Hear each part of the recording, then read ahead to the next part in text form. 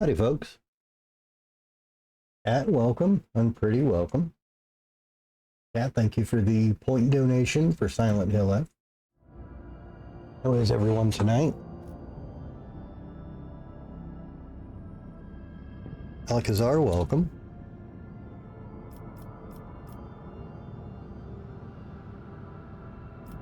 All right.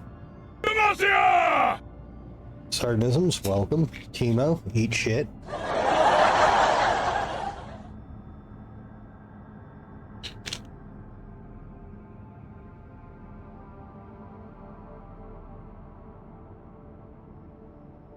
All right. Well, I wanted to end last night on chapter 5, but the game actually hard crashed. So, let's try this again. There's no telling what awaits you beyond the gate, but the one thing you know for certain, there will be no turning back. This is the point of no return.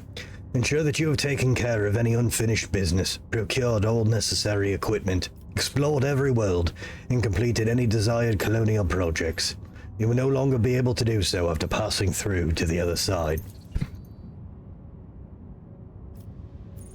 Hi, Rorschach.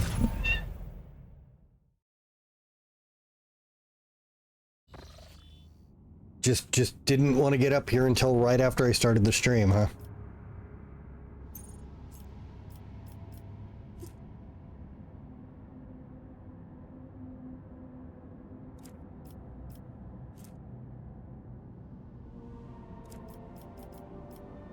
Also, game, you just couldn't not have a random encounter show up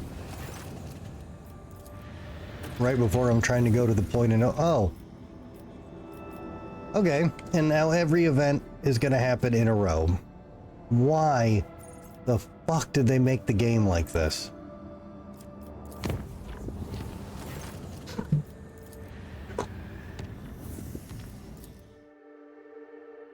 Alright, well, I guess we're not finishing.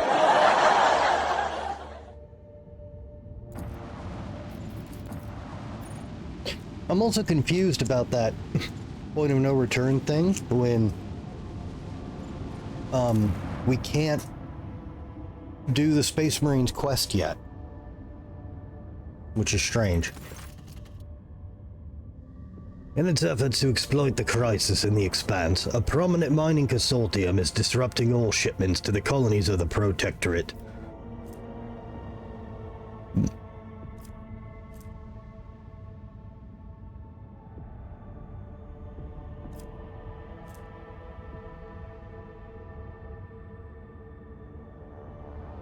Oh, yeah. The Navy loves us. I request the Imperial Navy boycott the Consortium's trade routes. Frightened by the prospect of an economic blockade, the Consortium offers its apologies and reinstates the shipment schedule. Wow. Could have been handled in an email.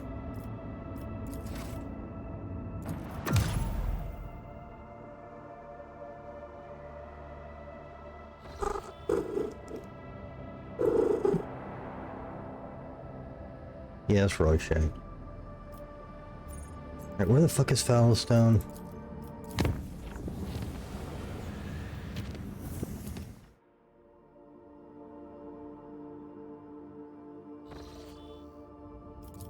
Alright. What couldn't be done in a fucking email.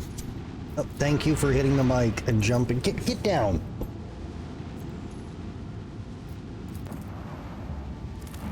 The word bearers are on my planet. A frigate belonging to the Word Bearers disgorges a horrifying landing party on the colony. A small number of Chaos Space Marines level everything in their path.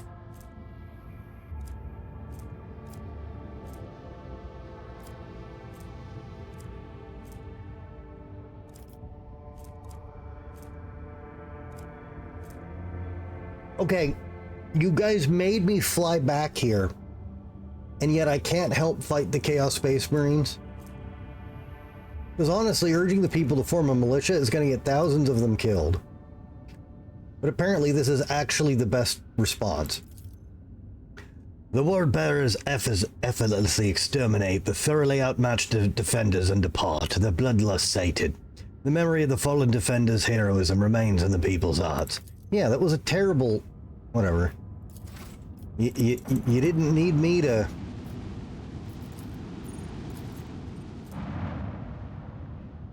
You didn't need me to tell everyone to get killed fighting Space Marines. Wow.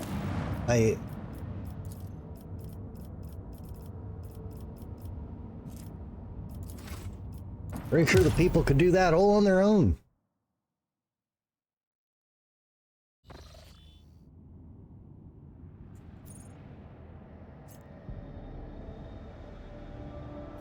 Okay. Let me make sure I'm not crazy.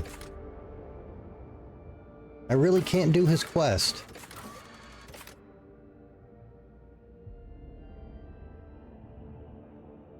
Nope, okay. I guess his quest is after the point of no return. Very strange. Oh, Kiavagama colony needs my help now. Who the fuck?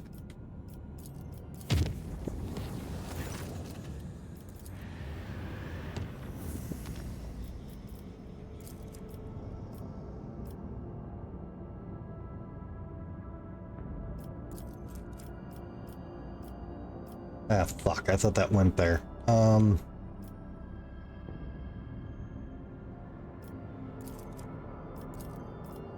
Never mind. Go back. Whoever drew these lines was fired from line drawing.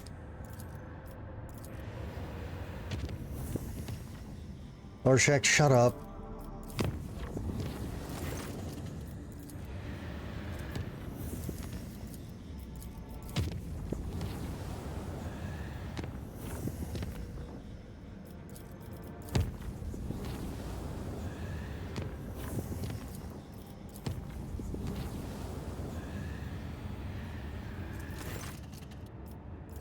Didn't mean to take that, but okay. No!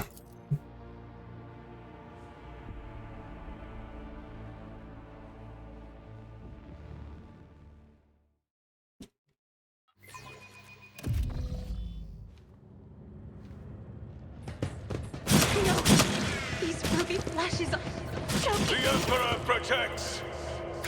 Stop mocking me! Look upon the Emperor's faithful! Get that thing off my ship. Oh my god. This is actually a big encounter. No, okay, you don't have to do that. Look, I'm just happy the game isn't a fucking disaster, because it had a lot of bad warning signs. So if that game bucked the odds, I'm thrilled, because I adored the first game. Eat ass, but I still don't understand what that means.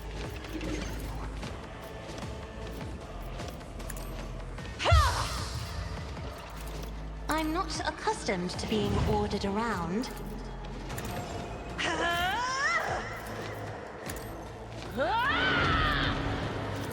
Will do.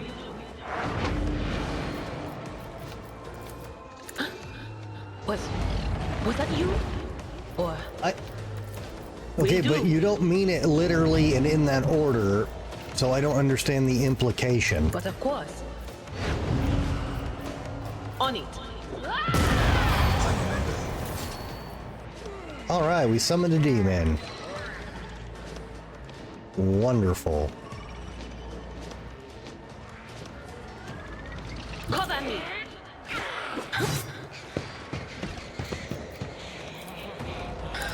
If only you knew what awaits you. Hooray, we banished the demon. Ah.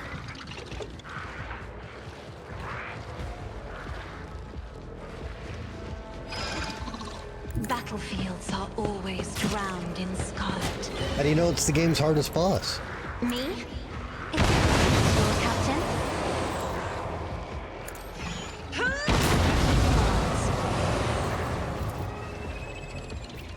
I am a navigator, not a servitor. Do not dare ask.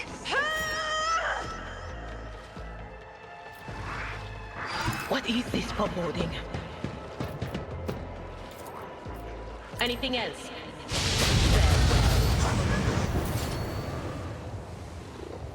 Oh, I mean, okay, good answer.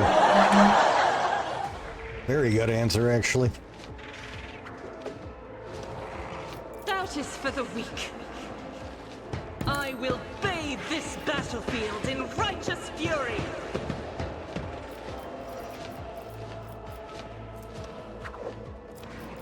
Faith without deeds is worthless. What an unfortunate turn of fate.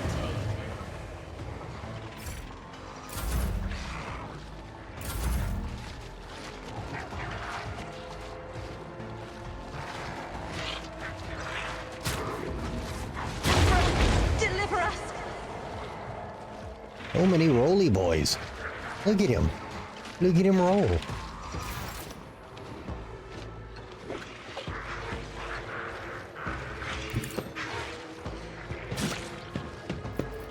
I will endure.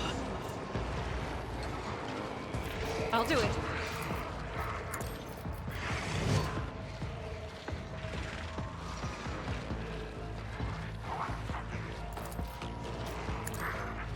I'm sure people have done it, but that's weird that nobody's posted it yet. So, regardless, good on ya. As the Emperor commands.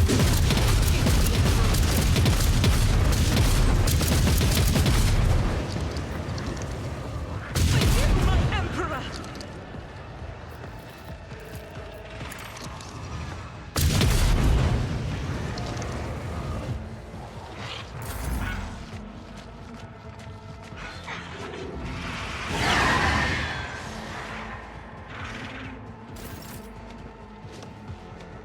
Was it worse than that boss in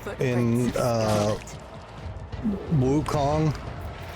That was ruining every attempt. The righteous may their blades be sharp. No, this goes against the tenets. I cannot. You'd get him to serve like this way. 10%, and then he'd I just be shall like, not "Lols, fail. I'm gonna win." Trust me. Come, the other side will wait. Killing brings me no pleasure. As the tenets demand. Caught by the web.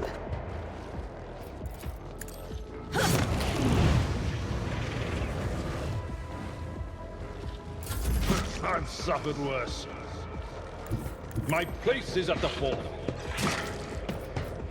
Brace yourself, Abelard. One fewer target.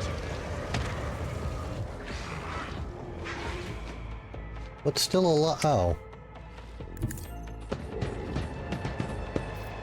Hey, Blood. Indeed. Reduced to dust. It's nothing.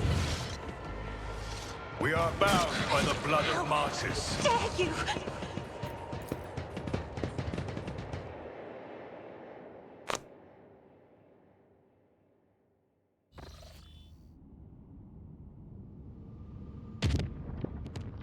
Man, but I like my beefy armor.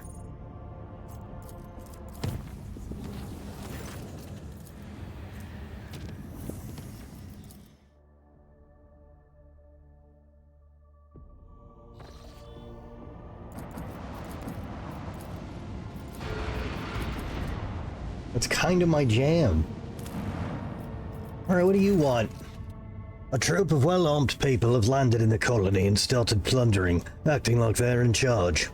The report suggests these pirating cutthroats are privateers, the likes of whom flock toward the banners of Caligo's Winterscale, seeking his favor.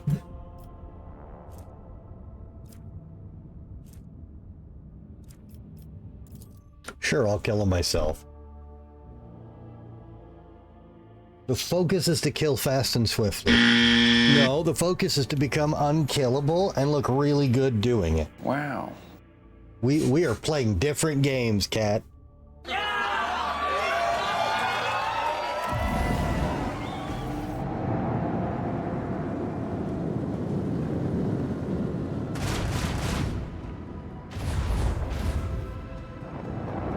Kursigama. Wait, is that spelled right?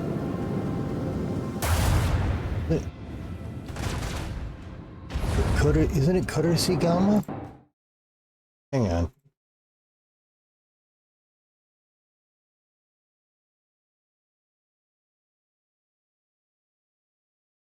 Kusarigama. Yeah. Yeah, don't ever try to use one in real life, though. I've had the pleasure of holding one once, and I did about 2 things with it and went, well, I'm going to lose a hand. Oh my god, complacent Stream A7SR wants to doubly inform us with 2 different links about cheap viewers on streamboo.com. Get out of here. Full speed ahead.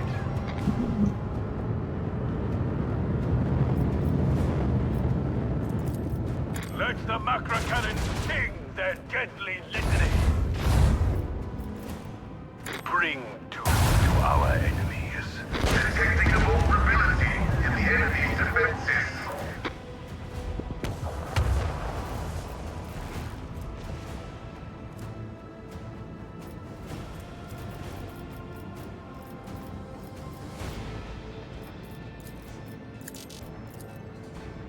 Rain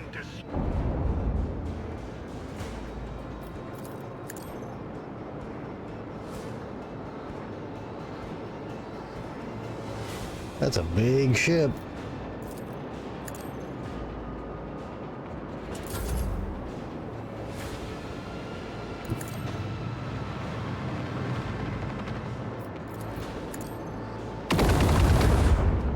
Take that.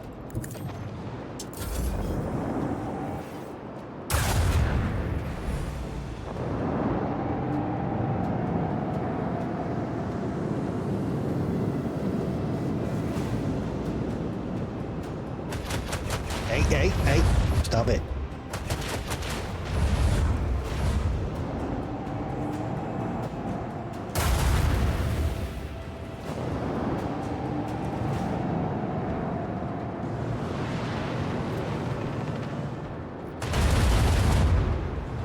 Bruh. Fucking rude. Unleash a barrage of destruction. Let the macro cannons sing their deadly litany. Send away.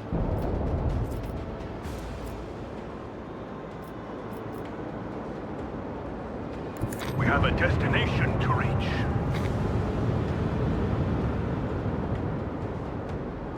It's a dictatorship. Okay. It is.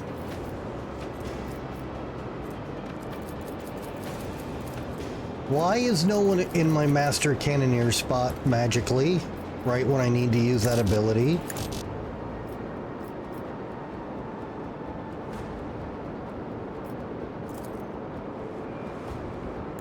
Okay, great. Great, just unequipped members of my ship crew.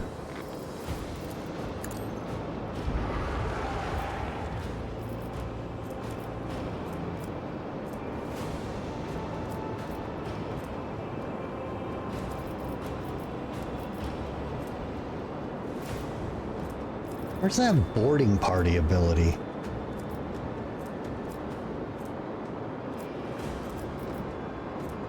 There it is. Unavailable. Fuck you, unavailable.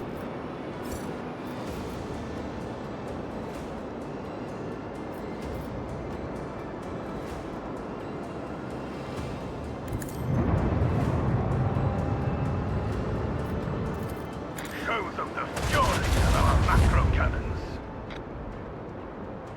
You guys can't leave. You wanted this fight.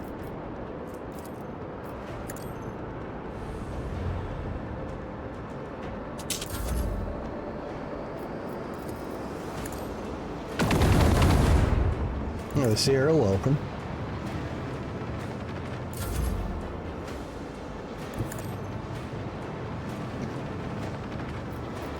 Pew pew pew. So, Sierra, am I correct that I can't do Ulfgar's personal quest until chapter 5? Because I got the point of no return warning, but that quest isn't in the log, and I've talked to him and everything.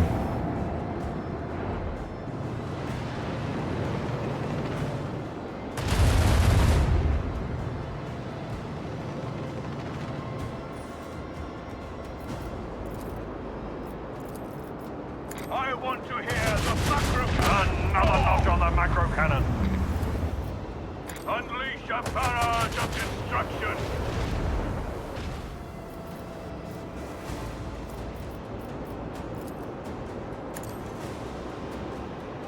Okay.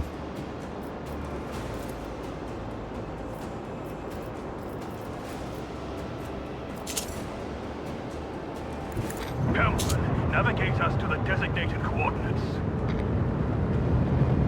Why? This is like the third time it's just randomly unequipped my fucking crew members. Really annoying.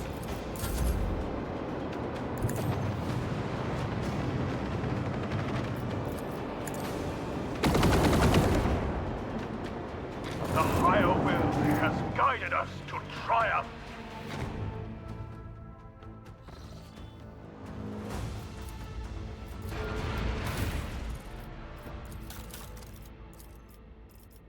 Hey, cool. Can you return to your post?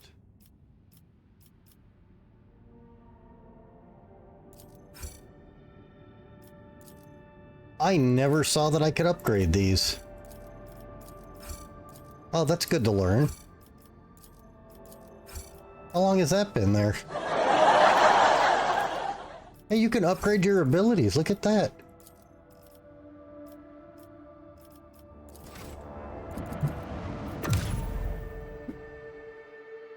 Wow. Okay. Now, game. If I start trying to go here, are all the other planets gonna have an issue, or can I just fucking go?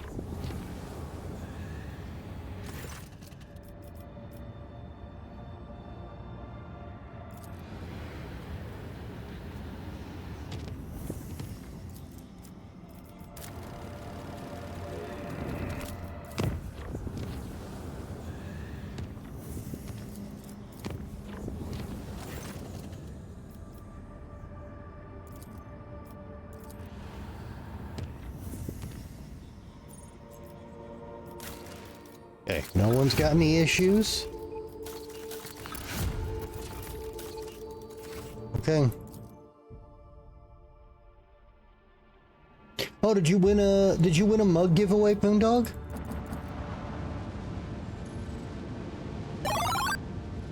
Fuck yeah, brother.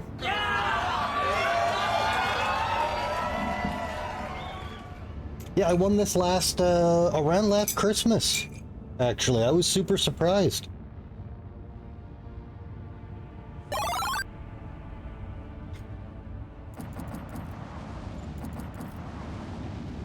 Well, good stuff, man. Lord Captain, our augurs are detecting energy currents of indeterminate nature within the dimensional gate. It appears to be active. We see a number of ships near the gate, and judging by their markings, they belong to the Lord Inquisitor Calcazar's personal squadron. Wait, what did Alcazar get us started on? Wait, what? Oh. That didn't pop up in the right order at all. Sir Alcazar, thank you for the 9 months of Jeff Bezos' money.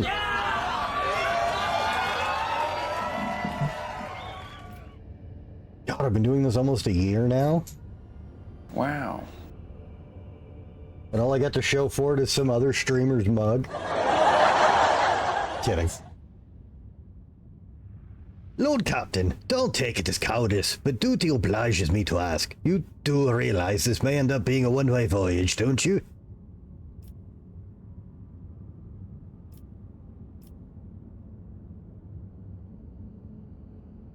I switch on the Vox communication to all decks. Crew, this is the Lord Captain speaking. I'm taking the ship into the unknown, where danger lies and glory awaits. Are you with me? For a while you hear no response. Wow. Whoops. Then the silence is broken by the sound of heavy footfalls. The rhythmic stomping grows louder and louder. Thousands of feet strike the decks as if marching into oblivion under your banner. I like that. Onward, no matter what this journey holds for us. I am ready. We're level capped after all, there's nothing else I can do. Yes, Lord Captain, whatever's waiting out there, beware. Von Valencius is coming. Contact the ships at the gate. I wish to go through. Incoming message. You are entering an area declared forbidden. Any attempt to approach the Xeno artifact will be considered an act of rebellion against the Emperor. Leave now or be destroyed, yada yada. Lord Captain, would you prefer to send your reply with the help of the Vox clerics or the main gun deck? Main gun deck. Commence the blessed ritual of loading. All decks begin combat preparations. We are giving battle. You heard the Lord Captain. Battle stations. Wait, who in the void is that? Some of the enemy ships are breaking formation in haste. They're regrouping and falling back to repel an attack from the rear. Looks like someone's arrived to lend us a hand. The enemy's scattered. Now's the time to engage. Wait, who's attacking the Lord Inquisitor's forces? The augurs detect ships marked with the coat of the arms of House Winterscale. Nani? Wow. Okay. Then we too shall strike. Okay. Don't fuck him up, Winterscale. Fuck the Inquisitor. Even if you're doing it in the name of Khorne. You know? Say what you want about Khorne, but when the fighting starts, he gets the job done. We shall strike down all who stand in our way.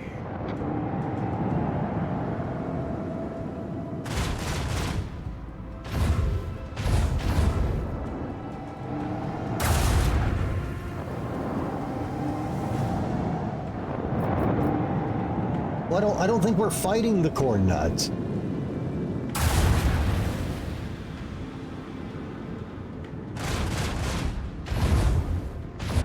I mean, maybe we are. I mean, not right now. Actually, yes, hang on. If the Inquisitor's gone over to Chaos... Well, this whole plot's very tits-nits based. And you gotta be clever to get one. Yeah, it's probably titsnitch.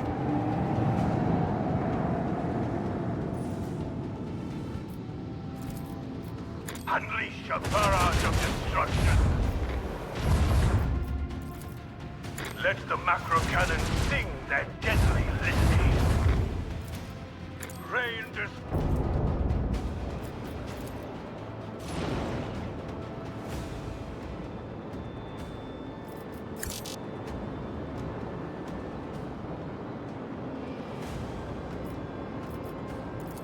Oh.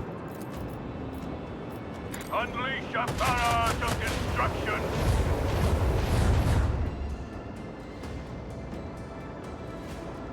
We have a destination to reach. Deliver their demise! Do not miss your chance, Set forth with all Elantar. haste. Shut up, elf. Show them the fury of our macro cannons! Let the macro cannons sing their deadly litany.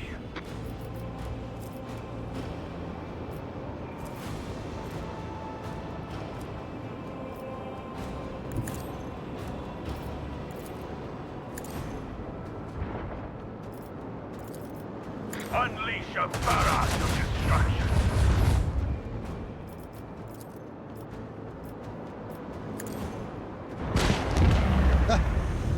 Okay.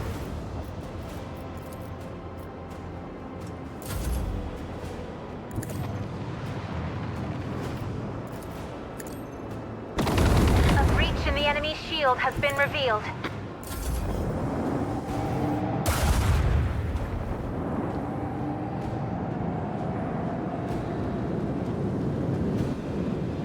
Pew pew pew. Dude, this ship sucks. Yeah, like that. Is the Heartless any better? If you have the Heartless follow you as an attack ship, or is it like the same goddamn thing?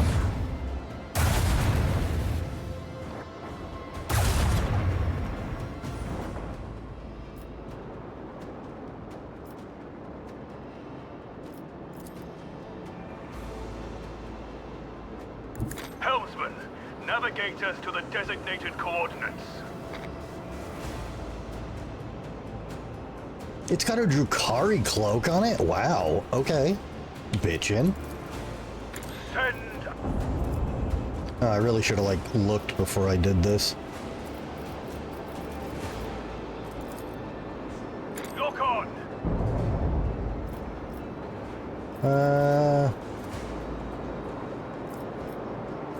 Who cares? It's fine.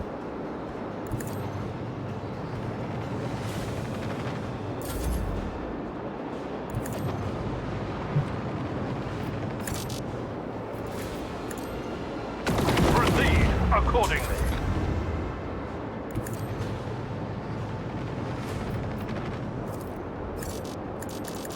Boo.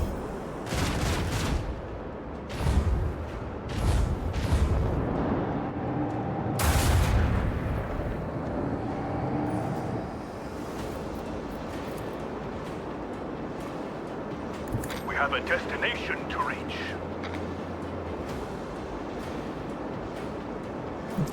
Fair. Let the macro cannons sing their deadly litany. Unleash a barrage of destruction. The target's void shield has been weakened.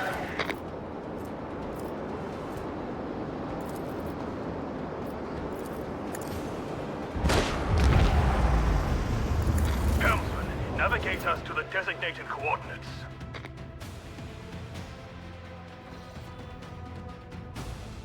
Lord Captain, they're fireboarding torpedoes. It looks like the enemy has decided to take us down with a single decisive strike.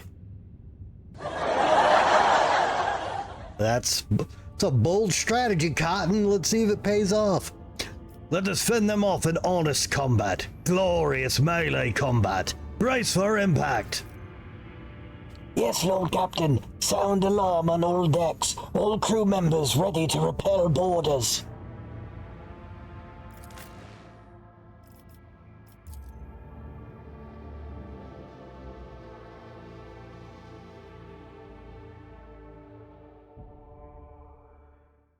Hey, Gerton, welcome.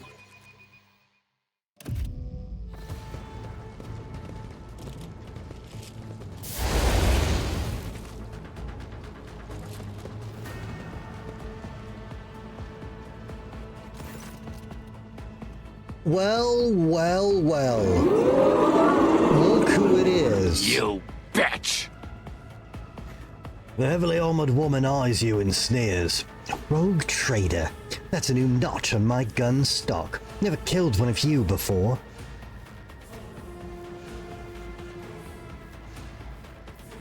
Barging onto my bridge was a very big mistake. The woman lets out a bloodthirsty chuckle. Yes, it was. I was hoping to blow up your ship's reactor and just send bits of you flying into the void. But I'm going to enjoy this even more if I do it all myself. Grovel before the face foot. I will fight if I must.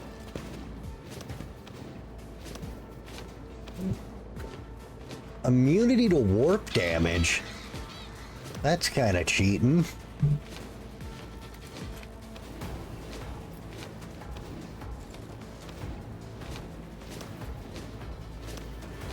See, the biggest mistake you made, though, Me? If you insist, Lord Captain. is you didn't bring power tools. I'm not accustomed to being ordered around. Me? If you insist, Lord Captain. I, however, Anything else? brought Will power do. tools. But of course. Oh, no demon? On it. Ah! Is there no bloodthirsters in this game? I mean, we got a lore to change, which I didn't expect. Anything else?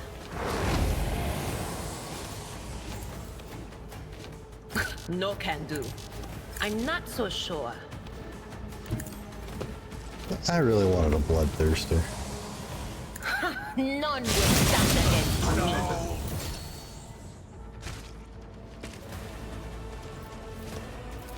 me. Not the scryer's job. Will do.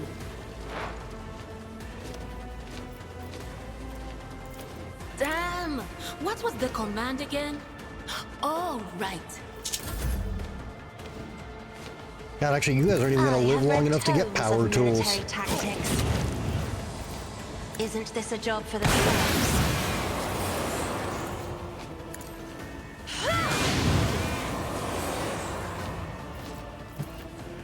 If I may.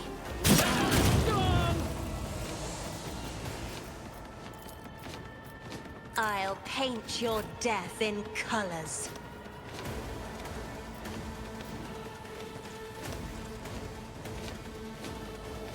My enemies shall be crushed like dust beneath my feet. Rejoice in service. The undying one faces. Oh, the bird was there. Well, we showed that bird. Actions will speak louder than words. And so shall Which it be bio done. and what are you trying to edit it Not through? be deterred.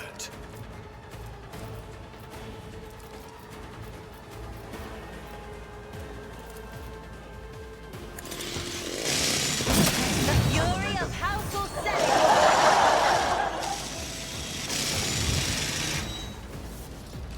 Yes, but how are you, like, where are you going to edit it? The divine. I know it sounds like I'm being semantic, but I'm not.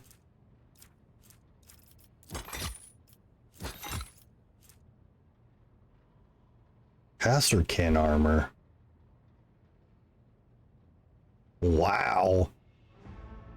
That's really fucking good. Through the dashboard. Okay. We go to the dashboard. My Baylet was my most commonly used emote in the last 30 days. 80% of that's Poondog. I know that for a fact.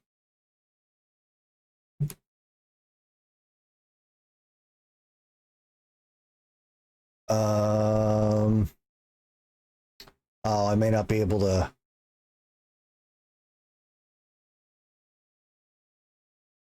May not be able to look right now while I'm live. What's it under again? Like when you're on the dashboard? Again, I know it sounds like I'm asking really stupid questions, but when you use a bunch of different shit, everything gets changed in different places. It was on the home page on the dashboard. Okay, I may not even be able to look then because I'm live right now. Because it changes how this looks.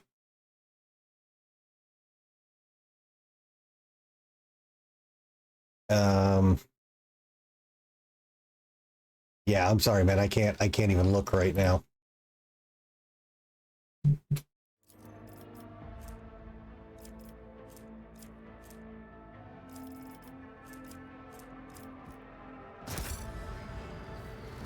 We shall reclaim what is rightfully ours. Good job, loyal defenders.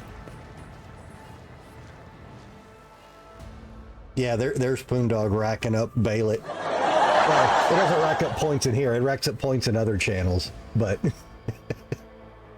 Poondog and I watch a lot of the same people, and every time I catch him in another channel, I see him using that. Oh, is Heinrich's finally got something to say about us fighting the Inquisitor? Because I can't believe he... Oh, no, this is Dan Rock. The enemy has been routed, your lordship. We are receiving a Vox signal requesting that we admit a convoy of shuttles on board for an audience. The augurs have confirmed the shuttles are unarmed and belong to the forces that aided us in battle. Do you wish us to welcome these visitors? Who is it that wants to come aboard? Rogue Trader Winterscale is on his way aboard a shuttle. Nani? So he lived, even with his spine sticking out of his back. All right. Welcome our visitors. Usher them to the bridge.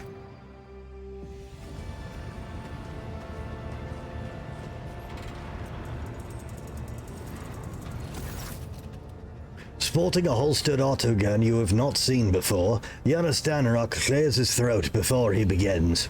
Reporting, Lord Captain, the attack on the ship has been repelled. All decks have been cleared of trespassers. Hull breaches have been or are being mended. You have eminent visitors who wish to congratulate you on your victory. Caligo's Winterscale has grown hollow-cheeked and pale. Instead of the graceful movements of a fierce predator, he now lurches like a lame bird. The augmetics in his broken back are unable to make him as light-footed as he once was. He lets out a tired sigh and says joylessly, "We meet again, Holt." You helped Caligo's Winterscale see the corruption in his soul, and his broken spine became his first step toward redemption. Oh, that's actually Wow. Okay. Caligos, I see your wounds could not stop you from paying me a call. Winterscale grins bitterly. It takes more than a broken back to fix my bad temper.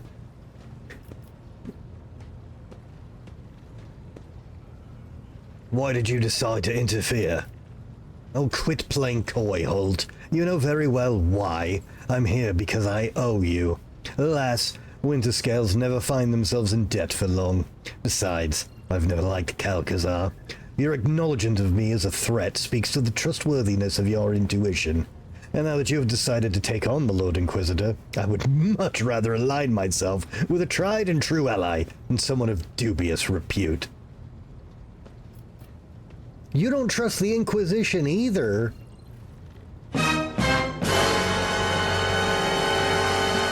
Wow. What do you mean to do next?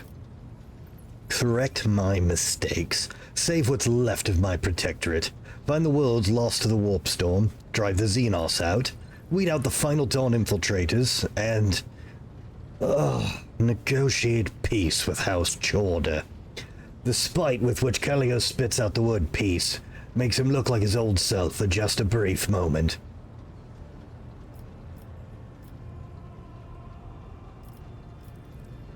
Make sure you choose your new path with care.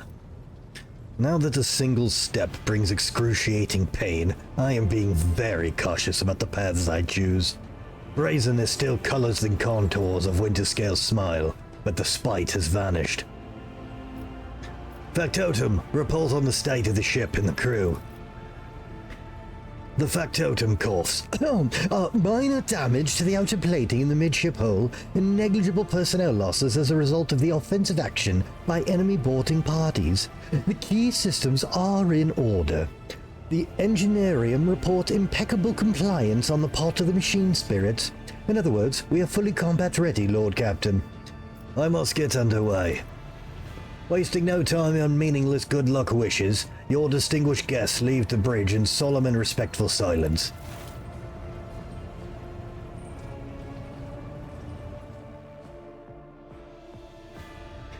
The Voidborn raises his ever-gloomy eyes to you. The enemy is defeated, Lord Captain. Are we ready to begin the spatial translation? I survey the bridge. Dozens of pairs of eyes hang on your every gesture, your every sigh. Every crew member waits with bated breath, lest they miss your decisive words. Dicks out for Harambe. Is that... well, start the translation procedure. The ancient gate, long impenetrable for the rogue trader, was at last ready to reveal its secrets. You know what's been longer After impenetrable? gathering allies and preparing to venture into the unknown, the Lord Captain plunged headlong into the darkness that held ancient nightmares. And the answers to all his questions. Wow. Wait, are those Necrons? Oh, fuck.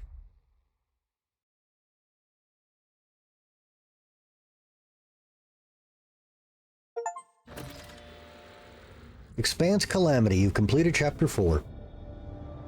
Translation complete, Lord Captain. Current coordinates unknown and, indeterminable. All there is in the ship's imminent vicinity is a dimensional gate that's gone into passive mode and a large amount of debris. No enemies detected. Lord Ulfar may need to be informed of the coordinates his esteemed brothers traveled to match a location somewhere in these star systems. Everything has a reason. The threads of my brother's wills are tied together. I see Blackmane's will and our final meet. Whoops. I see Blackmane's will in our meeting finally approaching. Let us find the Maitvater, for such is our destiny's wish. What happened to the dimensional gate? The engineers have proposed a hypothesis. It's entered some kind of a recharge mode. After accumulating enough energy for a new translation, it will activate again. Or, at least that's what all of us want to believe. Badly. What kind of debris? Those are ship carcasses. Judging by their markings, they were part of the Lord Inquisitor's fleet and likely acted as a patrol force. The damage doesn't seem like it came from any weapon we know, and the way the debris are scattered suggests the battle was short. Someone attacked and destroyed every one of them in the blink of an eye. Someone we have never encountered before.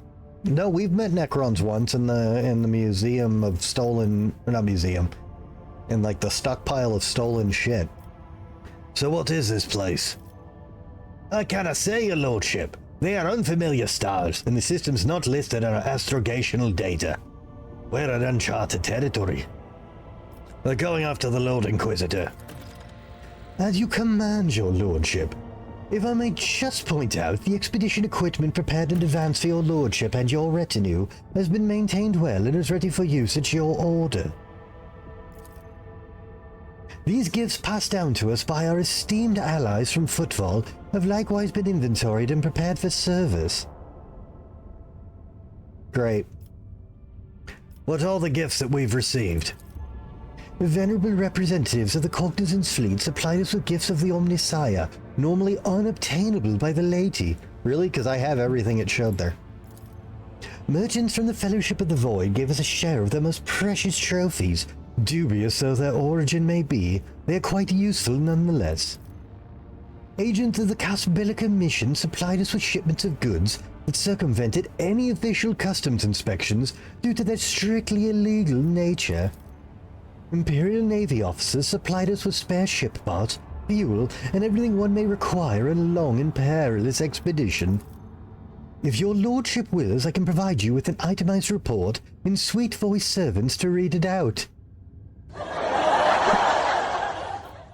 Excellent.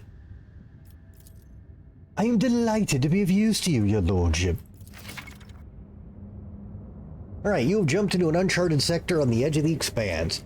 The dimensional gate is closed and you are currently cut off from the rest of the Coronis expanse. You cannot return to previous systems or chart routes to them.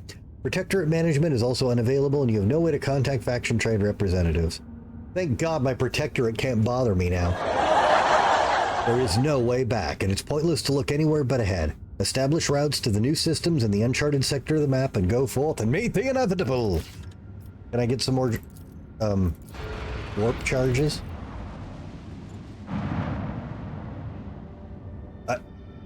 Wow. Okay, that destroyed ship is just nothing. The dimensional gate is still inactive. Passage is currently impossible. Unfortunately. When will it become active again? I've sent a request to the engine seers already. I won't insult your ears with a maybe in an hour, maybe in 10 Terran years type of answer. I have no idea. But it doesn't stop every cog on board from the senior officers down to the last technomat from begging for a shuttle and permission to poke around in the thing. Let us continue our search for Calcazar. So I clicked on that ship. Was okay. Look, Captain, we've got, company. Reva's voice sounds strained. A whole brood of Xenos, except they're in no hurry to attack. They sent a Vox transmission, so our eggheads are trying to decipher what they're babbling in their language. Will you just look at these entitled pricks? Lord Captain, you're not going to believe this. The enemies of humanity request, nay, they demand, to be admitted aboard so they can have words. But not with you, no. They want to talk to their disgraced kinsmen who you've taken under your wing. How'd they even find us? The Voxcaster clicks. Someone else joins in the conversation. Halt. These worthless scum wish to see me so badly. I'm willing to lend my ear to their pleas and hear what they have to say. Marizar, who let you onto this channel? Your question is met with laughter. If you dare refuse what I ask, Holt, your Vox operators are no exception to this rule. Do you not think this may be a trap? No, it is likely to be an invitation to walk into one. And even if my kin decided to prey on your ship by boarding it in such a pathetic manner, are you that afraid of them, Holt? The last phrase is dripping with scorn. You should not be. If nothing else, this will alleviate the boredom on board of this monkey rust bucket. Tell the Drukhari we will hear what they have to say.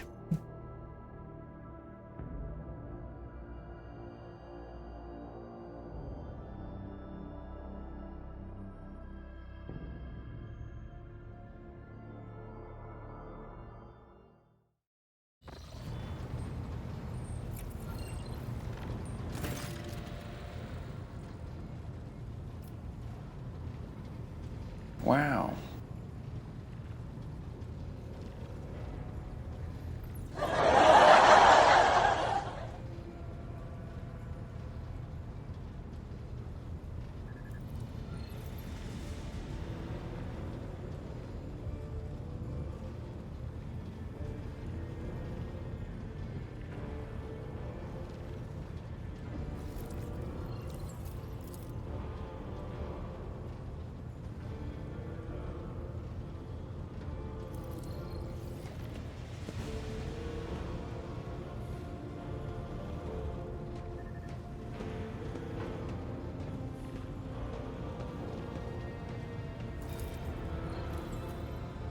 Whoops. I hate when I mute to blow my nose and then I hit the mute button again and it doesn't click. Alright, The Xenos in front of you exchange wary glances and curt remarks that your elucidator cannot capture or comprehend. At last, one of the Drukhari steps forward and takes off his helmet. His hair is bone white, and his face is marked with tattoos not entirely dissimilar to Mara's eyes. The negotiator bows deeply, not daring look at your companion. Greetings, Marizai Zerish, Dracon of the Cabal of the Reaving Tempest, Eviscerator of Illyridos, Blaze of the Barkegg Kingdom, and Slayer of Carcosius the Pale. A smug smile blossoms on Marizai's face. Corral, your sycophantic skills are not dulled since you've lost your mistress. This will be of use to you yet. Speak! The Reaving Tempest is dying. The Drukhari speaks slowly, carefully choosing his words.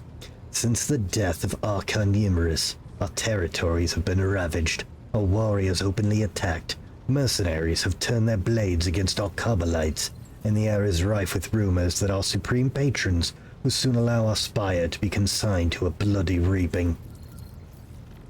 And that's not to mention the fact that our shelter has become a new disjunction point. Kara literally spits the words. The warp rages in the spire, flooding the city with demon hordes. It is no secret how the rift came to appear in the very abode of the Reaving Tempest. I don't know nothing about nothing. Wow. I'll say nothing. So what do you want from me? Marizai speaks with feigned indolence. From a Dracon cast down from his post, banished from the ranks of the Reaving Tempest, from a Drukhari band from Komarad self. We need a leader. We need a symbol of power that led the Cabal to might and prosperity for centuries. The lineage of Azaresh has not yet faded, which means it is destined to return. The Raving Tempest is calling out to you. Karel looks over Merazai appraisingly, not even hiding the disgust in his gaze and the falsity in his voice. Though the surviving scion reeks of desperation and thirst, we are denied the luxury of choice. Merazai narrows his eyes. Let us say I accept your offer. What use do I have for the handful of Drukhari huddling behind you, Karel? Answer me! Does the Raving Tempest still live, or is this the death rattle of the fallen? Karel leans forward. 2 raids manage to hide in the tangle of the webway and are waiting the chosen hour. There are Cabal troops hiding in the bowels of Komarad south. We are biding our time. When these forces come together, they will be enough to take over another spire and absorb several smaller Cabals who will then serve us.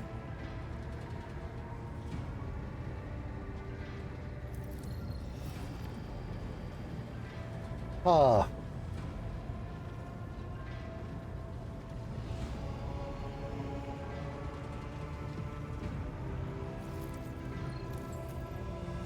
Okay, so part of the reason, from a roleplay perspective, I have not had a problem with Merazai is he hates 90% of the Dark Elves now. Most of them want him dead. And I run around and kill them, and he's happy to kill them.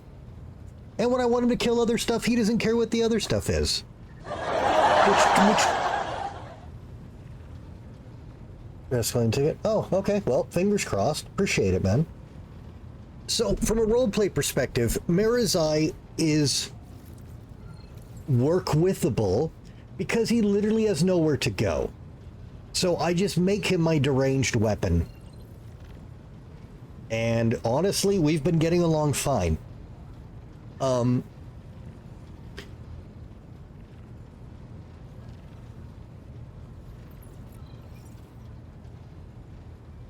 Putting him in charge of his cabal, though, where does that lead?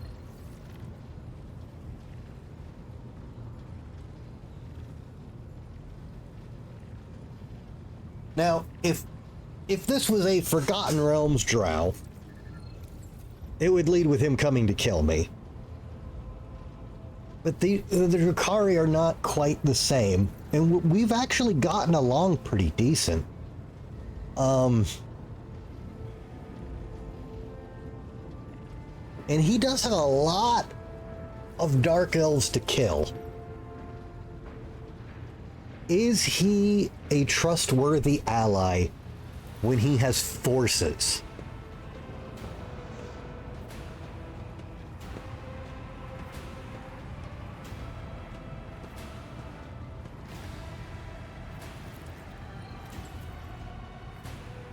Anyone who's more familiar with Dark Eldar lore, how come they're not called that anymore, by the way?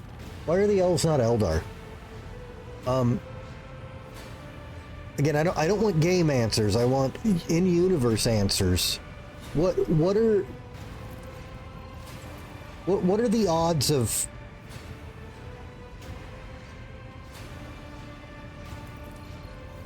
Drukhari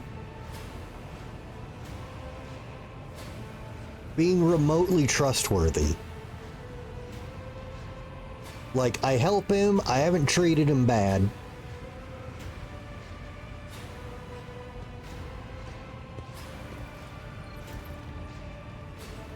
I don't know enough about them.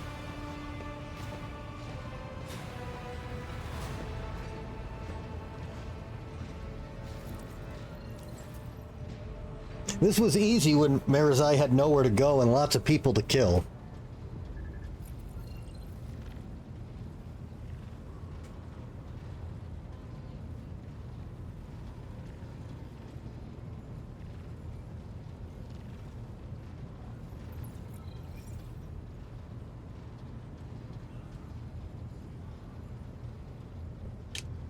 Because Eldar's from Lord of the Rings, so they can't copyright. Ah, there it is. I should have just guessed.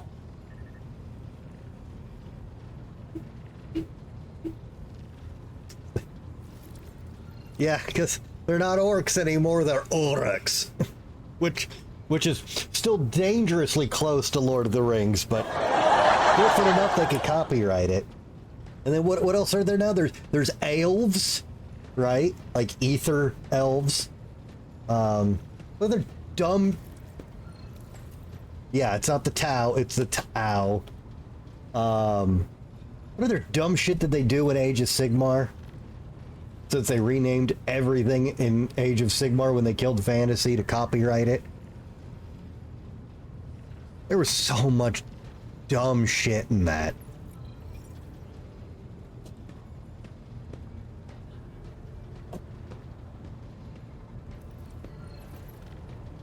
Let's see, trusting a Drukhari is often the last mistake a person will ever make. Their entire existence is built upon a foundation of calculated, cruel self-preservation at any cost, and a sadistic delight in the suffering of others. Betrayal is not just a tactic for the Drukhari, it's an art form and a cornerstone of their society. Yeah, and see, I know that. I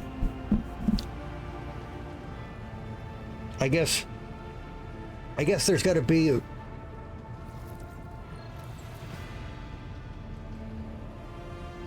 Welcome back, Unpretty.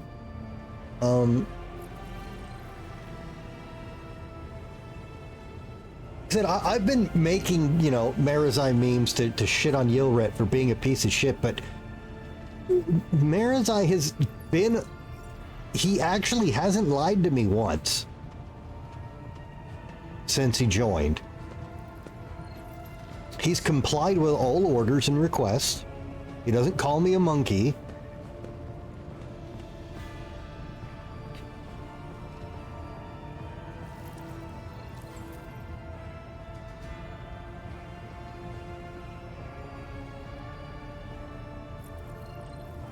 Can we be bros?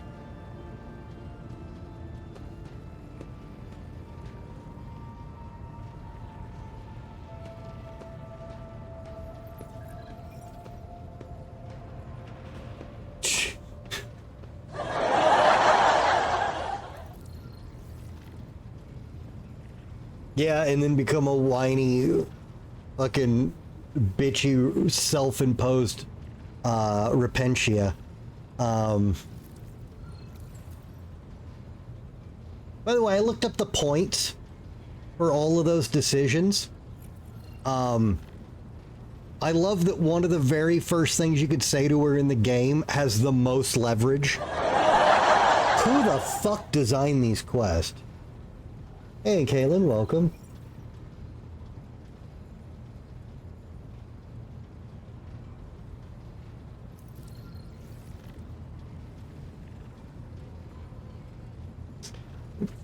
Well, see, that's where I don't know if he thinks I've been useful. I just gave him somewhere to be that wasn't trying to kill him. And I was more than happy to let him murder who he wanted to that had it coming. Is that enough to be considered useful? Like, he had no fucking options. Also, and Kaylin, I am sad you weren't here the other night. The fucking space wolves doing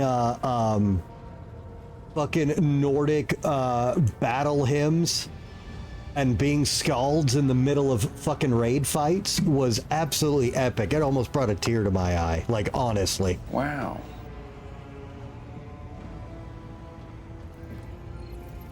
Also, what a shocking Halen's defending a dark elf in a game. That's never happened. Wow. Not once.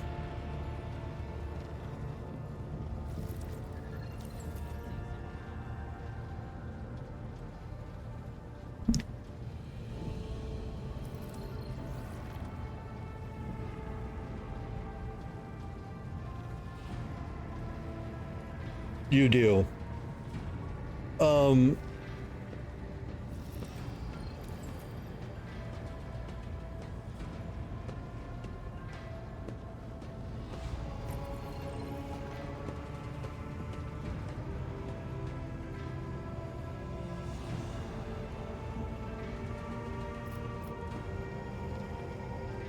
Yeah, and Kaylin, if you watch the VOD from last night, there's some great shit in that. I like the Space Wolves.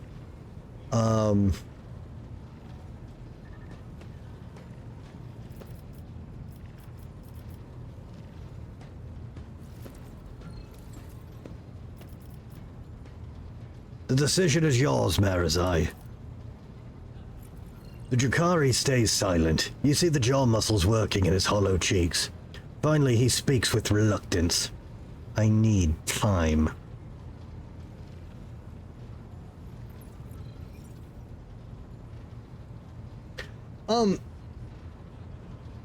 He's absolutely not lawful evil.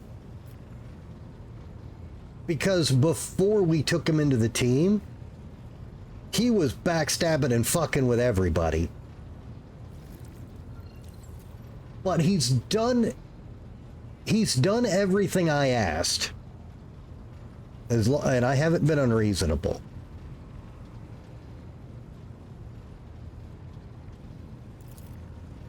We cannot wait for your decision. Those who have found refuge in real space have been here too long. Carol's voice rings with genuine fear. We are forced to fight one another, forced to seek torment in the blood of our kin. Do not tarry. Find our base in a neighboring star system where our raid is hiding from the schemes of the other cabals. You should hurry. The voice of Silen threshes in our minds of our companions, and it grows louder with every passing day. You're right, it is. Marizai turns to you with an intrigued smile. The Cabal want me back. I'm very curious. How do they find us in the first place? The Xenos shrugs nonchalantly. I think Carol found a way to gain access to my spies. The ones left to abandon the sleeper agents on your ship. My downfall was so sudden, I never had time to cover my tracks.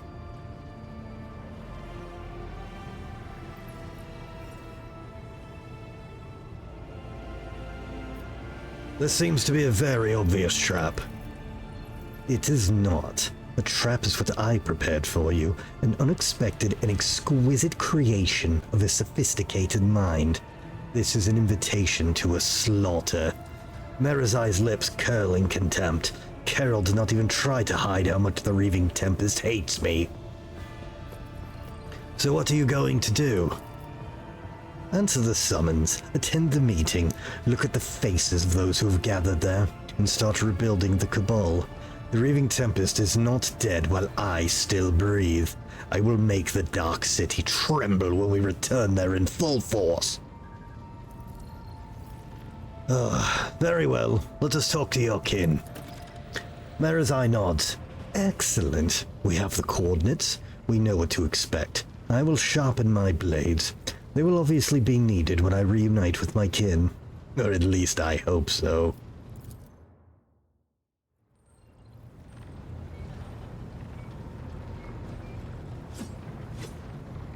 Hey, Blob.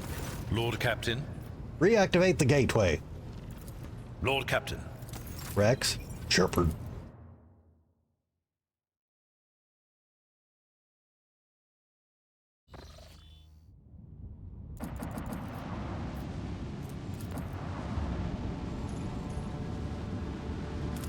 Scanning.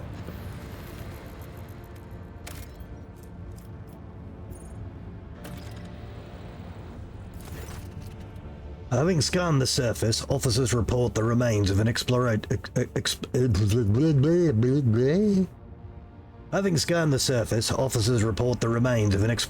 camp, to which a team of scouts is immediately sent. The scouting party is confused. All the equipment bears the Von Valentius coat of arms, but there's no trace of anyone other than the road trader's servants. What the fuck? Oh, that's not a question. He wants to become a pain in everyone else's ass. My only concern is, does he have enough asses on his side of the fence that we don't got to worry about nothing? Find out what happened. The scouts find traces of gunfire on the field equipment. A single unharmed data crypt is found in one of the cogitators. A group of tech priests successfully decrypt part of the data, including an order to eliminate the exploration team, signed by Theodora von Valencius. Not far from the camp is a pit full of charred bones and fragments of armor, bearing the rogue trader's coat of arms. NANI? Well. Sierra, those data crypts I was pulling out in that big mission at the end of chapter 4. I got the first couple and I blew the rest. What are those for? Those never came up.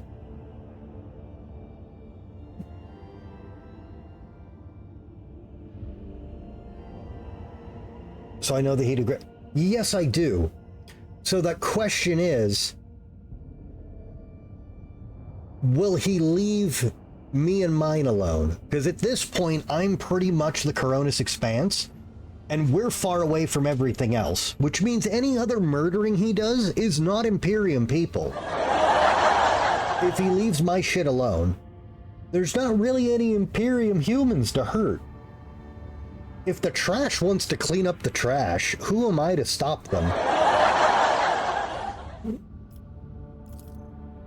The scout report leaves Abelard with conflicting feelings, despite his certainty that her ladyship Theodora would not give such an order without a very good reason.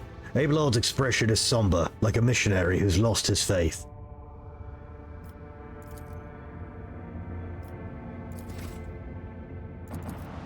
Don't worry, Abelard, you know I'm a good dude. Scanning. The rocky world is bound in ice and shrouded in a thick fog of dark clouds. Augurs traced a faint signal to an area under the ice alongside a distress call, whose encryption matches those used by the Lord Inquisitor and his teams. Motherfucker.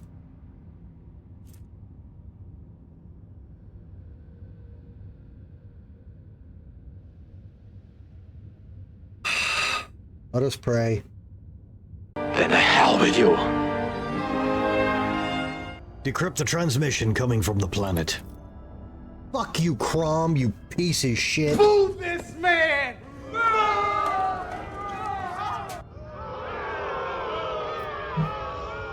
Lex interrogators tested the code with their most severe and ingenious cannons, but a cryptographic revelation was beyond them.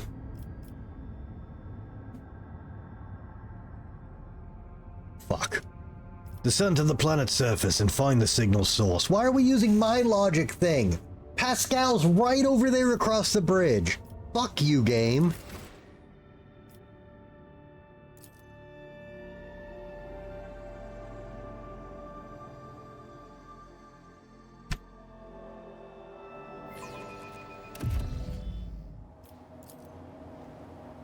Barely perceptible heavy thrumming permeates the walls of the crypt, which are adorned with strange geometric shape. Oh, this is all fucking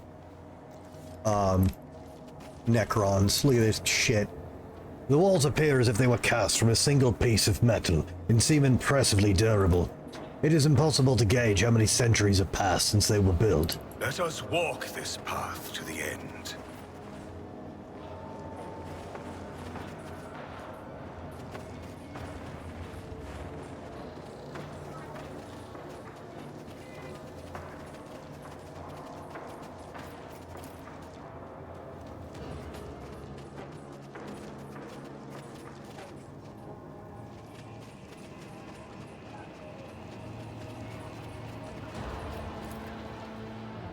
The blackened tracks of blood extend further, leading you into the depths of the corridor.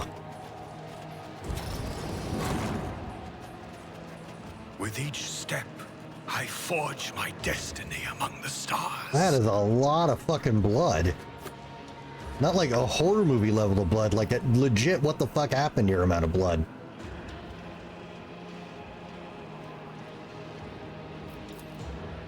A rotten metallic scent wafts from the pool of dried blood. An uneven ripple across the steel surface. The symbols covering it tremble and blend into each other. None stay in your memory for longer than a second. Know your duty.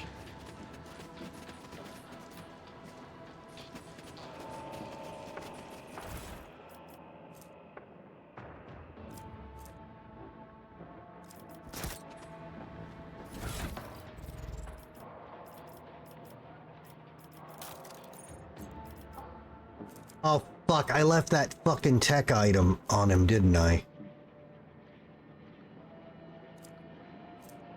Whoops. Well, that's gonna be a problem.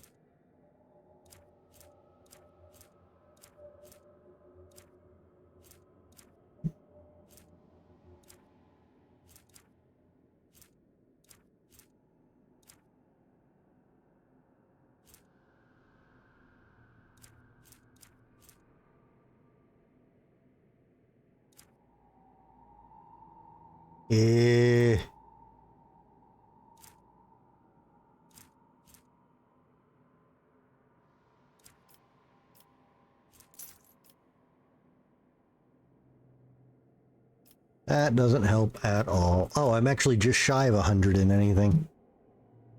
Whoops. Oh, we've got this, though.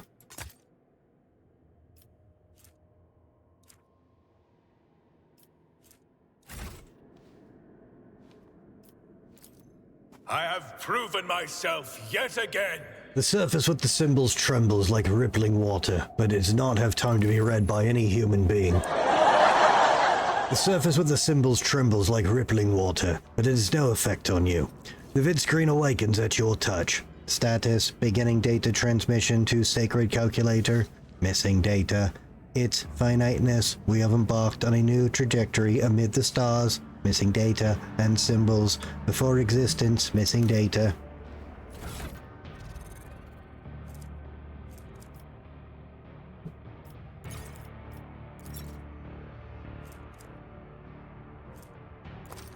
Right, give that back.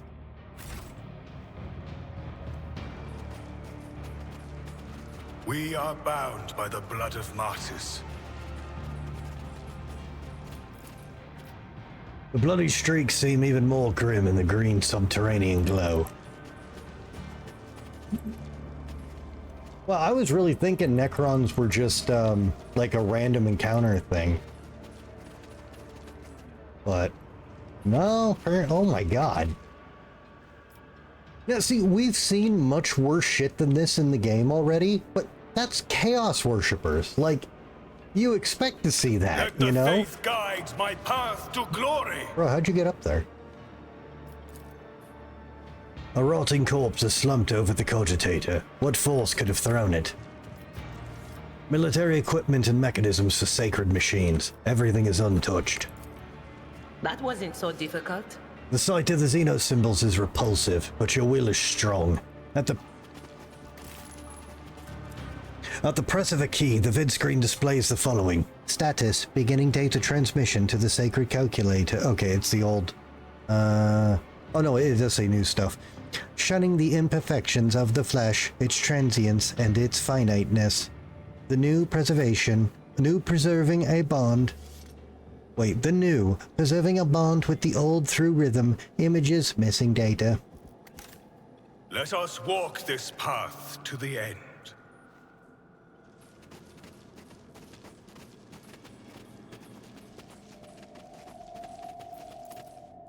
The cogitator was installed here recently before it was destroyed by an unknown weapon. The premonition runs true. The column emits a low roar, but you're able to withstand it. The vid screen awakens at your touch. Status, beginning data transmission to sacred calculator. Missing data and have become immortal. We have become missing data, turns to darkness. It shall be conquered, and it shall be tremble in fear, missing data. So I don't know all the Necron tech terms, but is this like a crypt where, like, they just woke up? Is that what it's sounding like? With each step, I forge my destiny among the stars. Tall pillars stretch upward from the abyss of pale mist, seemingly rising from the void itself. Looking at the greenish haze makes your body feel sluggish with weariness. Oh my god, it's Headbanger. We haven't seen him in forever. How are you, sir? When are you gonna come get all this shit at my house?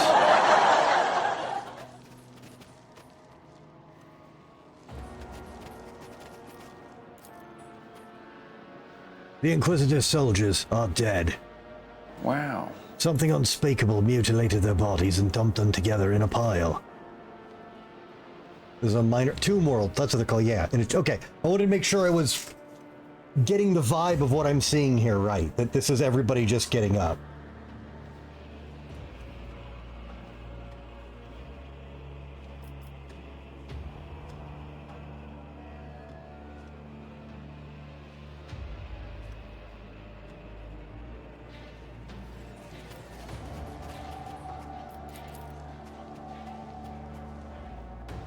This monstrous structure looms majestically over you.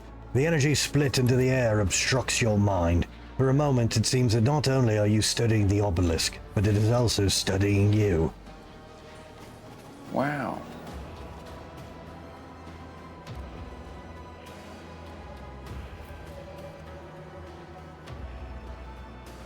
Yeah, and if it's...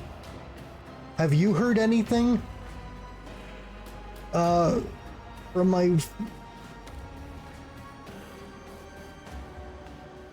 I don't remember. I sent it all to you and you said you had it aside. I'd have to pull up the fucking file. Just bring like 300 in cash and we'll work it out. But not that I'm trying to get info from you. I'm just genuinely confused. Has anything come up at work at all? Because no one's talked to me at all. Several disfigured corpses in the uniforms of Inquisition soldiers have been tossed in a grotesque pile between the Cogitator and the Lord Obidus-like statue. Their killers left no trace, but you have the nagging, oppressive feeling that the very walls are watching you. The air, thick with electricity and the heavy stench of rotting flesh, only makes that feeling worse.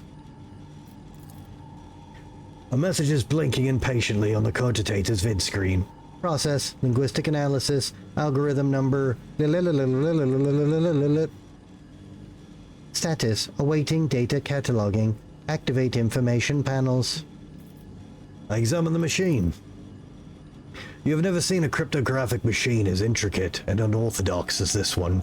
The numerous sacred seals of algorithmic asceticism suggest the spirit dwelling within is exceptionally cunning and powerful, privy to forbidden knowledge. They're saying I'm not talking to them.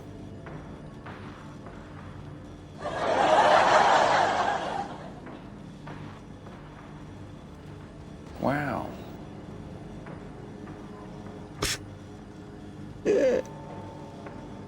So my job that refused to fire me, but reduced my hours to 0, and then completely cut off all discussion with me, is saying I'm not talking to them. Wow.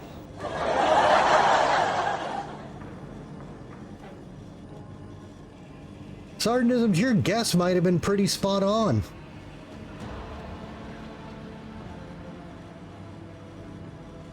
That's incredible. Now let's... Yeah, apparently my boss forgot what she told me and then didn't tell anyone else.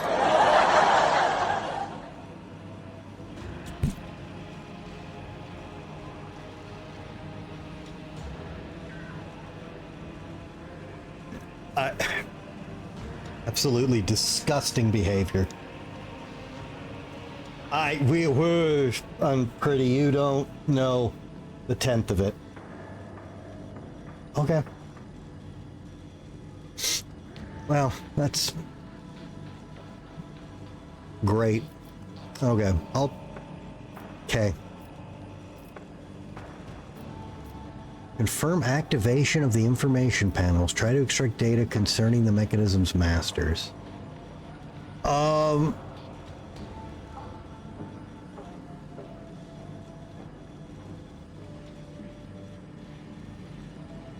Dude, I don't want to fuck with any of this. They're goddamn Necrons. We're gonna get disintegrated.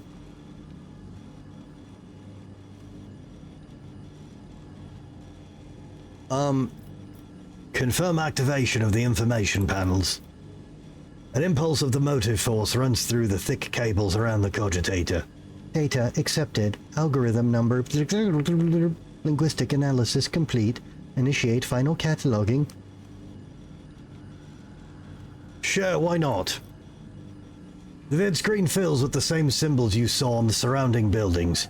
You feel an inexplicable rush of disgust at the sight of them in place of familiar words and numbers. Almost identical geometric shapes combine into long chains and flash by, too fast for you to take them in. A text in low Gothic appears under the glyphs, shunning the imperfections of the flesh, its transience, and its finiteness. We have embarked on a new trajectory amid the stars, and have become immortal. We have become the new, preserving a bond with the old through rhythm, images, and symbols. Before existence turns to darkness, it shall be conquered, and it shall tremble in fear. Report, reference, error, algorithm, cataloging completed successfully. Active vocabulary of the Xenos race compiled. Algorithm, attention. Data transfer to the translation device is required to save the catalog.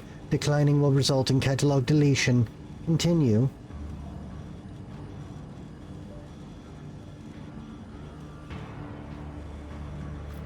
Transfer the data to the elucidator. Polyglot, you've learned the Necron language.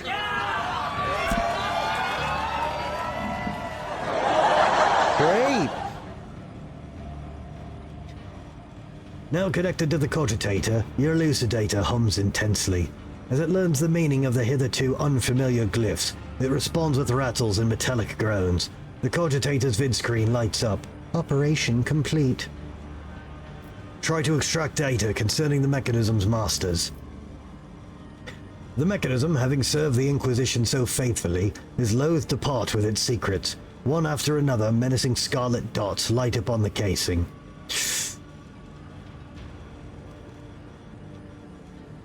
Ooh.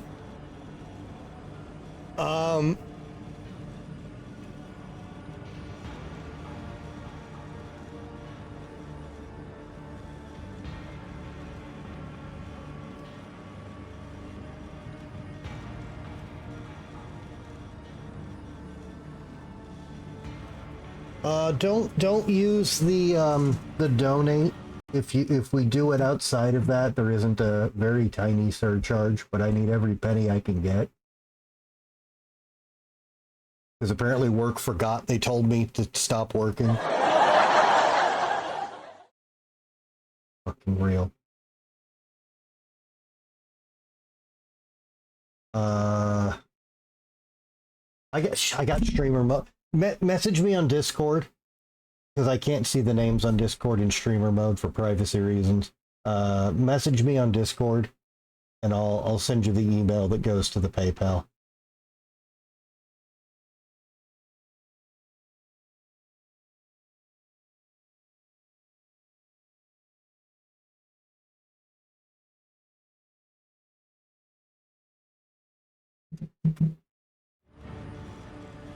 Okay.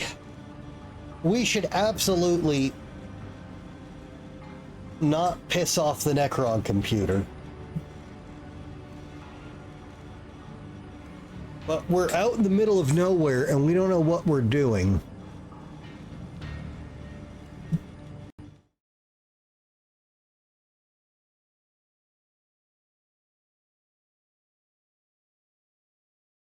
I'm a little worried there's not a skill check for this. Continue the attempt. Oh, okay. Your ruthless intrusion into the cogitator's memory chambers yields the following message. Prepare for the start of Operation Precious Sentinel. The horrific vision event may come to pass. Orders to abort the research mission and join the contingent on Epitaph. Codes for traversing the minefields are attached. The message has an attachment containing the astronomical coordinates of a planet, along with some binaric code. Okay, that sounds really, really good. Priority 0. Contact with Barrier Squadron lost during Dimensional Gate recharging.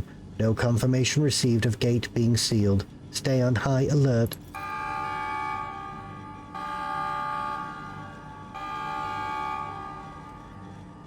The cogitator shrieks indignantly, lighting up with blinding red indicators and letting out a high-frequency howl.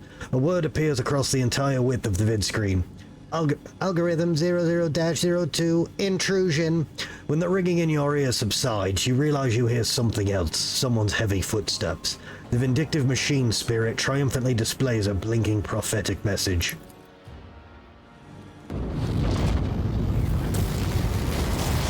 I'm in danger!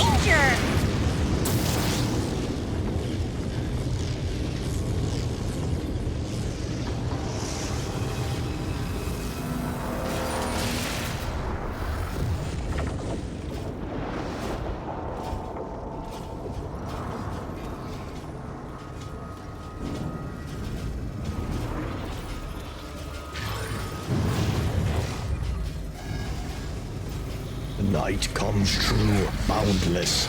Stars know that it bestowed upon them the fade. Words know that it bestowed upon them to turn to ash at our coming.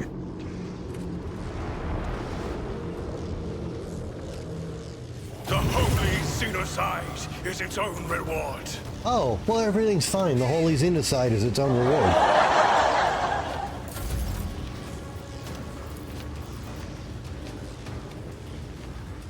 Isn't this a job for the serfs? Me? If you insist, Lord Captain. But of course. Just a minor. On it. Well, Abelard didn't want any of them buffs anyways. Oh, neither did Argenta. Argenta hates buffs.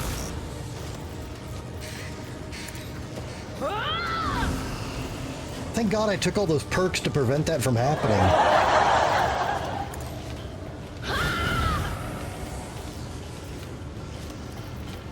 Was that you? Or...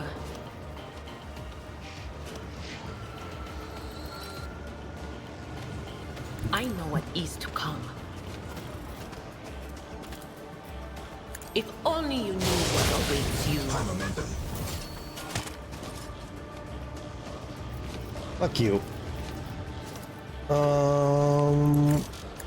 Let's see what you can do.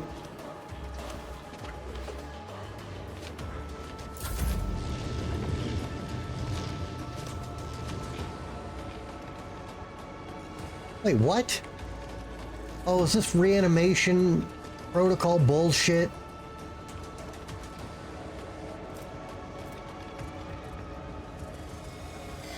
Yep. Fine, whatever.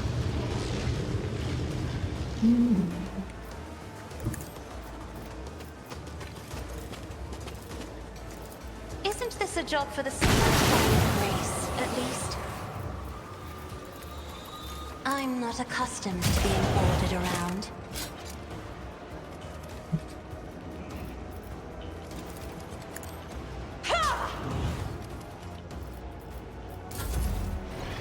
Oh my God, what is that?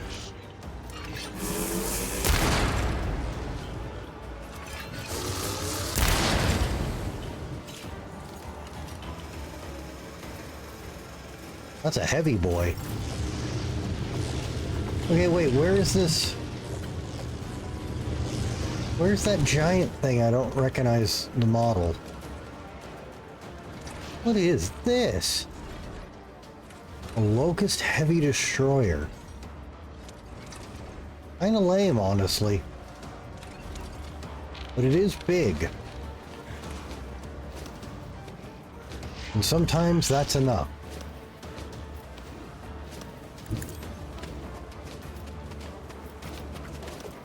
Doubt is for the weak. God Emperor, move through me. Be the fire in my heart. Faith without deeds is worthless.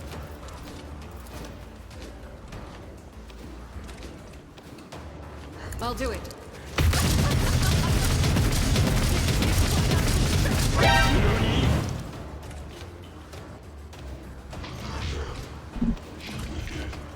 No armor and 5 what the fuck? Okay, so what is this?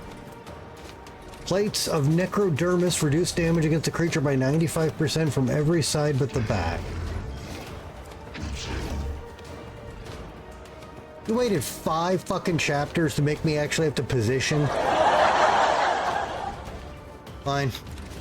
Wow. But I can still kill it with a power tool.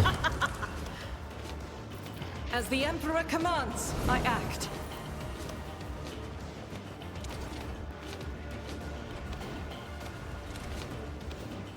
Oh, we're 25% away there, guys, for the Silent Hill F. All endings. Guided by faith. We are 1/4 there. Hi, little buddy. What are you doing? I don't like Necrons either, but you don't see me screaming about it. You need to... Go away, Marmot. Bit.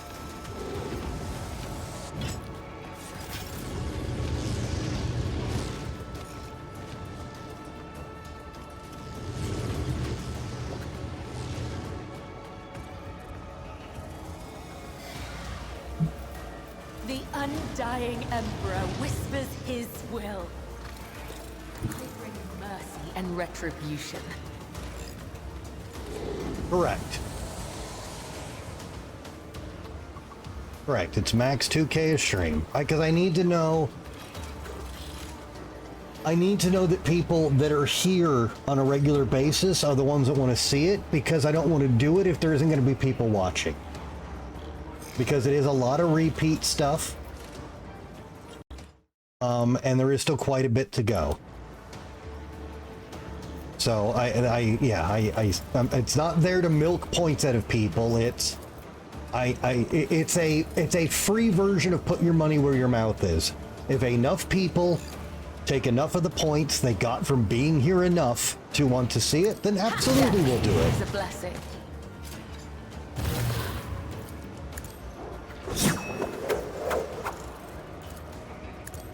I just don't want to end up in a scenario like I did with Death Stranding 2 or I can't remember the other game. There was 2 games. I played them. People said, "Yeah, well, this is gonna be great," and then like I had 1 viewer. Death. I can't do that. So I gotta drop those, no matter how much I want to play them. Yeah, Dune was good for 2 days. And then nobody gave a fuck about Dune, which I get watching the MMO part. That's not how my channel was set up.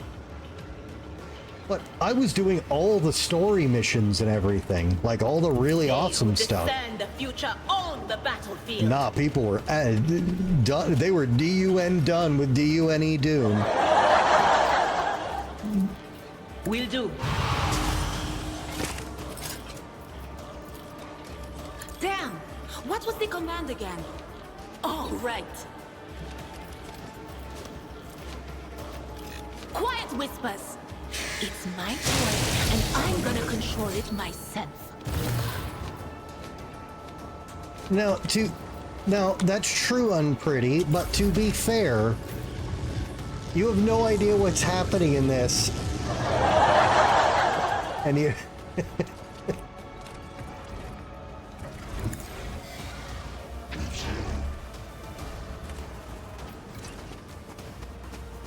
Also, did you finish the book, Unpretty? I know you were listening to the audiobook.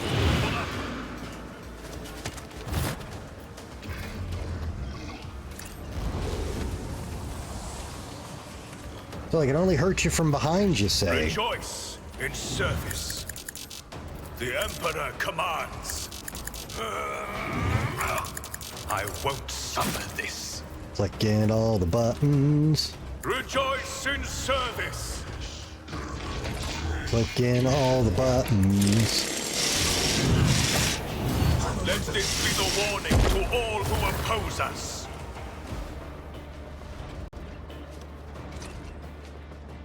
Mortimer? Baby, what are you doing?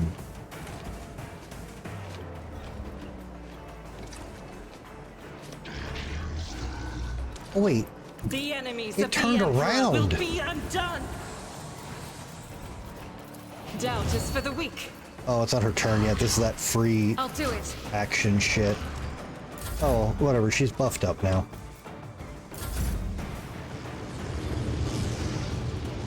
Okay, I think we've killed everything.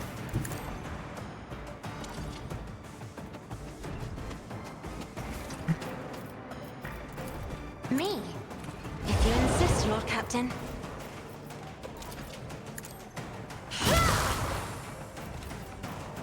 If I may.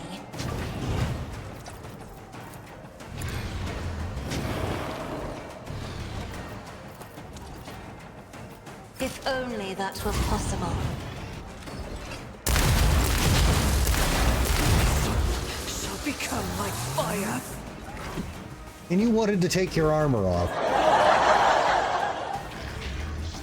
Rejoice in battle.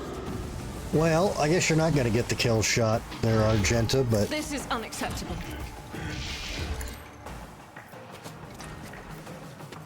But we're going to shoot it anyways.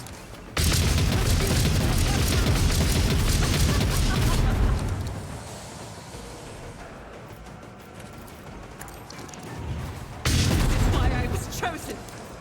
I will not. The great sleep Oh. is over. You should have stayed down. You... Damn, he died of fear. I am, but, I wish I was on a higher difficulty. A dance of blades and shadows. Hey, Spartan, welcome. I told you you wouldn't miss much today. Trust me. Oh, fuck off. The shadows will...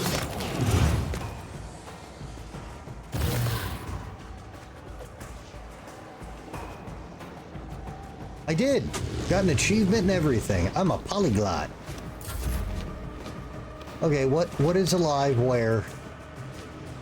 What is reanimating that I didn't see that somehow the 10,000 dots aren't gonna murder? Oh, it's still this thing. There is movement in the Empyrean. Now I get shit done, yeah. The true reason to learn any language, so you could insult people around the world.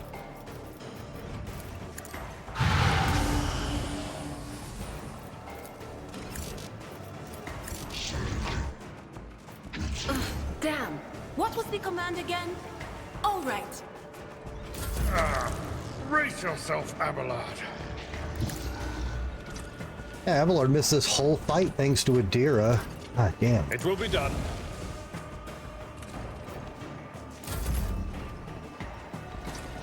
May the Divine's will be done. Hey, check out this power tool. Do you guys have these? Another step towards our ultimate victory. The Divine watches over us. Necrons don't drop loot. Hey, yo, what the fuck? Terrible. I want some disintegration cannons or whatever bullshit they got. Oh, wait.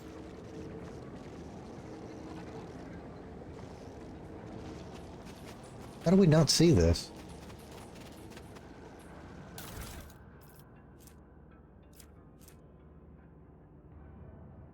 Gauss flares. Yeah, I want some of that.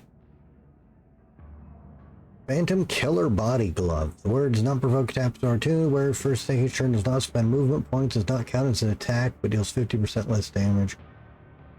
That's actually pretty cool, but I don't have anybody to wear that. Oh, this is where the big guys came out, isn't it? Everyone else teleported in. We shall reclaim what is rightfully ours. And those guys came out of the closet. No joke intended. The shadows reveal their secrets. The shadows reveal what secrets where?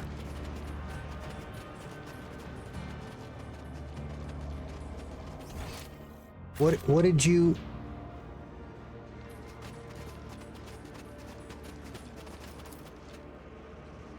When you touch the smooth surface of the wall, it burns you with cold, as if We a are warning. bound by the blood of martyrs. Danger looks beyond. Oh, so that was a secret wall I could have found to warn me that big mean things are going to come out, but I didn't see it until after. Well, no, don't they? Isn't their tech set up like it gets teleported out so people can't steal their shit? Isn't that like the actual problem?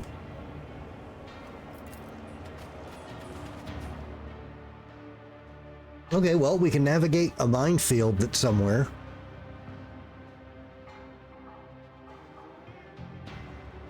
Which sounds good.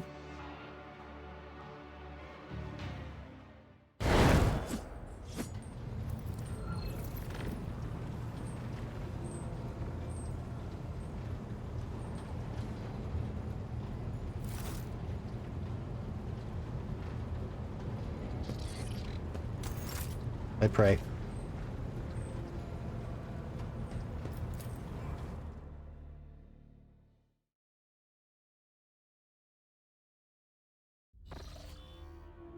Lord Captain, unidentified sickle-shaped ships taken off from the planet we just left. They're approaching swiftly and readying their weapons to battle. Get ready, it's about to get hot in here. Oh, good. Okay.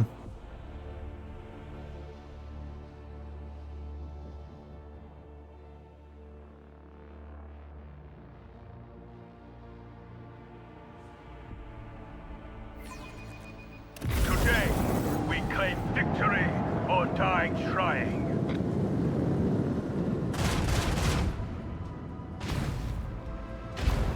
Jackal class. They're kind of like reverse Klingon ships with like, well, not reverse, but no head. They're like headless Klingon ships with a lot more, like, you know, neon light kits installed.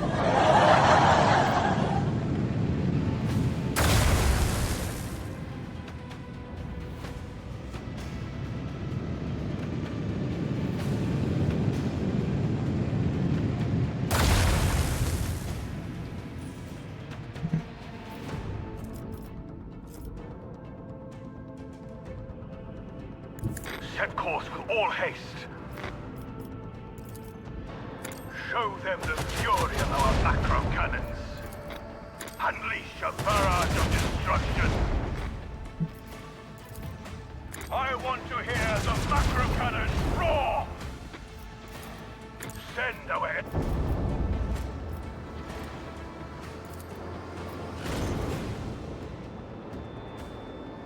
Oh, that's not what I wanted to hit. Whoops.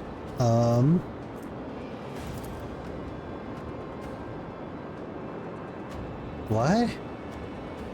Did your cat just walk across the keyboard, Spartan?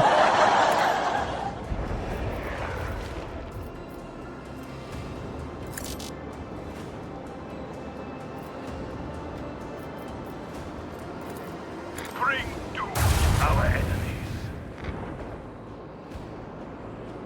Oh, is that Klingon? Dude, I don't watch Star Trek.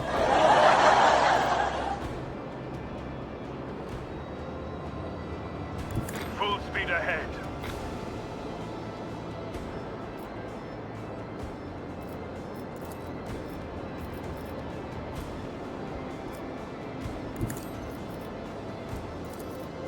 Let the macro cannons sing their deadly litany.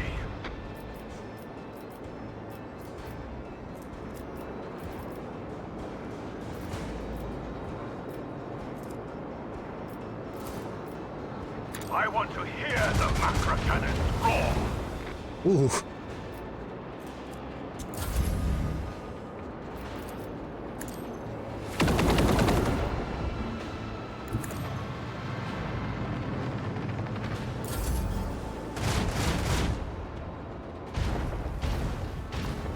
Their ships have reanimation protocol? What the fuck? That's cheating.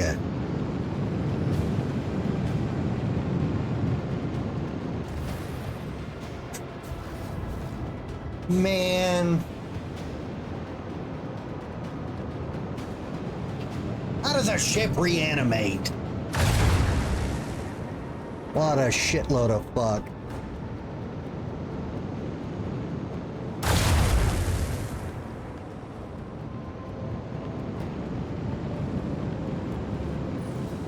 Dude, Necrons are bullshit. Unleash the power of our lance batteries. Unleash a barrage of destruction.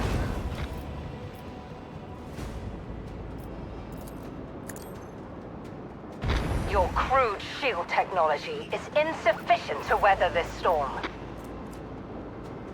But their reanimation technology is pretty fucking good.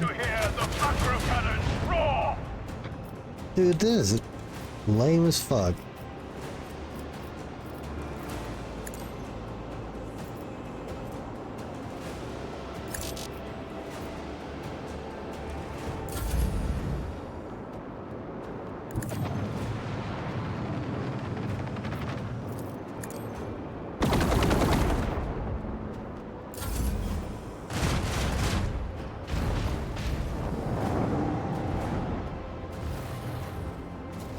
What is that? What did you...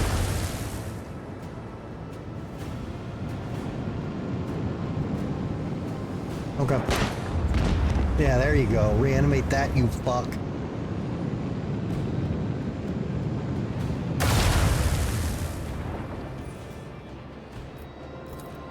Deliver their demise. Purge the unclean. You destroyed at least one ship of every enemy fleet. Hell yeah. Helmsman, navigate us to the designated coordinates.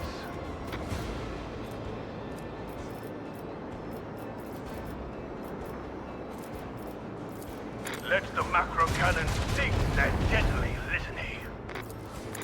Lock up.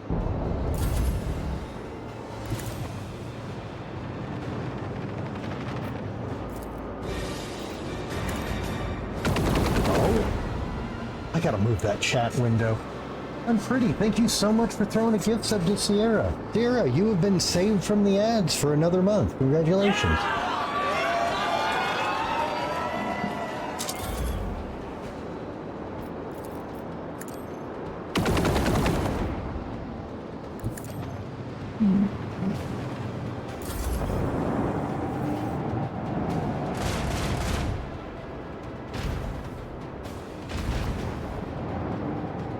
Sierra's gonna be like, whatever, he's done with his game after this. I got nothing. I'm just here to make him watch bad Xenos choices, like... Set course with all haste.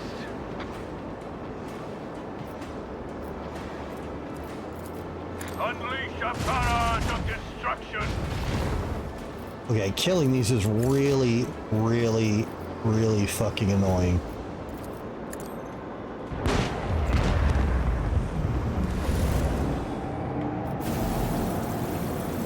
Living metal specimens. We are not taking that on board.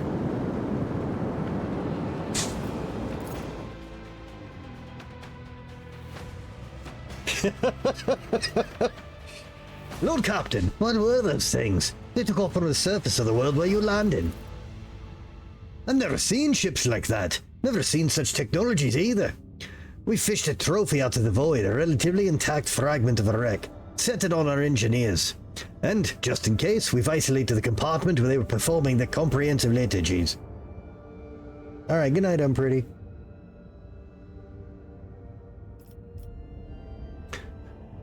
Research the tomes in the Rogue Trader's private library. Perhaps it will give us some insight into these monsters. They didn't care that much when we encountered them before. An hours-long silence follows as your order is being executed. At last, the Vox comes to life again. Your Lordship, the Kato Artifacts claims to have found mention of a Xenos similar to the ones we've encountered. The manuscript refers to them as Necrons. Alright, we really know nothing about this enemy, even though we fought them before. Nothing but tales and rumors. I've heard stories. but sickle ships that reap entire squadrons like ears of grain, and crews that know no fear, but the veil of death that shrouds them and corrodes their enemy ships like rust. Their stories aren't worth a croc's arse, though, because they say that none have ever survived encountering those sickle ships. If that were true, there wouldn't be anyone around to tell the stories, there would there? The vox clicks as it lets someone into the channel. The Augur Holt. That is what our legends call those decrepit relics, those walking corpses that supposedly existed even before our time. However, they are far too real to be dismissed as a mere legend, and so are their cradles in this part of the galaxy. Reaving Tempest scouts have long been reporting encounters with them in real space, and it bodes no good that the Augur have awakened from their sleep and are attacking everything in sight. The Augur are lifeless shells. They feel no fear, no doubt, nothing at all in fact, not even pain or suffering, which makes them unpleasantly dull prey. I doubt we will have seen the last of them, so keep your servants on high alert, and do not ever think of underestimating the Augur in combat. I've seen with my own eyes what their Gauss weapons are capable of. For a monkey, facing an opponent like that would be a lethal challenge. Data available.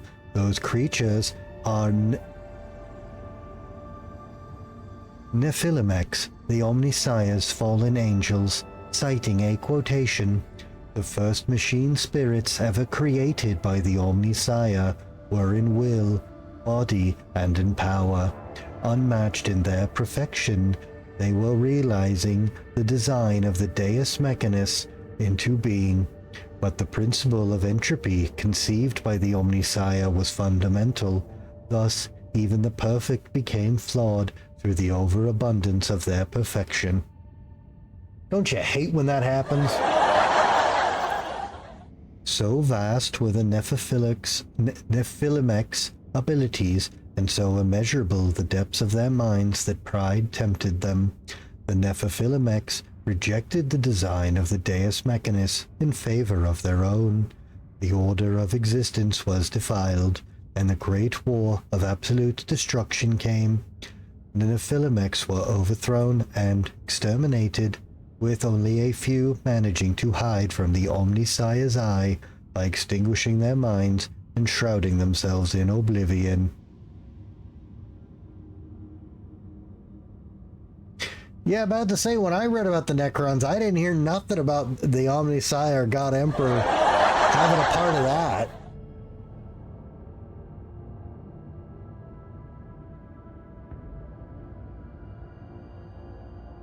Only a few managed to hide. Yeah, that's... This is false. In their change, the Omnissiah created new machine spirits and destined them into servitude, so they would remember the limits of their power and would not descend into pride. As for the ultimate perfection, the Deus Mechanis abolished it from the universe, and thus it was no more. Except where they're still here. What is this trophy we've acquired?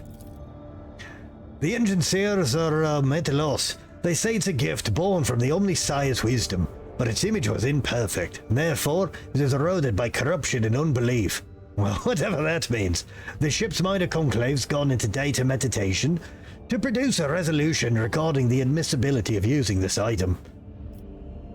Bolster the crew's morale. Give out additional rations to those who showed valor in battle. This is just the beginning. As you will, Lord Captain.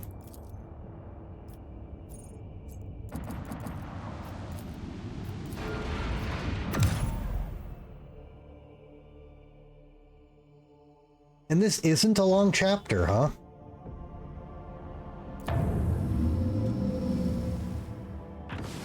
Okay, so we're okay, so that's the big gap. Not like we're out in the middle of nowhere. We're just a big hop, skip, and a jump away.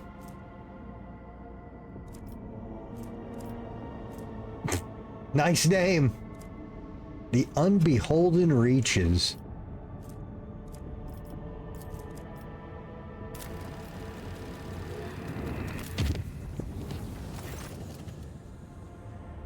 Lord Captain, I must inform you that Mistress Cabela has made her way to your chambers and relieved the bodyguard stationed there.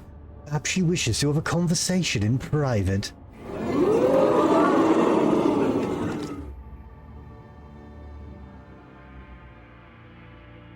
I guess she's not into the guards watching.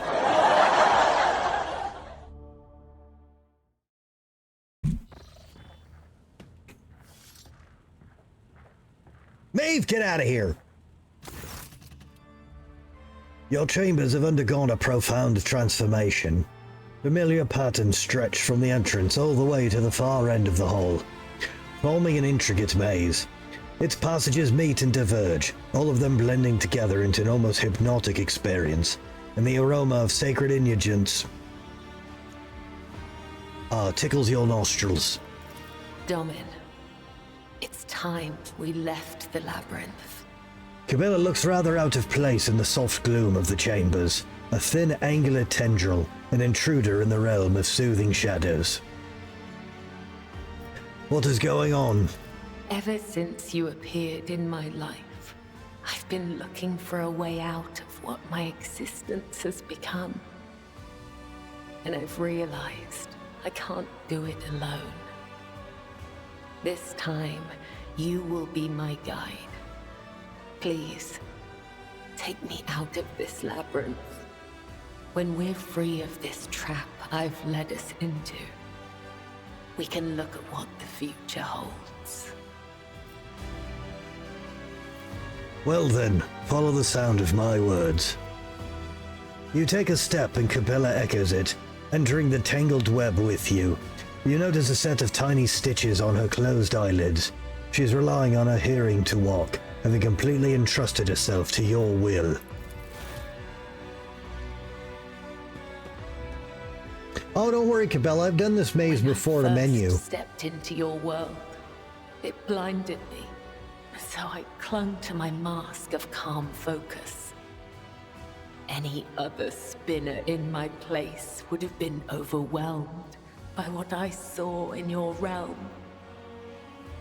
When thoughts of you began to cloud my mind and steer me away from the tenets, I noticed it happening. Our bond is steadily cutting the threads between me and my purpose.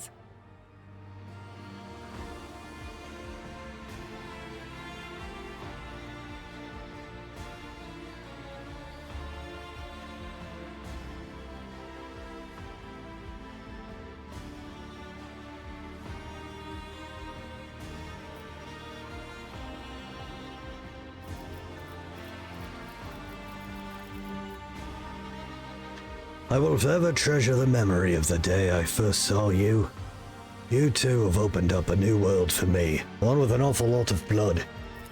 Forever. Cabela's expression tenses. She wants to look at you, but she does not lose control.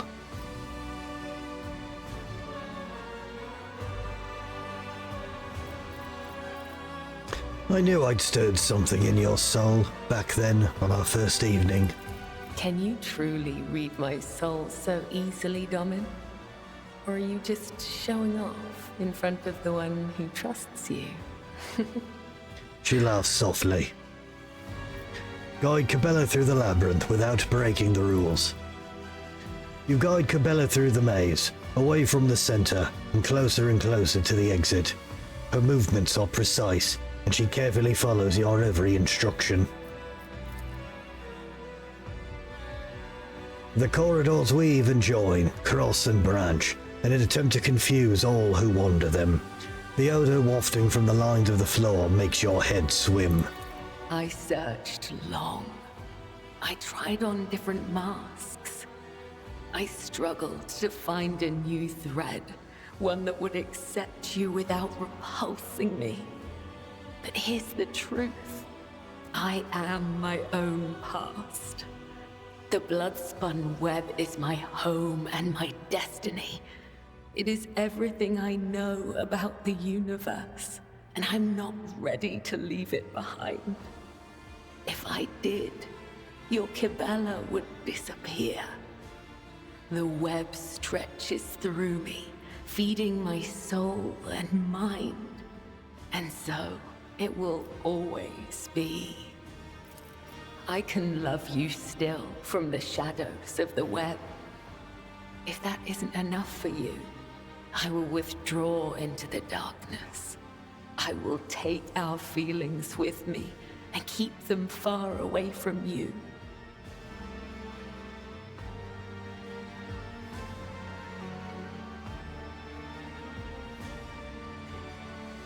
This feels a little out of place. If you took the path I did and she brings the bloodspun web out into public, which apparently is a bad decision, I don't agree, but we'll see how bad my epilogue is.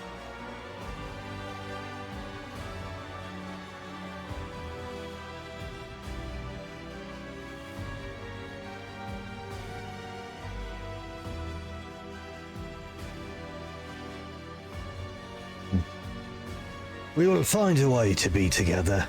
However different our worlds may be, we can overcome any obstacle. Domin, I would defy the tenets. No, every law in the Imperium, just for a chance to be happy with you. But I know I won't be. Heresy! She speaks so tenderly that she loses her breath. He falls silent, waiting to hear your guiding voice.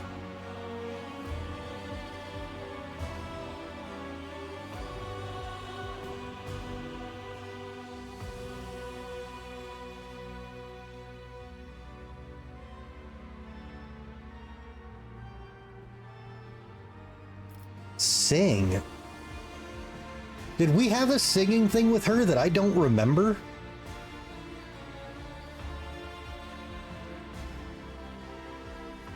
This feels weirdly out of place. Am I forgetting something?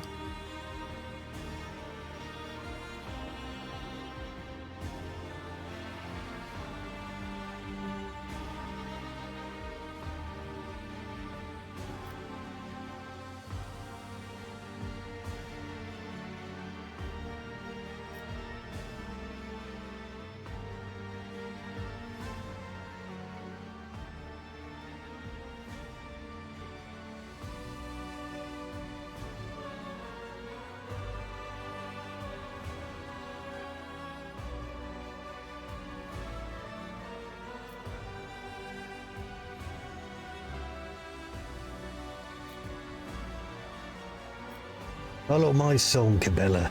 I sing of you. The moment you start singing, Cabela joins you, like an echo of your every note. Your voices flow in a duet as you guide Cabela toward the exit. My love. Together, the two of you emerge from the twisted maze.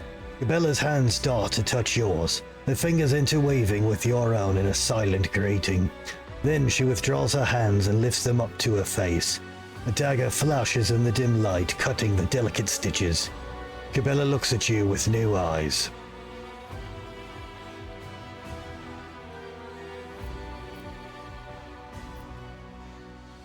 We are out of the labyrinth. New eternity awaits. An eternity in the embrace of that which will welcome us both.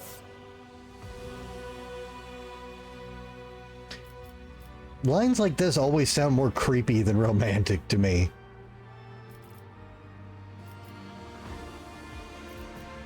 How come? Wait. wait. Why are Solomorn's shooting bottles still here? Is this just to remind me I can't outshoot him? What is this? Hey, Blood, clean up these bottles.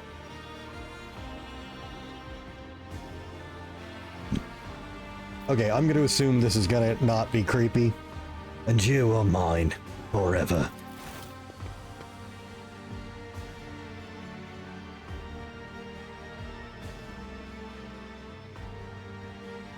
Why are the bottles there? I love you.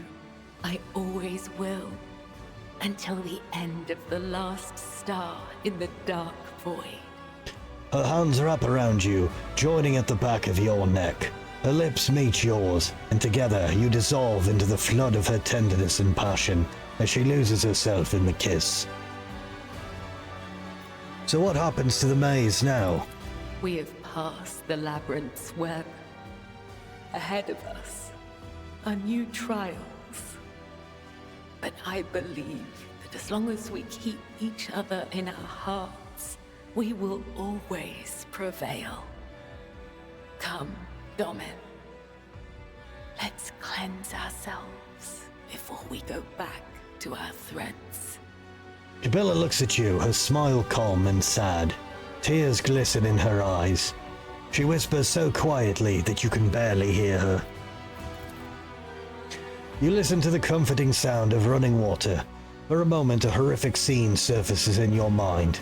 Blood pouring from the pipes in a drowning torrent. With the images dispelled by Cabela's touch, she is warm, alive, and so close.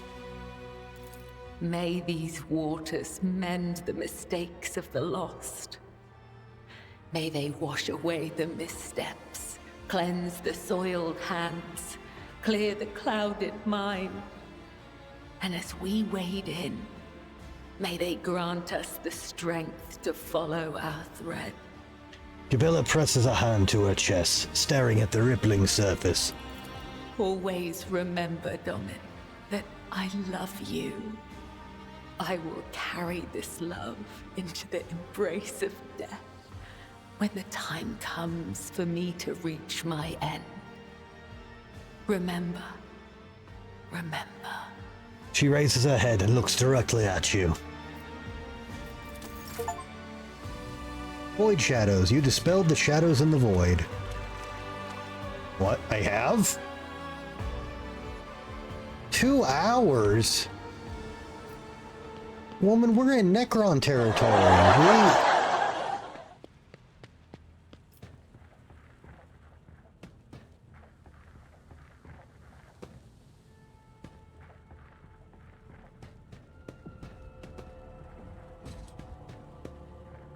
That was nice, though.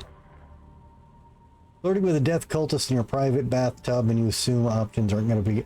Sarah, to be fair, out of all the romance options in this, she's one of the more stable and normal.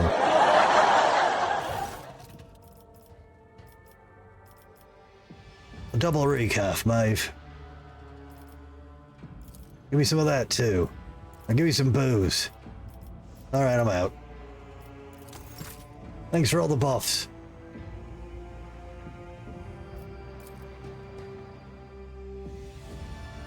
Oh, fuck. 2 billion years. Damn time warp shenanigans. Hey, Vlad, bring me back 2 million years ago. Correct. So when I say she's one of the more stable and normal relationships, that's a big fucking deal.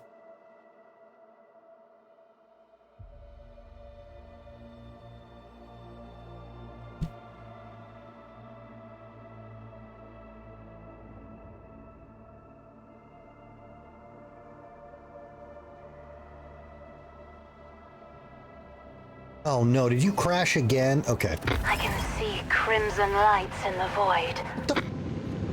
I got jumped immediately? Oh, that looks awesome. What is this shit?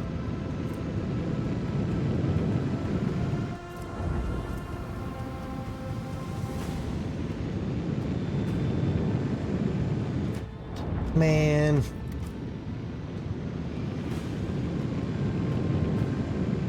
Oh, there's a lot of big, cool planets in the background here.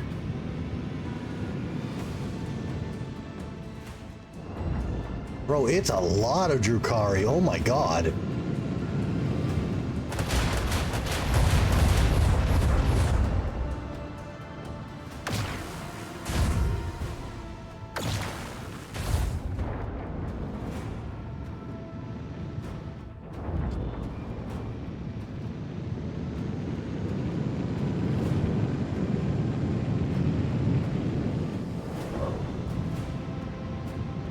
Well, I guess I'll go make a sandwich. It's clearly gonna take a while.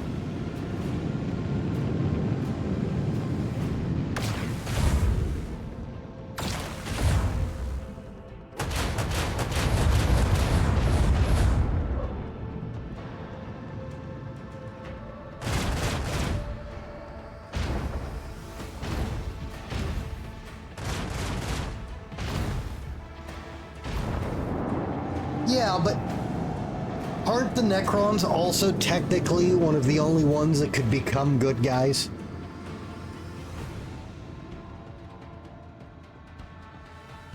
Yeah, but it's also going to save everybody else. Well, it's something Spartan, something omelet, something break eggs. You know how it is.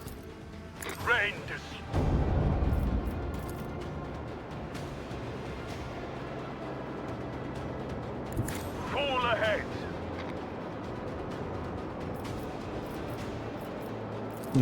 Soul omelet. Show them the fury of our macro cannons. Really? Oh, fuck off. Let the macro cannons sing their deadly litany. The dark void will erase their colors. Unleash a barrage of destruction for the glory of the Imperium.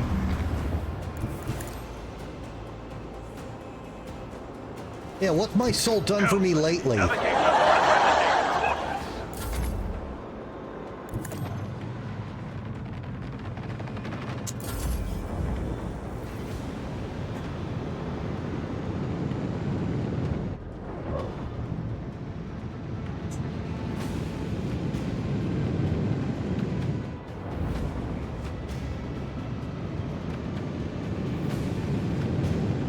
This is your brain. This is your brain on warp spaghetti. Any questions?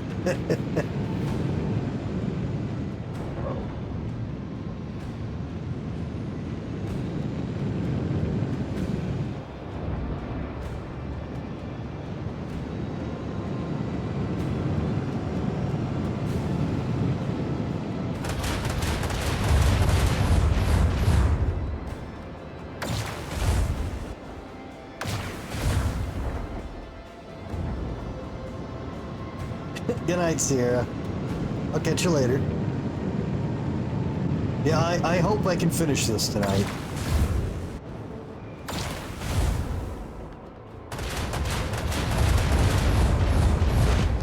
Well, there goes Skippy McUseless again. I want to hear the macro cannons roar. Send out.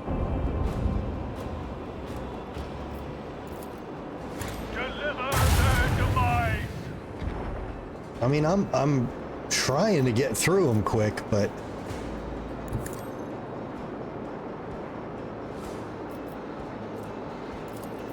unleash a barrage of another enemy sundered by the void. Let the macro cannons sing their deadly litany.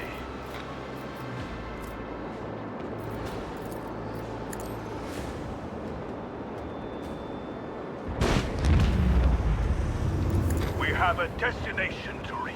Get boarded.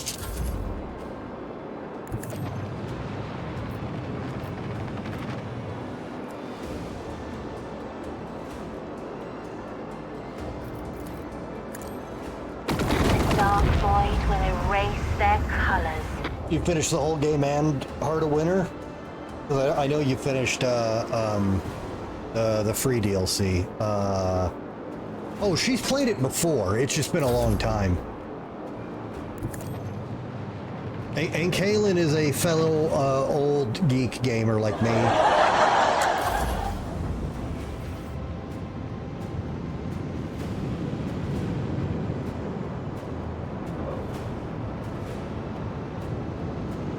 I will always find that game criminally underrated. I feel like the only reason it gets hate is because you have to make your whole party.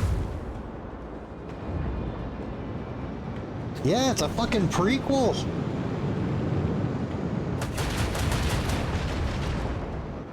To this day, I don't know what the demon is that you fight at the end. Oh god, yes, many times. If we added up all the times we've played through an Infinity Engine game, it would be an embarrassing amount of lost time and hours.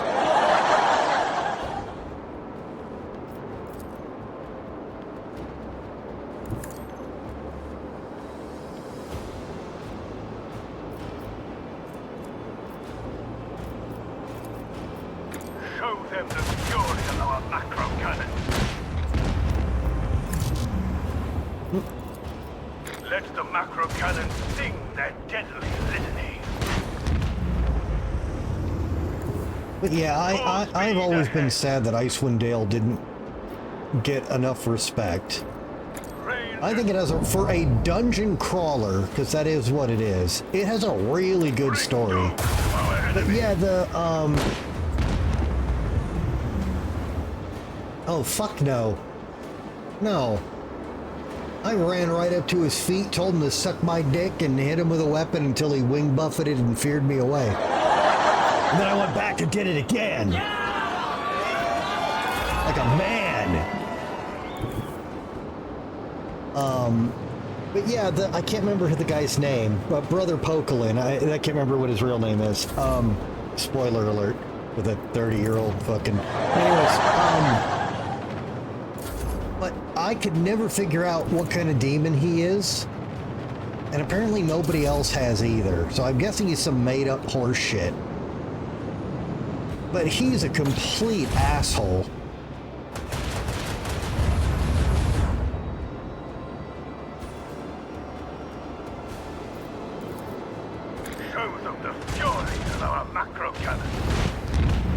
So, and Kayla, when you fought the final demon, did you catch the best part about that character in that fight?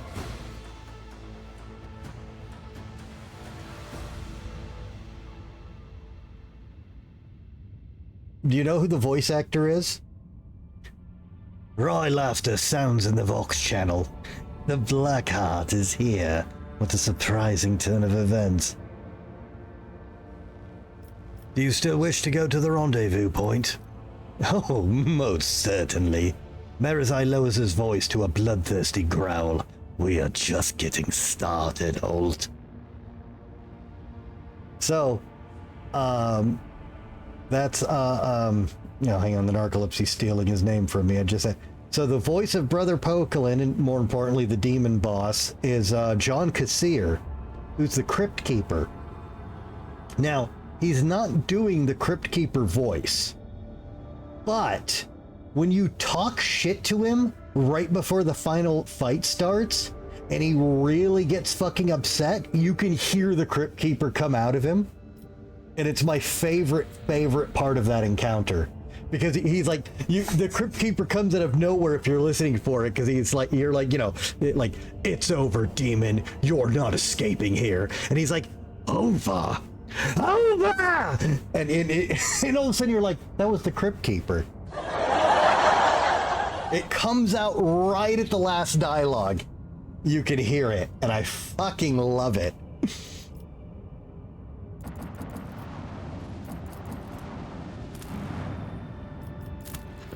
There's a lot of major voice actors that are like absolute legends that are in that game for like 8 lines.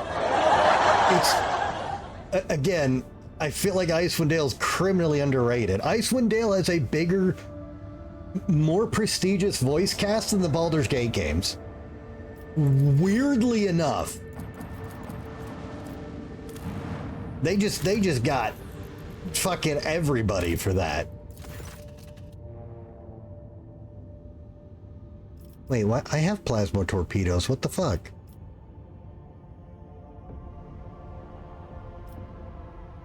Most of the surface is covered in icy dunes with greenish highlights. At first, officers aboard the vessel decide the unusual color of the ice is due to a quirk in the atmosphere. Later, it becomes evident that the source of the highlights is a group of monstrous pyramidal structures wreathed in an emerald fire. Oh, good. Examining them in detail with magnoculars, it can be seen that one of the monoliths is damaged. A device on its wall emits an energy beam at a similar pyramid not far from itself. Oh, it's regenerating. Good. I examine the structures. The Von Valentia scouts approach the monoliths with as much care as possible. Fearing the appearance of an enemy, a small servitor sent to gather data about the energy beam clearly demonstrated the destructive power of the xenotechnology. After carelessly making contact with the beam, it instantly broke apart into minuscule pieces. It is curious that the second pyramid is still intact, and that the only matter at the source of the beam is being destroyed.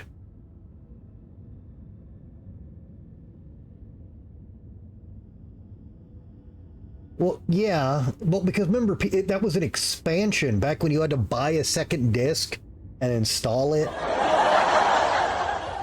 But yeah, you don't have to export into it either. If you export at the end of the game, you're going to be overpowered for it.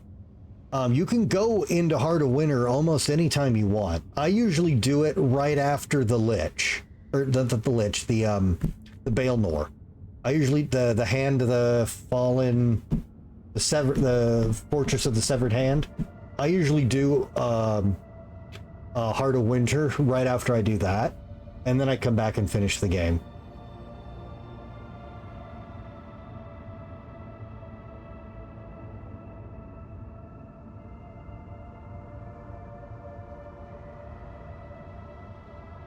You don't have a full party or higher difficulties. Higher difficulties increase the XP, and less party members means more XP. Or just import your characters and play a whole new game and start at, level 24, whatever the fuck you got to, and just maul everything. That's perfectly legal too.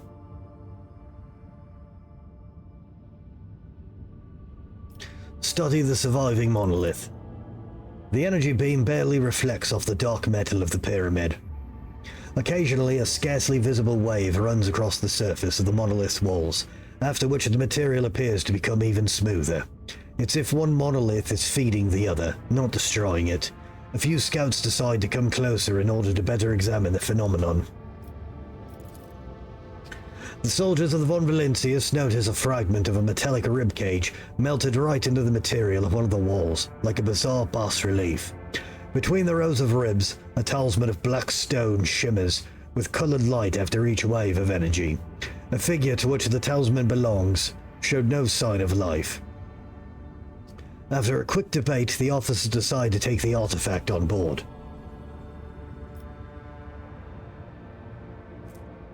The wearer's strength, toughness, and agility are decreased by 15. Wow. The wearer can use heroic acts at 125 momentum instead of 175 and desperate member 50. Any wearer is considered as having heretical adherent if they do not yet have it.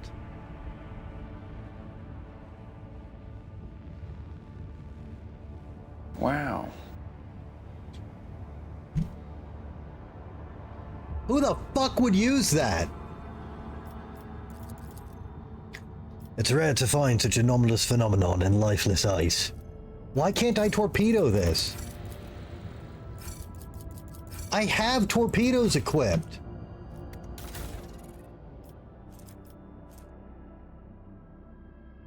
Melta torpedoes. They're not plasma. Are you kidding me? So because they're Melta torpedoes and not plasma, I couldn't blow up the Necron Pyramid. Fuck off, game.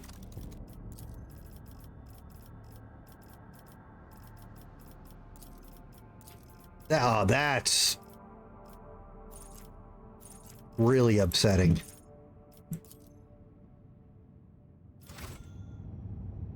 Whatever. Fuck you. Fuck you. Fuck you.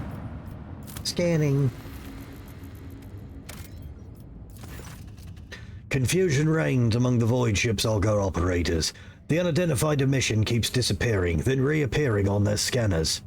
At first it seems like sandstorms are to blame for this, hiding the source of the radiation. A team of explorers easily overcomes these storms and begins studying the surface. Oh, hang on, I just remembered something. Who said this? Who said this?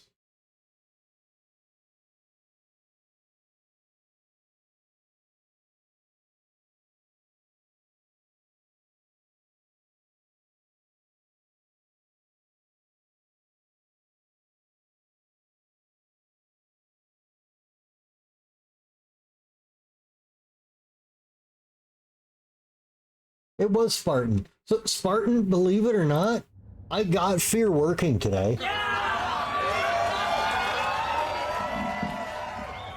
As their accounts suggest, the planets remain littered with broken and mangled ruins of Xenos origin. Insect-like constructs flicker among the ruins, like static on a malfunctioning cogitator. Their black metallic bodies are equipped with grappling blades, which bring to mind the spindly legs of a spider. With each occurrence, the devices look more and more distorted, bent, and sometimes even appear directly in the remnants of walls or overlap each other. The only stable thing in this structure is a deep hole with a melted rock at its center. Whatever purpose this structure served for the Xenos, the meteorite destroyed it long before the arrival of the rogue trader. Let's linger and observe the object. Magos Honeman volunteers to lead the observation team. His passion for the Xenos devices borders on heresy, and he takes a long time after his return to report to the Lord Captain. Later, Pascal admits that he is discouraged by the gap between the scientific accomplishments of the Xenos and the capabilities of the modern tech priests. I'm sorry?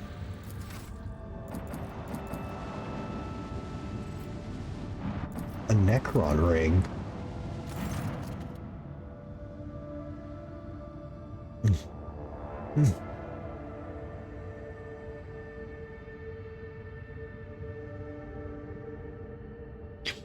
The greenish glow of the gigantic ring, made from unknown materials, blows through the windows of the captain's bridge. The void ship's instruments measure a whole spectrum of various emissions. Sometimes the dull green is darkened by clouds of space dust, or bent by gravitational waves. The object most closely resembles a portal, albeit what's passing through it cannot be clearly defined. Send a team to examine the object. Additional equipment and a closer position allow the team to understand part of what is happening. The portal seems to resemble the gate devices used by the Eldari and Drukhari, only made of a different material. The metallic shine of the ring alternates with the darkness of the large blocks of stone, reminiscent of the material that makes up the famous Cadian pylons. Well, that's because it's the same shit. Analysis of the wave signatures indicates that the construct once used parts of the webway, the Eldari system of pathways. However, in its current condition, the portal is not fit for transporting vessels. It is unstable and often begins unleashing dangerous cosmic objects. Instead of transports, the gate spews forth dark light waves in deadly breaths of iridescent gas, the latter taking from the star's photosphere. We gained a novelty effect during the next combat. Okay. Observe the anomaly. Arcs of incandescent star gases bursting from the ring pierce the darkness of space, reflected by the surface of other celestial bodies in the system. At times, dark light waves bend the edges of the portal, but they are quickly restored thanks to the enigmatic flowing metal. Then lashes of purple clouds, dissected by threads of lightning, appear in the center of the ring. An unseen force prevents them from reaching the other side of the portal, as the blocks of black stone become covered in purple-scarlet illumination. If the ring truly were a portal, it is not fit to service one any longer. Stellar heat and gravitational force forbid any vessel from passing through it. According to the ship's astropaths, the purple clouds are even a more dangerous phenomenon, indicating that the powers of the warp are eager to flow out of the portal into real space. As if to highlight its deadliness, with the next wave of dark light, the portal throws out the shattered remains of an unidentified void ship. It's hard to believe that a civilization capable of creating a device as powerful as this would have undergone such a decline.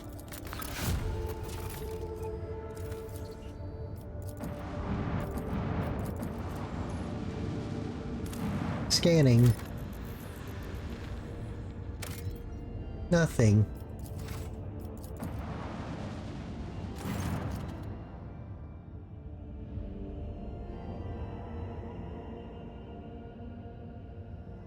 Man, the augurs revealed 2 Xenos ships hurtling through clouds of cosmic dust.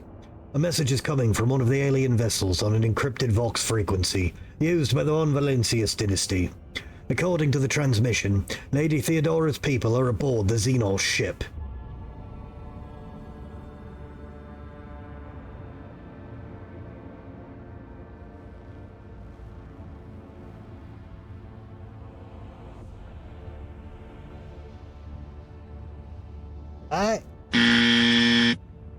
You know that scene in Terminator where he calls home.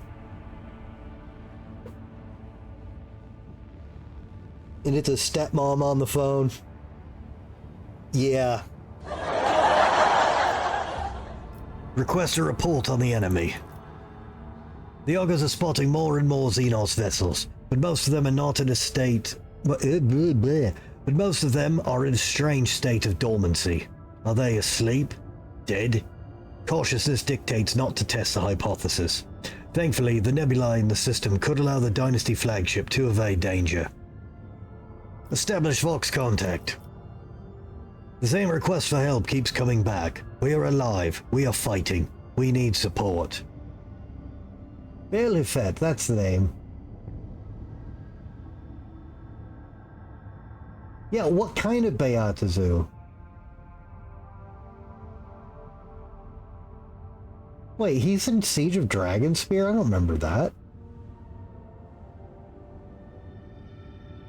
But yeah, what Beata Zoo is he? He doesn't look like any of them. His stats are absolutely insane. Like, he is a completely broken boss. Oh, I didn't make that connection. That's cool.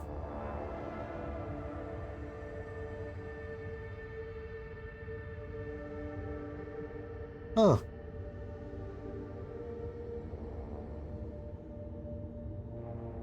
Man, he has a bad time in Infinity Engine games, doesn't he? Okay, I know this is a trap, but we need to kill these things anyways. There's not a moment to lose. To battle! Yeah, this is literally... Hey Janelle, I can hear Wolfie barking. Is everything okay? Wolfie's just fine, honey. Wolfie's just fine. Your foster parents are dead. Like...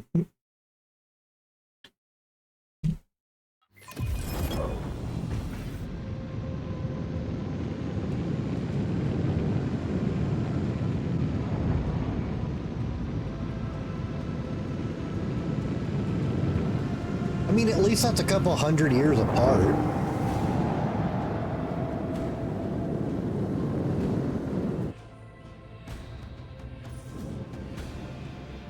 But yeah, his stats in Icewind Dale are obscenely overpowered.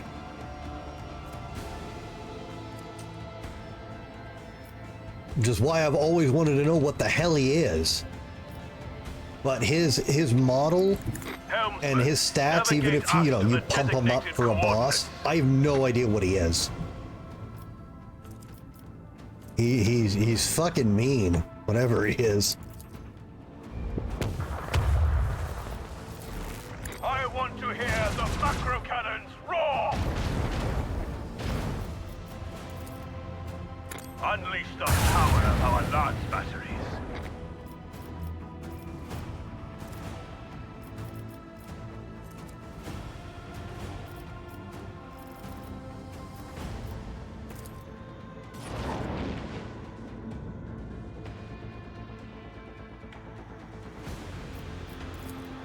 Send away. The Teasus Bossicus, clearly. Oh, I didn't check that entry in the back of the Planescape book.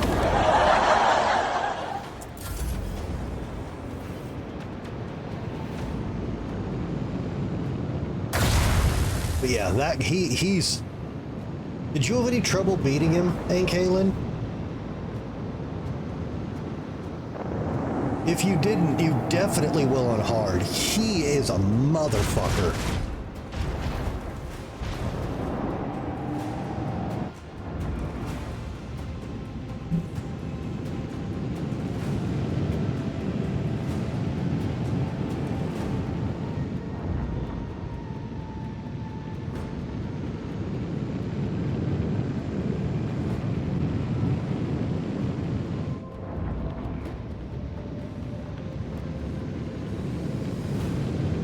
Really?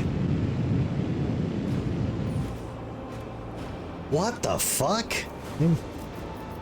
I think they nerfed him, but I played through Icewind Dale Extended Edition, and It still took me 3 tries, and he was a piece of shit. Now, granted, the game's a little easier because it's extended edition. We got some new spells, you know, the new kits, dual wielding, all that shit. But he was still. I want to hear the macro cannons roar. Just an absolute bastard. We have a destination to reach. Get down. Deliver their demise.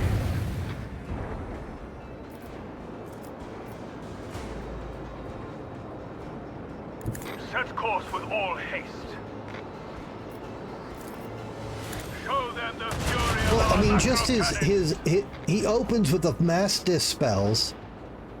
He can fear, terror, confusion, disorder, whatever the fuck, you into the 8 million traps in the room.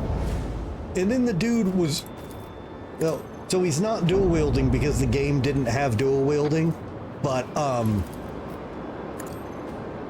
he has an above normal amount of attacks and his model has 2 weapons, so they gave him fake dual wielding, and he just blenders you.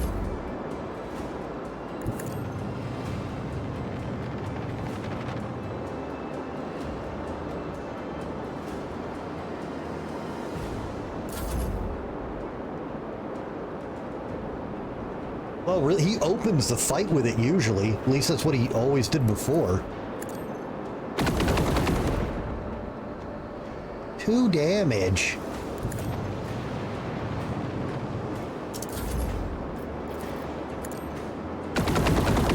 Two damage. All this cheating.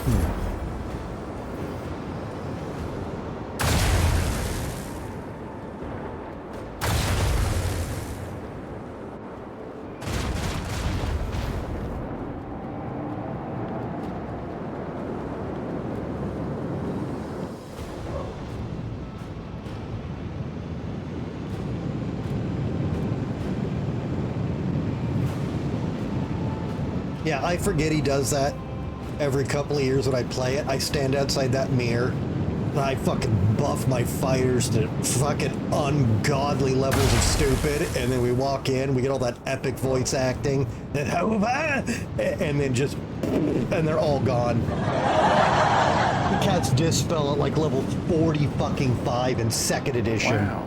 Like you're losing everything. It's so dumb. I want to hear the macro cannons roar. Show them the fury of our macro cannons.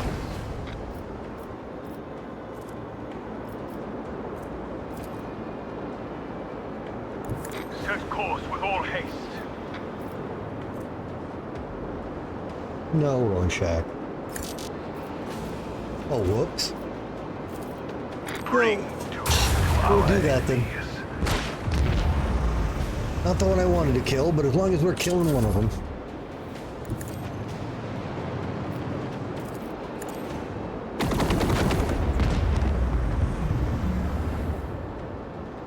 Oh, did you find the not Holy Avenger I told you about and why I recommended having a Paladin? Did you find it? The EE changed how to get it a little bit. It's technically easier to find now.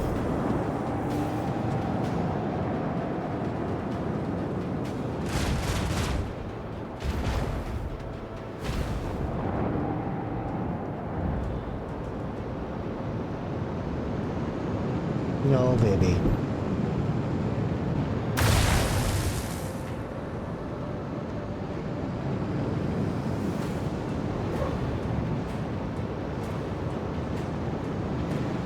No, but that weapon is also incredible. But no, I mean the Paladin only one.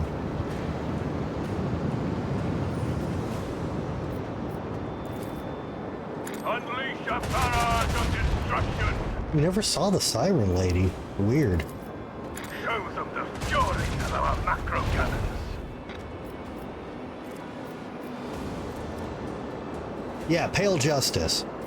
I love that weapon and its lore. And how the lore tricks you in the game. because it doesn't, it shows up as a regular sword. I love it. And it doesn't say it's a Holy Avenger, Unleash a barrage of but it is with some extra perks.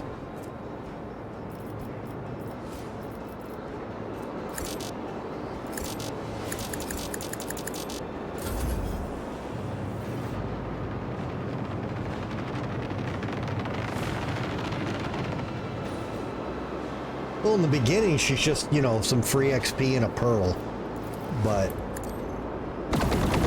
yeah, if you do that quest and tell the guy it's not a nightmare and everything's cool, then yeah, she brings the guy his sword and you get the Blade of Dinashir or something like that. Really, really good weapon. Did you go axes like I recommended, and were you happy with the axes in the game? Because there's so many good axes. I meant to ask about that days ago, but I forgot.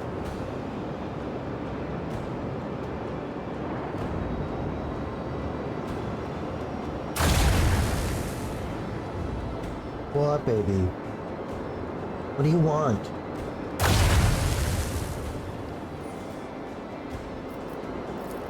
Unleash the power of our lance batteries. E.T.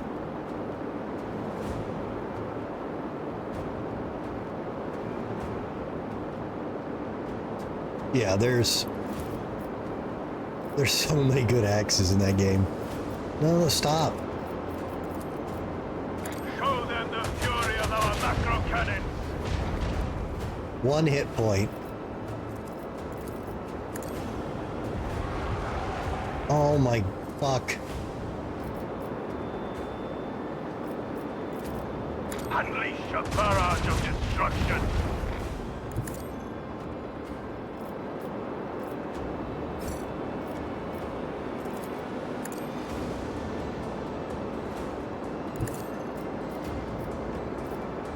Fighting Necron ships is annoying as hell. Their deadly litany.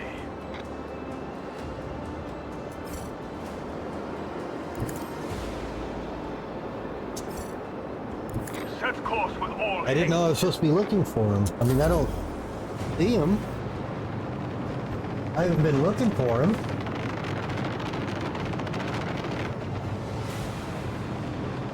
We haven't been able to find the Black Void Cat. He's probably sitting in a corner, obvious as can be, but he's a Void Cat.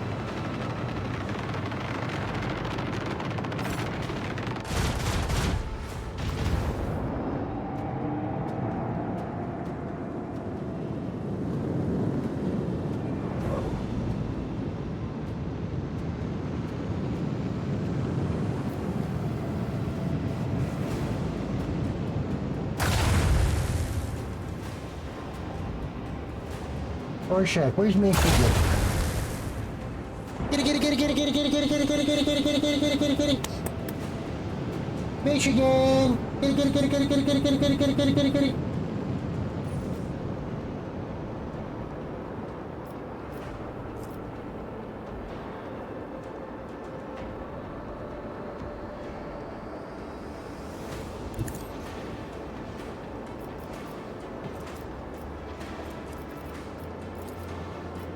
It's almost like there's too many damn cats in this house.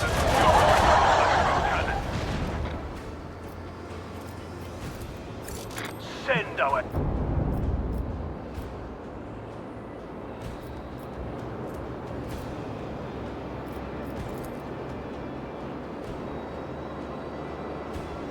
helmsman, navigate us to the designated. Alright, good night, Sarnisms. Pew pew pew. Let the macro cannons sing their deadly litany. Deliver their demise.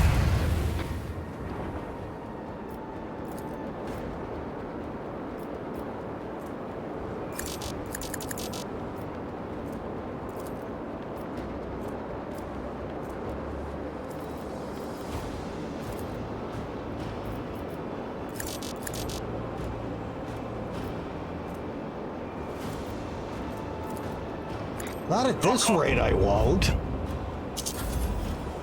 Rorschach, shut up. No!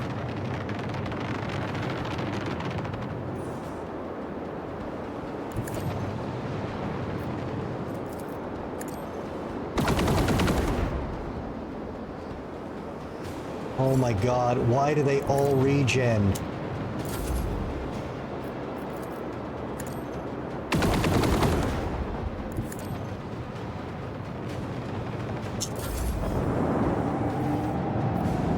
Why are you way out there?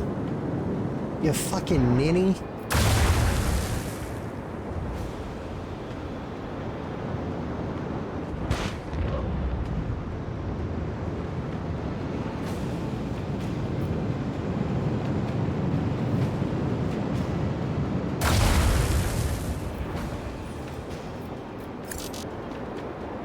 What do you mean again this turn? I haven't used it at all. It said cooldown 1 round last round. I want to hear the macro cannon roar. Bring doom to our enemy. Show them the fury of our macro cannon. No one can outmaneuver House Orcelio.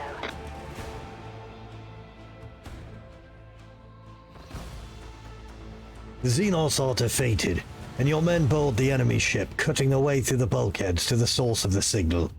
They find the decayed remains of the Von Valencius boarding party. One of the corpses is clutching a voxcaster, sending the voices of the dead out into the void. All of them fell many decades ago. So it wasn't a direct trap. A data slate and a weapon that belonged to the commander of the boarding party were recovered from the dead men's belongings. The words, "Hope is poison, kill it, and death becomes easy and desirable," were scratched into the stock.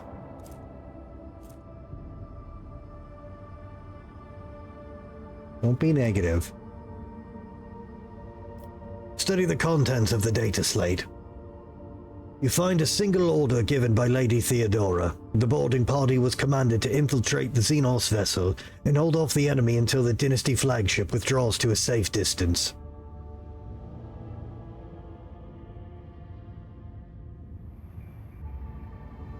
Well, bring the remains up to the flagship. Give them a proper burial in the crypt. A prayer service for the fallen is broadcast throughout the flagship. In the following days, people line up to honor the martyrs in the ship's chapels. Good. Scanning.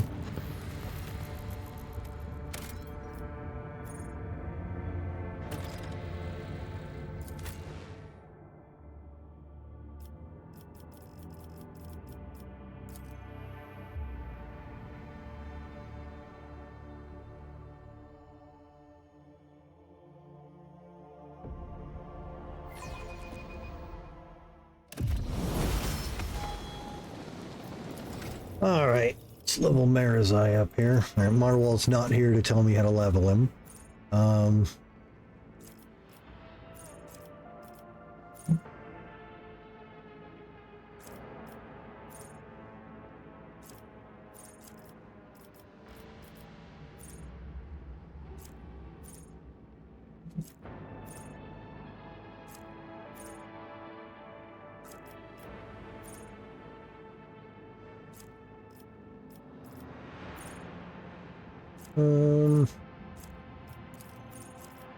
Take that. What's his skill? Another demolition. We'll just do awareness. Alright, the hemorrhage effect applied by desperate pre-opening.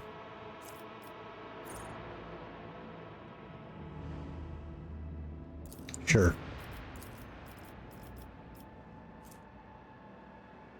Sure.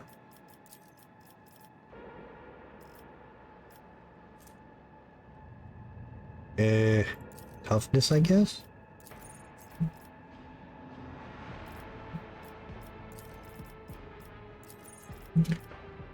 Alright, exemplar talent.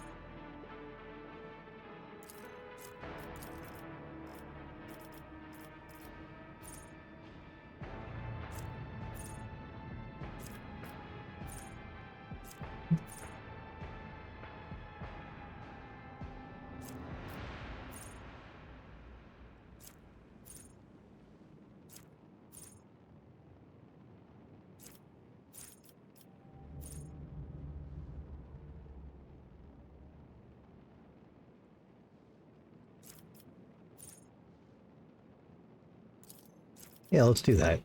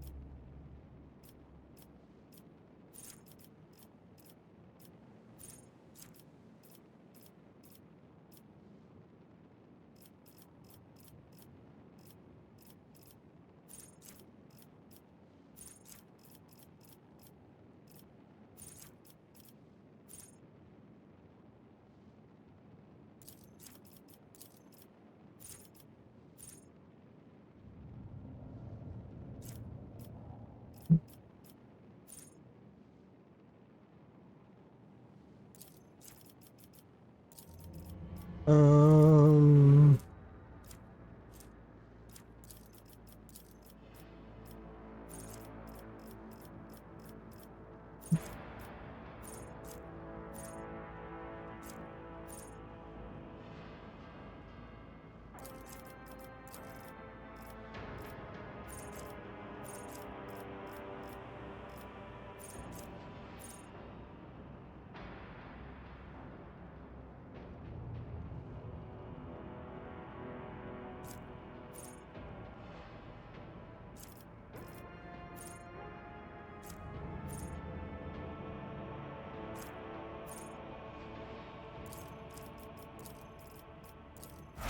Okay.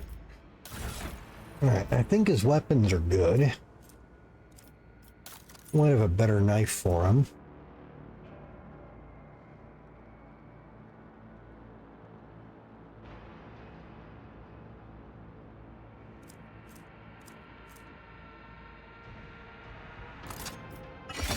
There we go.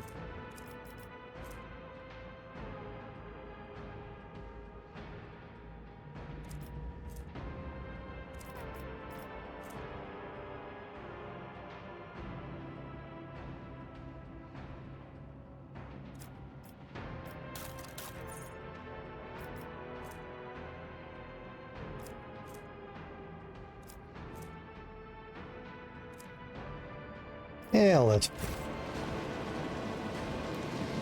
Let us walk this path to the end. Judging by the blood dripping from every crack in the broken armor, the Xenos inside practically exploded. The cause of the gruesome death is unclear. The Emperor gave me a vision. The destroyed xenotech gives off the repulsive chemical stench.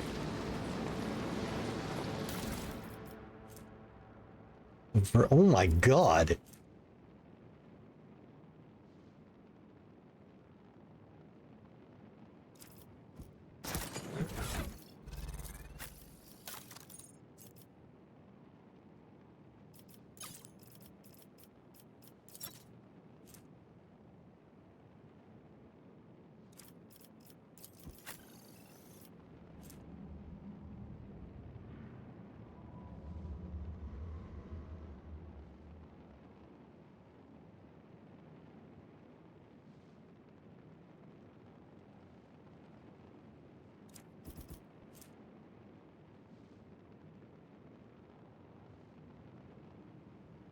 Wait, that's not even the blade she's... When did I miss a... Uh-oh.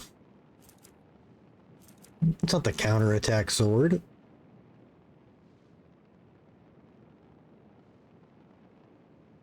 That sword has exactly the same stats, but less damage. What the fuck?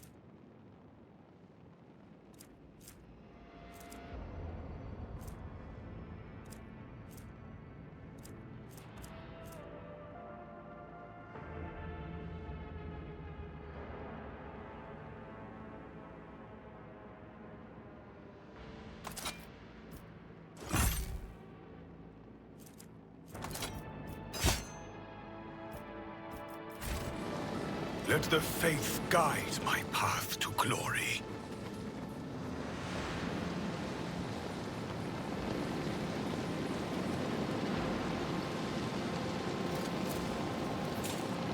The Whispers told me how. There's a glistening, gaping wound under the Cobalite's cracked armor. The Xenos was not just killed, his insides were turned into paste and he was slowly eviscerated. Wow. I need to look closer.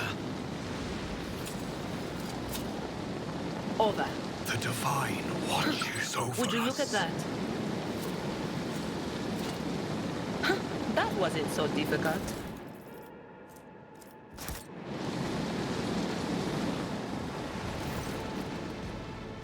The convulsing Xenos is dressed in reaving Tempest armor that has been pierced by weapons in several places. The dying warrior raises his head and stares at you. He sees Mara's eye and opens his bloody mouth wide. Ew. Ew.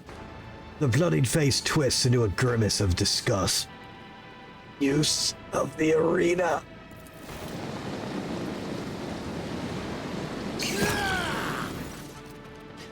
Mara's eye's movements are swift and precise, making the dying Drukhari gurgle and fall silent forever. The Dracon pensively wipes the blood off of his blade. They must be taught to worship me anew.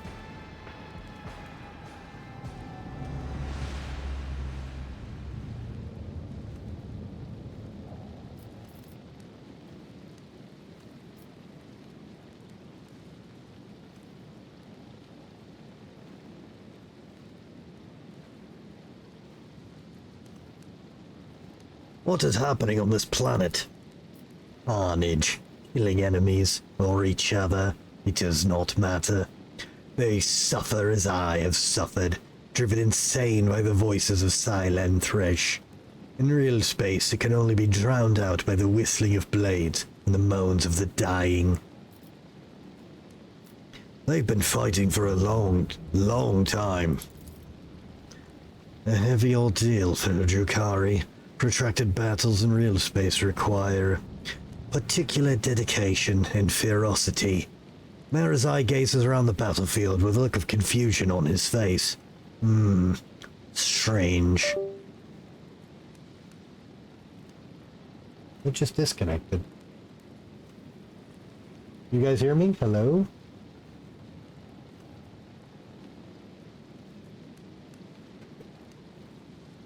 Mic check, 1, 2. I don't trust my USB ports, my computer just beat. Can you guys hear me?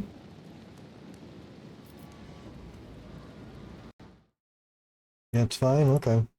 Something just broke. Oh, you see the camera? We'll find out what it is later. What is strange? You cannot see it, Holt, but the very battlefield is strange.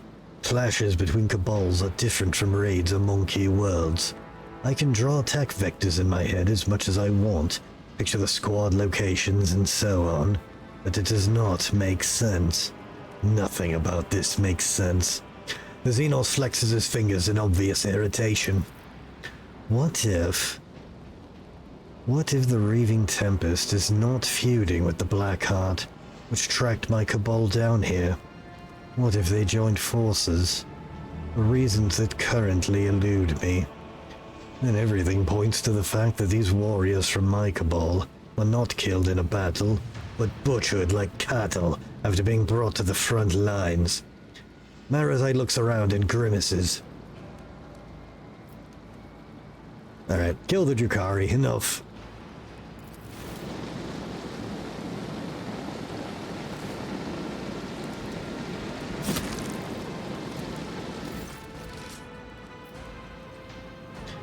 Marazai watches impassively as you dispatch the Xenos. Had enough fun yet? We need to move on, straight into the maw of those who think they can outwit us. It's time for us to go. Marazai grins. Indeed, my weapons have been sheathed for too long.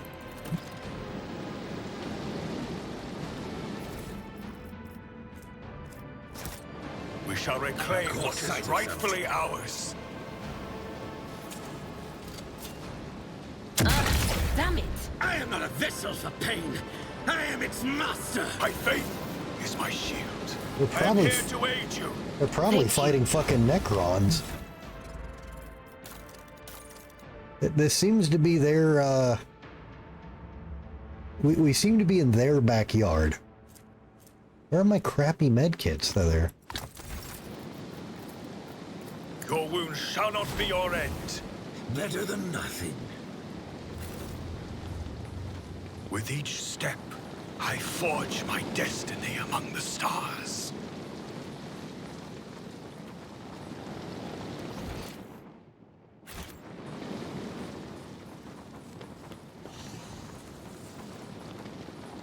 There's Carol. And there's everyone else.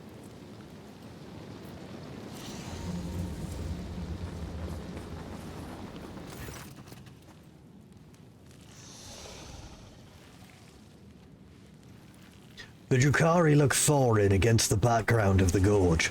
Long black figures that brandish their weapons when you approach. An angry whisper runs through the ranks of the Xenos. It seems they can barely restrain themselves from lunging at you. Marazai answers the unkind rumbling with contemptuous laughter. Excellent! I expected nothing less. Do you hear how much anger my mere appearance provokes? Oh, how I will cherish this lot. You know the Xenos in the split golden mask. The figure who presided over your fake inquisitorial trial emerges from the haze of anguished memory, shrouded in the parasite-induced gloom. Oh. Forgot all about you. Hey, fuck you! Nazrakai, Archon of the Black Heart, in the flesh. What a surprise. Marazai's voice is deliberately calm, but you catch a note of genuine surprise, even amazement. This is the last thing he was expecting. You came, you foolish whelp. The mere sound of Nazrakai's voice gives you an itchy feeling in your head, where the brain-eating maggot was once nestled. Errol was not lying when he claimed you would be stupid enough, or brazen enough, to show yourself before the Reaving Tempest again. Or rather, before the new ranks of the Black Heart. I nod toward the female Drukhari next to Nazrakai. Who is that? Sinisthoria, the last succubus from the cult of the Fatal Thirst that ruled the arena. Marazai responds without taking his eyes off his kin. It was she who suggested I join the bloodstained proselytes instead of decorating her chambers with my innards. My rebellious toy. Sinisthoria's voice rings with every imaginable shade of cruelty. You did not honestly think your ridiculous escape from the cult had graciously given you refuge. Wait. Like, why can't I read? You did not honestly think your ridiculous escape from the cult that had graciously given you refuge would be forgiven, did you? What are all these Drukhari leaders doing here? Indeed, Nazrakai. Marazai's voice is dull and almost bored. What are the great Archon and his pet succubus doing here? Nazrakai is in no hurry to the reply, running a finger along the edge of his blade and gazing intently at Marazai. I've come to teach you a lesson, whelp, to make an example out of you in the presence of the rest of your wretched cabal, which the Blackheart has graciously accepted into its ranks. There is something familiar about Nazrakai's face and movement. Until you understand, you've seen the same lurching gestures, the same twitching in Marazai after he withered and was driven insane by the unceasing whispering of the warp. Seems the Archon has spent too long in real space.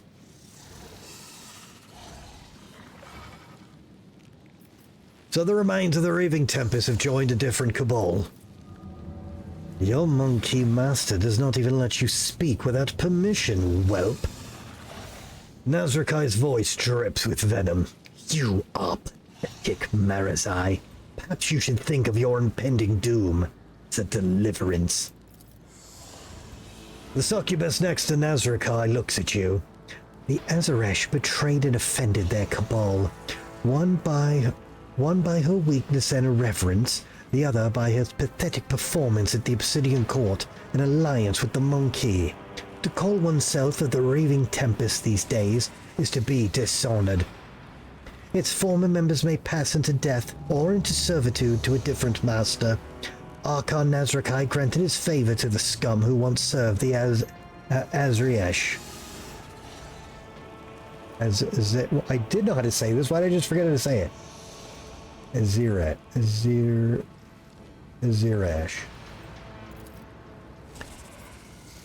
I give them the privilege of joining the Black Heart, the greatest cabal of glorious Gomorrah, but only if they tracked down and brought back the last surviving member of the former Archon's line and the last living Azerish. Your former warriors have done their part, though not without assistance from the witches of the Fatal Thirst, but that is no reason to deny them credit. You hear the creaking of gloves as Merazai's hands clutch his blade grips, a telltale sign that he is not merely annoyed, but beside himself with fury. I look to Merazai. Merazai's face is a complex mask of emotions, rage, astonishment, and realization. He begins to speak, his voice unusually hoarse and quiet, the words meant only for Nazrakai's ears. You were not planning to overthrow Yumerus. You did not plan to make the new Archon of the Raving... you did not plan to make me the new Archon of the Raving Tempest. From the beginning, you only wanted to destroy my cabal. The Raving Tempest, such a grand name for a pile of rubbish led by a haughty bitch. The sniveling wretch thought she could bend the laws of Gomorrah to extract the cabal from the protection of the Black Heart. No one rejects our favor without consequence. I had just begun planning raids on the Spire when who should come to me? You, the Cabal's Dracon, who longed to regain the favor of the Black Heart. You asked for an alliance to bolster the loyalty of the Raving Tempest. You pledged your allegiance. I confess, for a moment, even I entertained the thought of... I confess, for a moment, I even entertained the thought of installing you as Archon, but that moment melted away at the thought of tearing the Raving Tempest apart from the inside without having to lift a finger. You were the one to suggest holding the fake trial for Yimerids. No matter the outcome, you promised to condemn her in the name of the Black Heart, your voice being second only to that of goddamn elf names. Astrubale. Your voice being only second to that of Astrubale Vect himself. You let me set the stage with my own hands. Merazai's voice trembles with admiration and rage, and then you delivered the verdict, stripping the Raving Tempest its Dracon and showing the others the Cabal had made a mistake and grown weak. Abelard rubs his temple.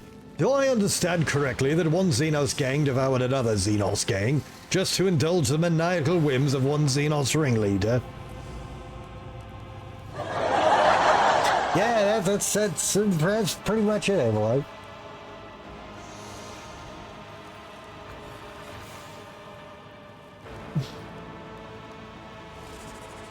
What about Nocturne of Oblivion? What part did he play in that trial? Neldrakai gives you an exasperated look, but does not deign to reply. He does not know, Holt. Merazai answers you mockingly. The great Archon of the Black Heart does not have the slightest idea what the Albinian was doing at his little trial. You forget yourself, whelp! For a brief moment, a spark of rage resurfaces from under Nazrakai's mask of arrogant tranquility. So the Raving Tempest was doomed from the start. The outcome was known long before the story began. One Arizesh brought the wrath of the Black Heart upon her cabal, the other became the first pillar to fall at my command. And now, the remnant of the Kabalites still loyal to Vect will put an end to the history of the departed cabal. They brought me to you, and they will drag you back to Gomorrah on chains. Kyrell's voice is devoid of any emotion. The Azarish have lost the right to be considered the first among us. If the Blackheart wills it, we will destroy those who've dishonored the Cabal. Marazai pierces Karel with his gaze before shifting it back to Nazrakai. And why did you serve me so well by bringing my sworn enemy here, Karel? Both he and the remnants of the Raving Tempest will be mine. Marazai slaps the soul trap hanging from his belt and laughs derisively. And I will forever listen to your agony.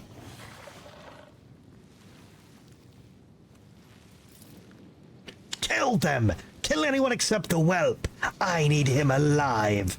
Your words mean nothing to me, for I speak the language of the Retribution. You'll suffer exquisitely. You guys are awfully clumped up. That's all I'm saying.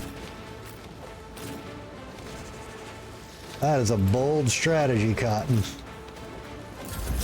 Can't recommend it. Me? If you insist, Lord Captain. I am a navigator, not a servitor. Isn't this a job for the serfs? But Alright, let's see if Adira will ruin it like she has the last, Will do. 4 major fights in a row? Actually? Wow. Was that you? Or...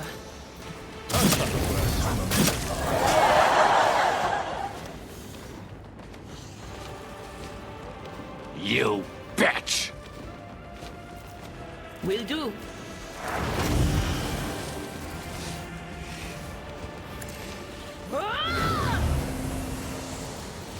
Absolutely fucking incredible. None will stand against me.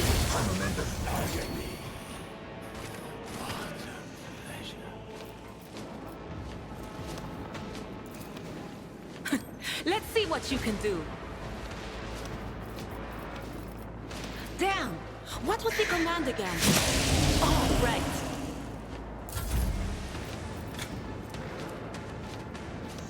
Step aside. The navigator is coming. I'm not accustomed to being clad in scarlet.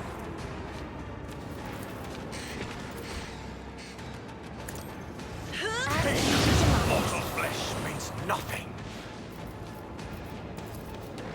If I may, I prefer painted black. I'll show you why navigators are feared.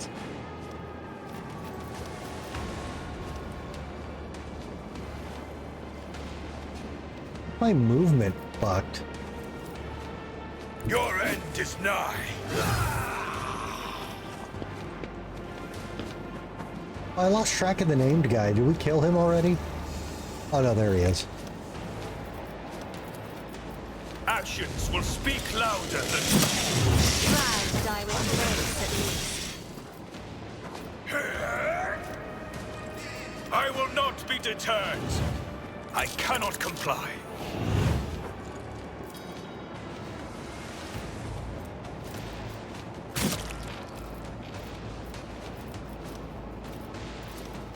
Well, boys, it's been fun. Let this be the warning. All who oppose us. Power resides with destruction. Oh, there's a lot more than I thought. I mean, not anymore. But there was.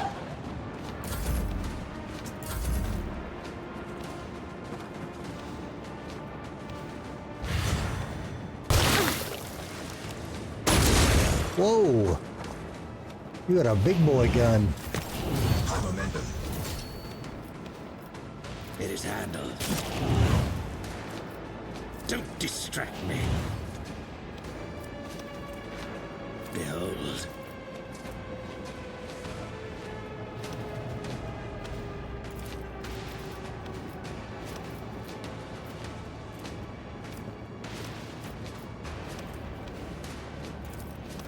With grace and malice.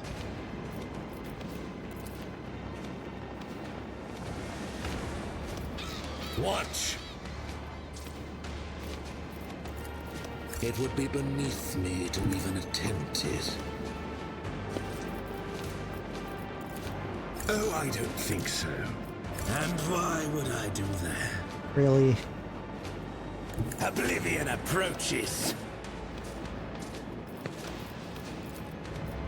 It would be beneath me to even attempt it. Oh, I don't think so. No. With grace and...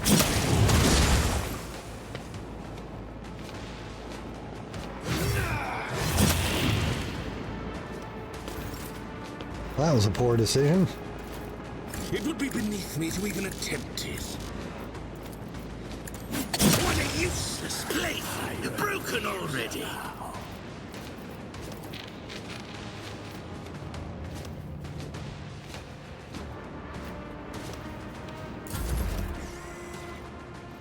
Oh, there's that bug again. There's Pascal's fucking pet minion Robo-Skull just randomly here in the fight. Just a minor setback.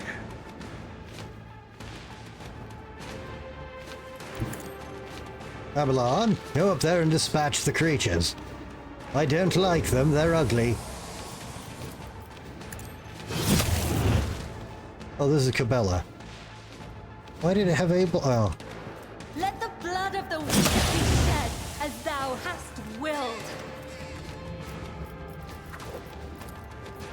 As on our old days.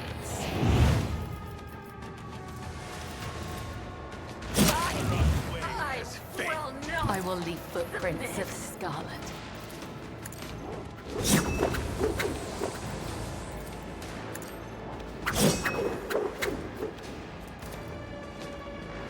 Hey, Kaylee, you're not gonna believe this. The Dark Elves backstabbed the Dark Elves working with the Dark Elves to fuck over the Dark Elves who were backstabbing the Dark Elves. Wow.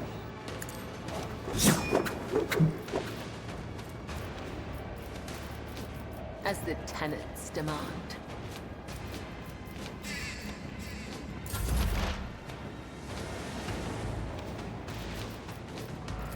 Anything Wow. else?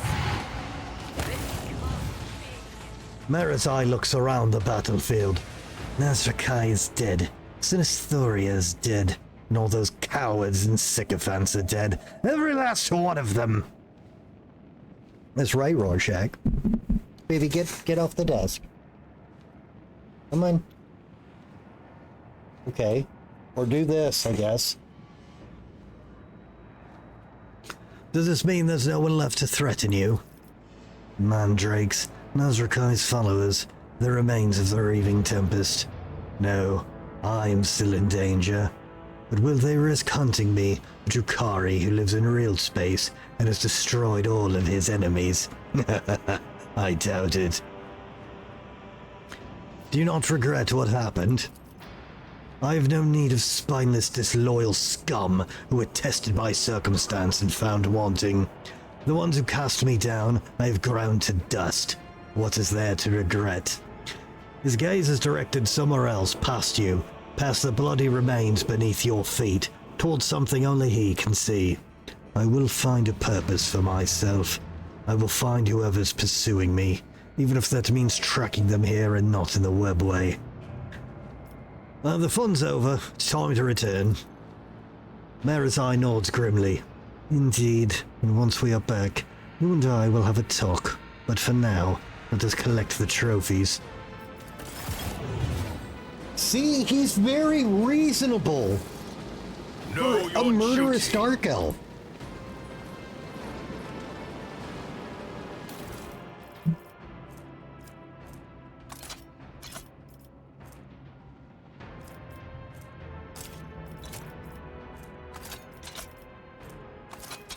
Oh, these guys had... Why did they give them low-level weapons? We've been meeting guys with much meaner weapons for quite a while.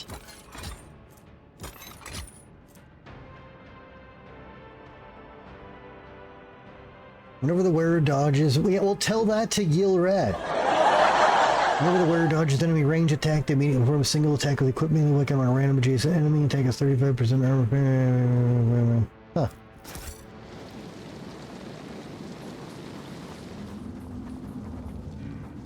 She still won't tell me about her people. I completed her quest. She's awful. Awful, awful, awful.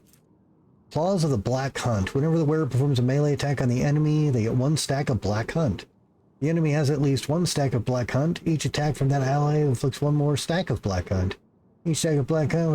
Okay, that's for higher difficulties where I don't murder everything instantaneously. Let us walk this path to the end.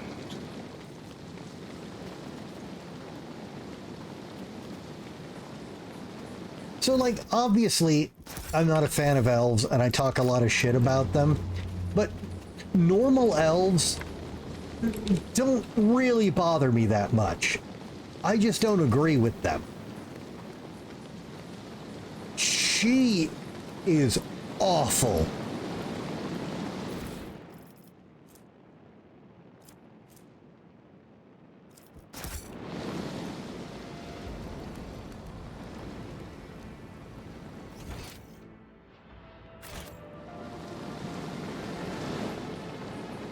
Let the faith guide my path to glory.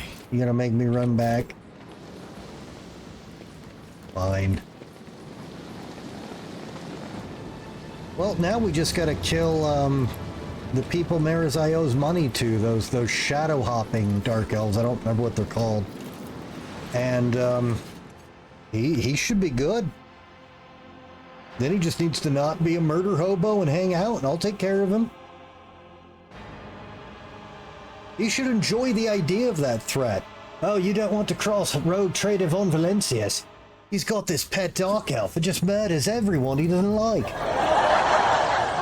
Come on, that's worth something.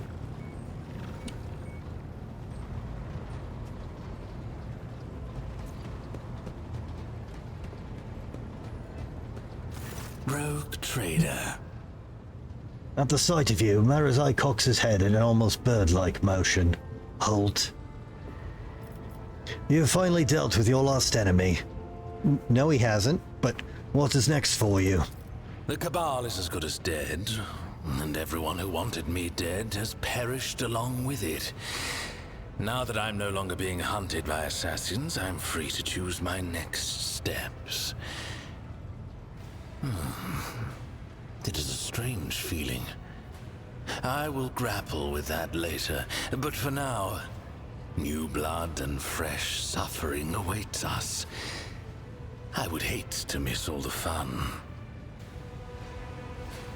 Well, you know, but I'm saying that's what other people are saying. To be fair, though, he wanted to make me his pet, and then I said, what if I make you the pet? And then he was like, whoa, whoa, whoa, whoa, whoa. It's not cool when you do it. We actually had that talk.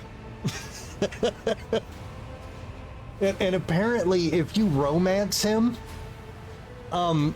it's either, you know, becoming the slave / Giga sub, or really getting into a dick measuring contest until you make him submit to you.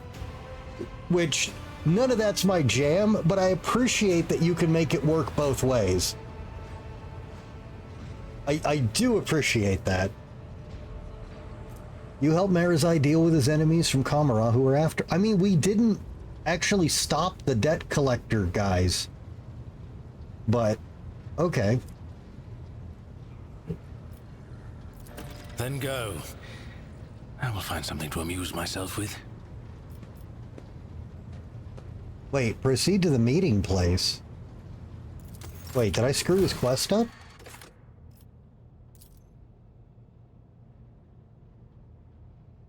No, we went there, didn't we?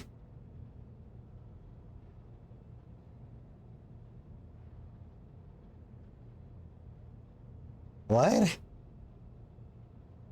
Did I misunderstand something? Or is this one of those quest bugs that this game has a weird amount of? Because these are usually easy to fix. Runaway quest, rogue trader.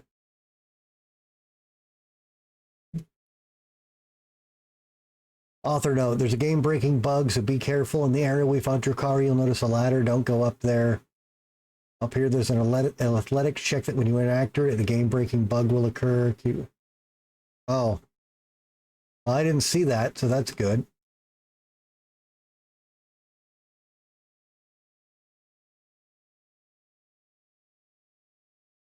Looks like that was fixed in February. Okay, well, that's good.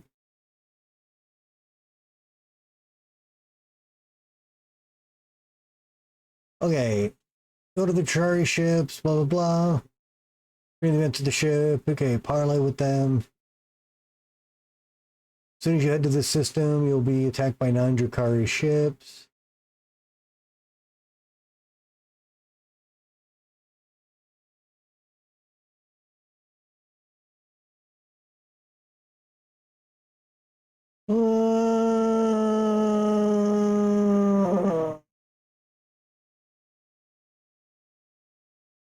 I think this is a bug.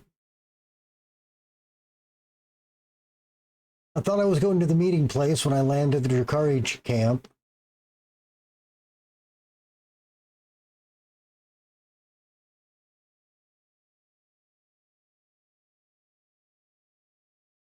You did nothing wrong. The quest is bugged.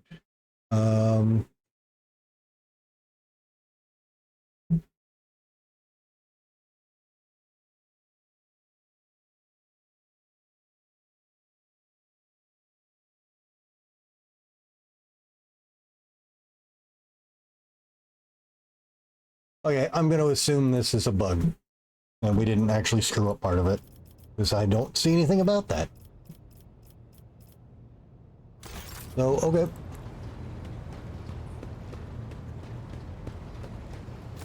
Let us raise our cups at Fator, in honor of deeds accomplished and in expectation of those yet to come. We've picked up the trail of your pack in this region. See it, Fator? The All-Father wants us to know that the threads of our weirds are intertwined. It was not by chance that he drew your path and mine together. It was not by chance that he led us to one and the same place. So, come with me when the time is right to seek out my brothers. Fenris Hylda, et Fator. That will not be a problem.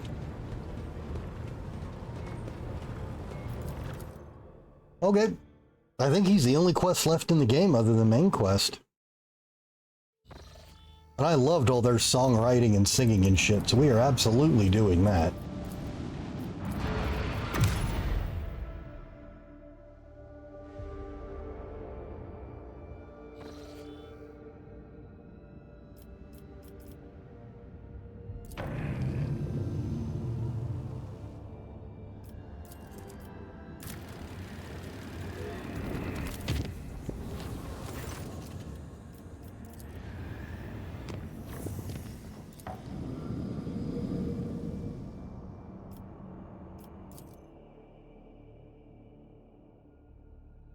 Oh god, she actually just laid down on my lap and stopped being an asshole. Fucking incredible.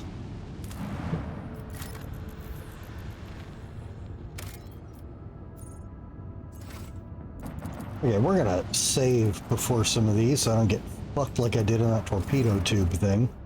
Lord Captain, there is an incident on the flight deck. The planet we discovered is located at the coordinates of interest to the Honorable Ulfar, Angel of the Emperor. The moment he learned about this, he, chose to abandon ship. He ordered a shuttle to be provided to him and directed it to the world before us. We do not know where exactly he wishes to go, but the Augurs have tracked the shuttle to its landing site. Wait, he stole a shuttle. How did this happen? Lord Ulfar simply showed up at the deck, drove the enforcers away, and demanded he be granted clearance to take off. Your servants became frightened and dared not disobey his orders. If it was anyone but a space marine. Execute the sentries. No. Why have I not been notified of his actions right away? He, forbade it, and the enforcers did not dare to defy an Angel of the Emperor. I'm very sorry. Yeah. I'm not gonna kill anyone over that. I apologize for having to bring you this troubling news, Lord Captain. Troubling or expected? Because, are we really surprised? And from out of nowhere, we can get 7 plasteel. I'm gonna take it out of spite. There. We may not know how to get back to my protectorate, but I claim this rocky world in the name of the Von Valentius Protectorate. The ducks box knockety bock. I know, Captain Guts.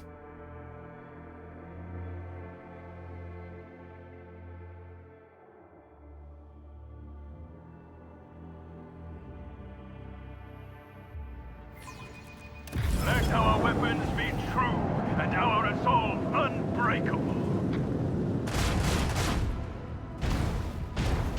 Ooh, there's a big boy. Does that thing get to fucking regenerate too? Been shooting at that thing for an hour.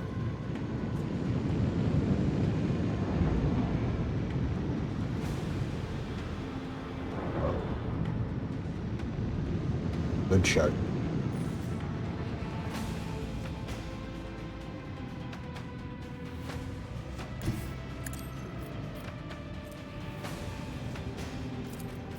I want to hear the macro cannons roar.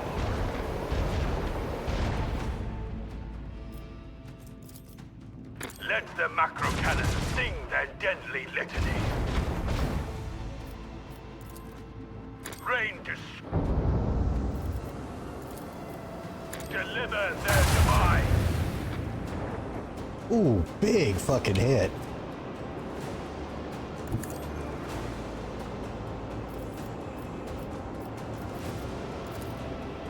Show them the fury of our macro cannons.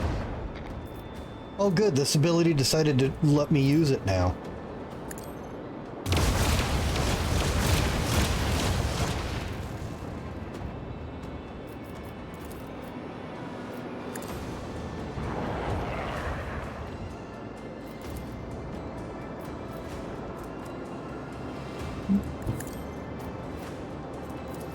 I want to hear the macro cannons roar.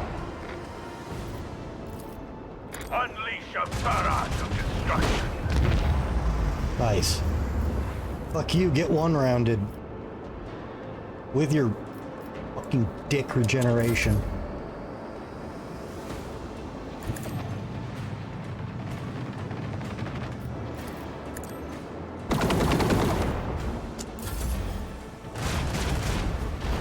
Get him, Skippy.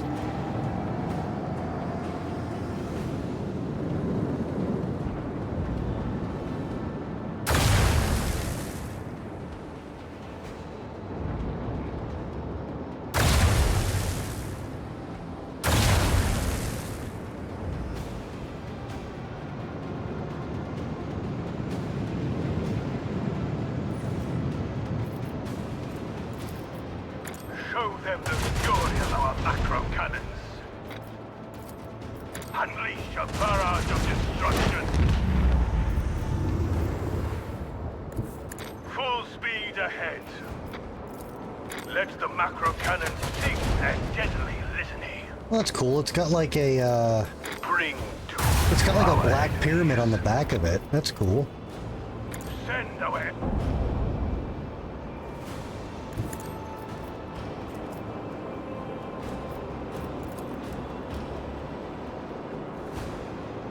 We have a destination to reach.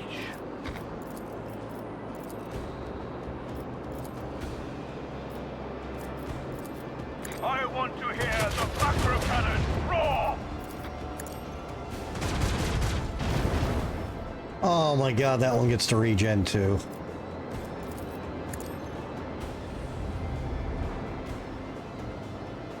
Ooh.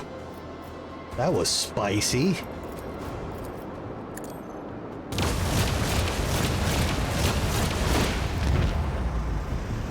All clear. Congratulations, Lord Captain. Triumphant Fury. Medium range, 30 damage, 5 shots. Holy shit.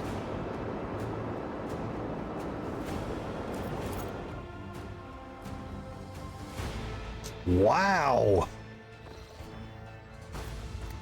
Hang on, we got to install that real quick. Oh, did it automatically equip them? That's a first.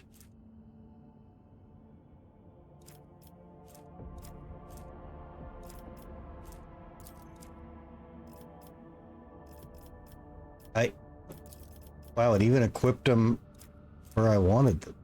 What the fuck? This thing haunted?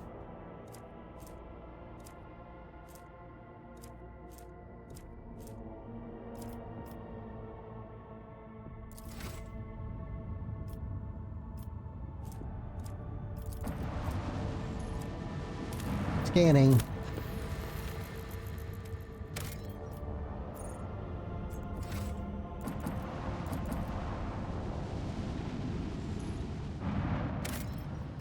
Alright, so I don't get screwed from some stupid fucking equipment nonsense. Let's make a save.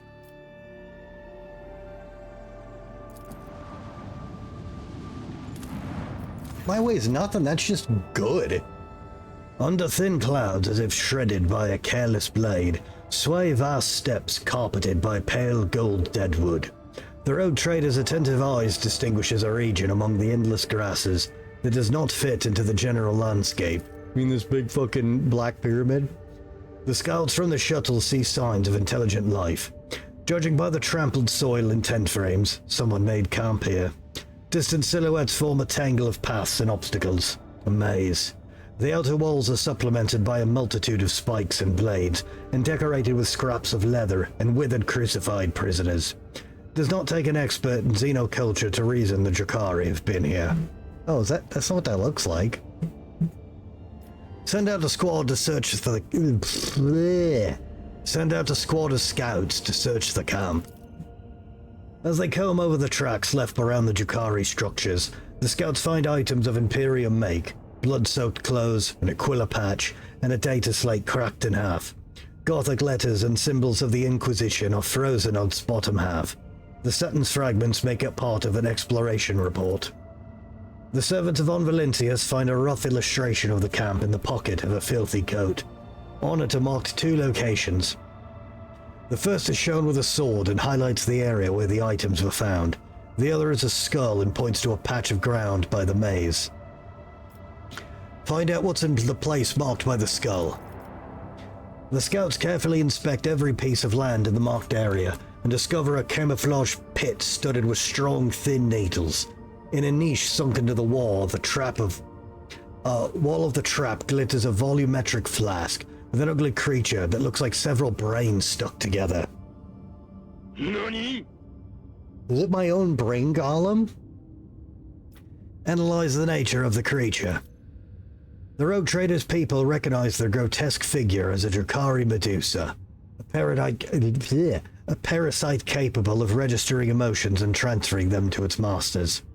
This thing was left here as the equivalent of a pict recorder, collecting the suffering of the Drakari victims. I destroy the abomination. The flask explodes into shrapnel fragments under a salvo from the scouts' rifles. The remaining liquid is collected into several test tubes to be examined in the ship's laboratorium and put to good use, or destroyed on the orders of the rogue trader. Apparently made drugs. Continue exploring the area. Deep prints belonging to landing legs and a ladder are visible in the grass behind the maze. The relative positions of the recesses correspond to the design of an Imperial shuttle. When the Von Valencia scouts approach, they find a wax seal bearing a symbol of the Inquisition and a monogram formed with the letters XC. An officer voices the proposition that the initials correspond to the name Lord Inquisitor Xavier Calcazar. Well, no shit. Continue searching. A segment of the dry grass a few meters in front of the prints from the ladder have been cut as if scythed. Among the chopped stems lies a piece of a Drakari trophy, a flap of dark skin stretched out by thin chains. Most of it is covered by a tattoo, a silhouette of a storm or tornado, and a black symbol composed of curved lines and sharp shapes. Holy fuck.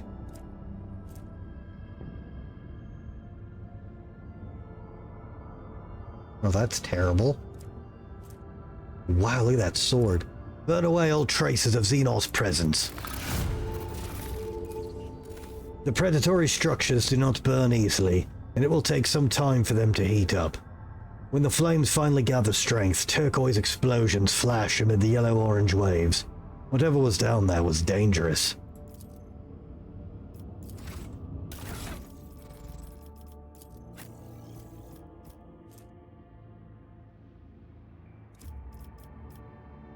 Well, probably not gonna bring you out again, Marizai, but I have good news. My God. What is this dagger?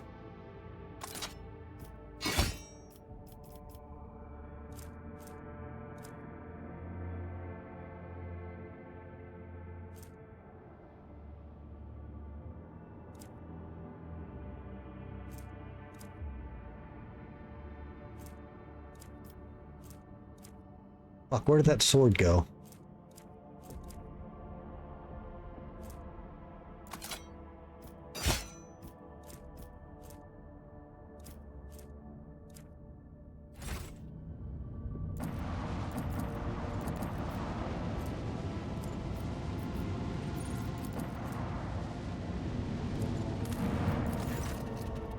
A puzzled auger operator reports that an expeditionary shuttle belonging to the Von Valencius dynasty was detected on the planet's surface.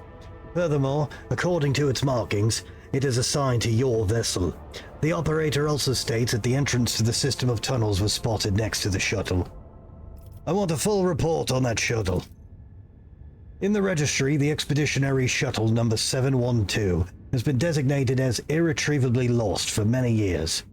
Information about the circumstances of its disappearance is suspiciously sparse, as if someone deliberately erased it. From the crumbs of information that remain, you gather it was sent to explore some object on an unknown world on the order of Lord Captain Theodora, and never returned. Alright, Gurton, have a nice night, man. Explore the tunnels. After disembarking, you notice the shuttle is buried halfway in the sand, and the Von Valencia's coat of arms is practically erased from its side. This shuttle has clearly been here for a very long time. Next to the shuttle, you find crates of archaeological equipment, on which you can just barely make out the emblem of the Explorators. Most of these crates are lying next to massive black doors of Xenos origin, the entrance to the tunnels. The descent into the depths takes several hours. You make your way through the cramped corridors, giving way to huge black holes, when the dim emerald glow from no discernible source brings forth the silhouette of equipment abandoned by the tech priest. The suffocating oppressive silence that accompanies you during the descent is broken only by the echo of your footsteps, deafening and yet so insignificant against the background of the Cyclopean arches. Oh, we are going in. Okay.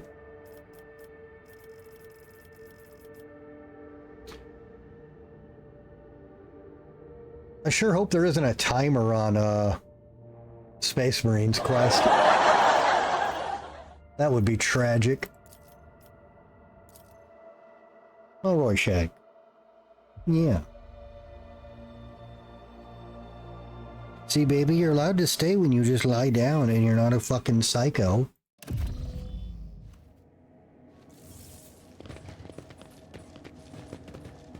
We shall reclaim what is rightfully ours. Tormentor of the Chastened.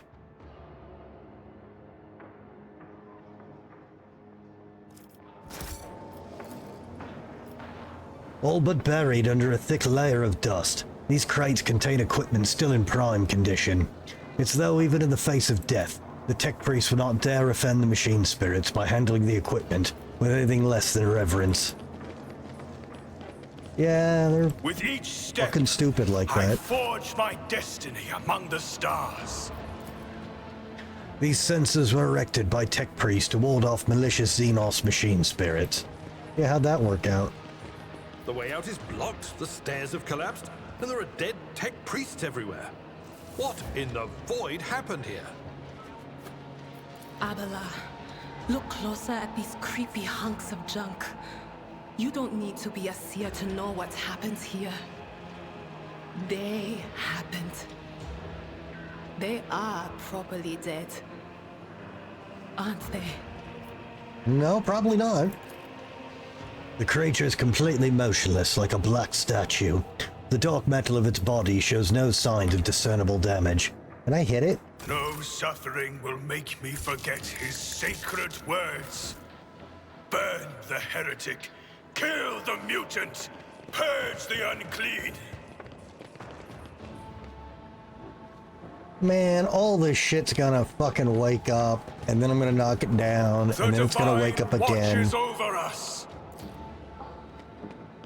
The duty prevails. The bodies of Skitari, whose flesh and armor has disintegrated in various places. Judging by their wounds, they were shot during a hasty retreat. You don't ever want to be found shot in the back. The edges of the platform are twisted and melted. It appears to have been deliberately damaged by a powerful explosive.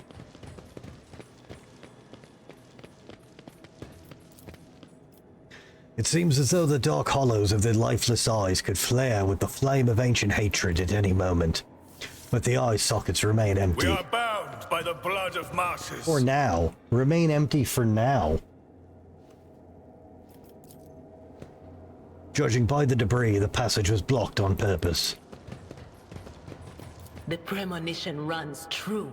You are looking at part of a system of pylons used by small Xenos repair machines to move around the crypt. Yeah, they're called endless fucking dickbag drones.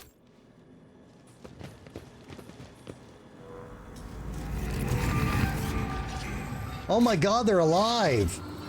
Nani? The invasion has come. The invasion has come to... Shut the fuck up! The invasion has come to pass as foreseen. The impudent perpetrator must be destroyed. And now I don't have time to read it. Rise, ye who have known slumber, exact your punishment. A Necron Immortal? 11 deflection. Tesla Carbine.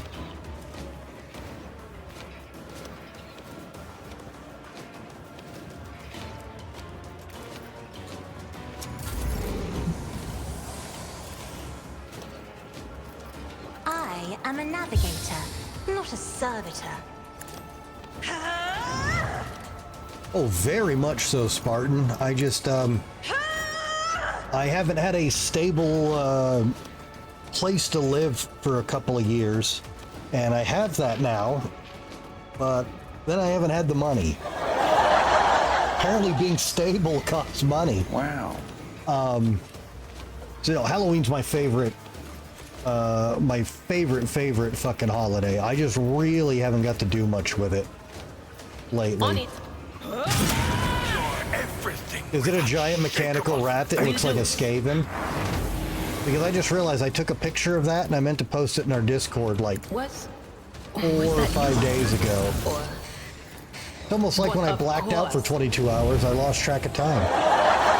On it. Funny how that works. Actually, let me post that real quick because I'm going to forget again.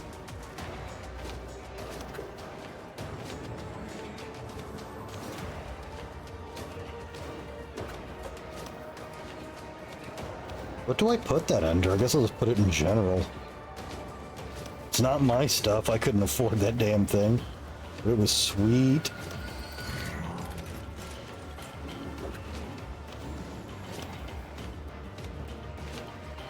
A diorama of 4 of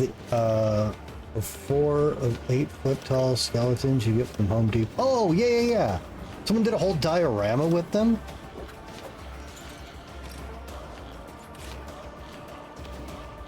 There we go.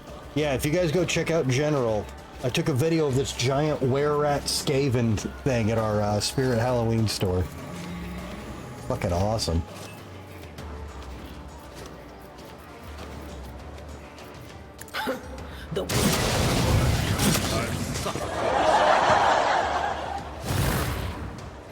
Wow, that warp thing was so bad, the Necron blew up and didn't get to reanimate. It sold out of them? Holy fuck. That's actually really impressive.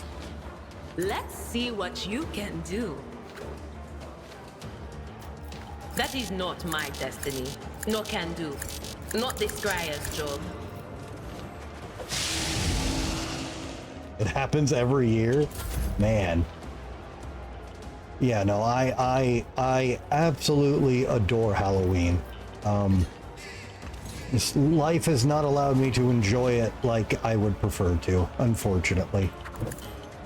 Hopefully soon.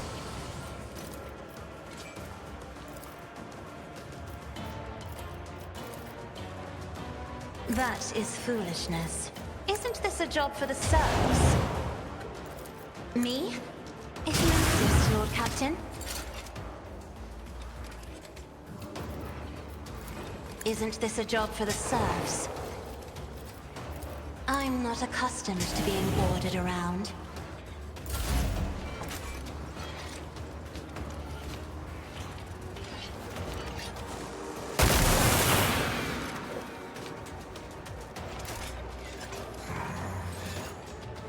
Stop healing. It's like you're some kind of immortal. Wow.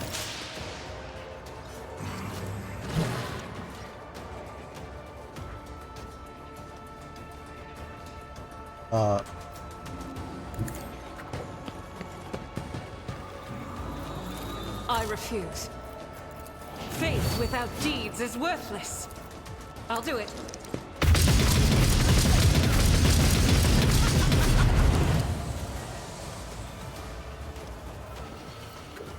Holy shit, that thing's kind of Doubt beefy. is for the weak.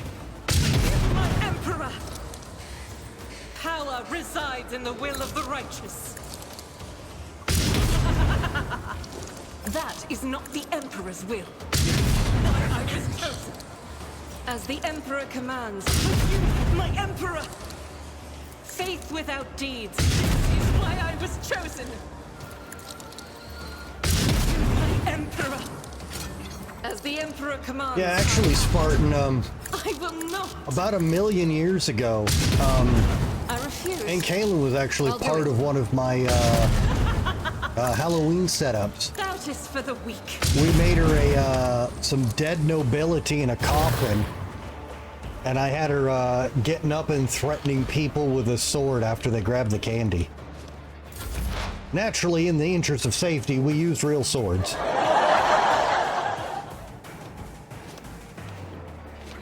Cover me!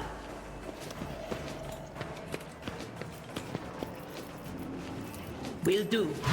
Reassemblement commencing. Damn. What was the command again? All right.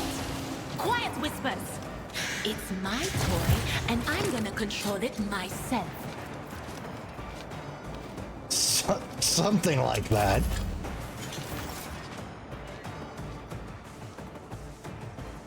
Death comes in silence.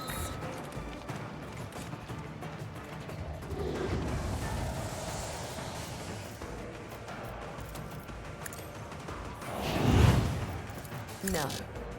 Trust me. This goes against the tenets. Here, hold this. Killing brings me no pleasure. High momentum. Hey, Vlad. A tactically sound approach.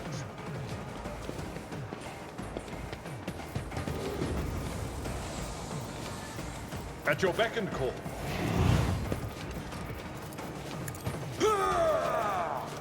Hey, Vlad, destroy this I will thing. do my duty. Target well struck. Hey, Vlad, destroy it more harder. Indeed. I took care of this one. Good job, hey, Vlad.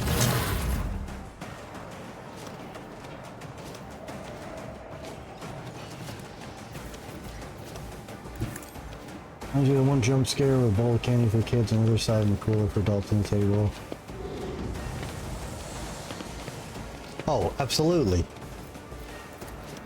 The Emperor commands by another step towards our ultimate victory. I used to just put the bowl of candy in my lap and then go completely immobile. And then I would choose to strike based on how much I heard the kids asking if I'm real or not, or how many of them were too scared to go, and I just make sure to strike it just the right one to really fuck them up. I'm a terrible person, and I don't feel bad about it at all.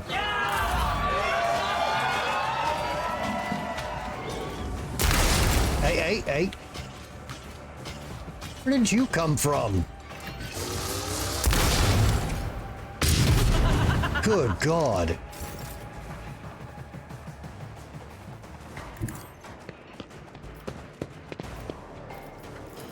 Me? If you insist, Lord Captain. No. If I may.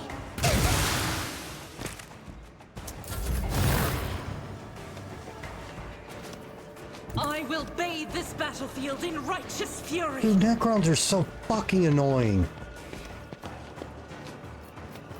I'm not just saying that because of this game. My buddy Chris at the game store played Necrons, and that motherfucker always rolled sixes during reanimation protocol.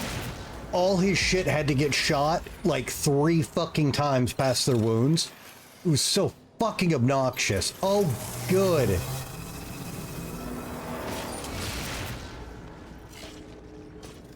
Wow. Oh my God.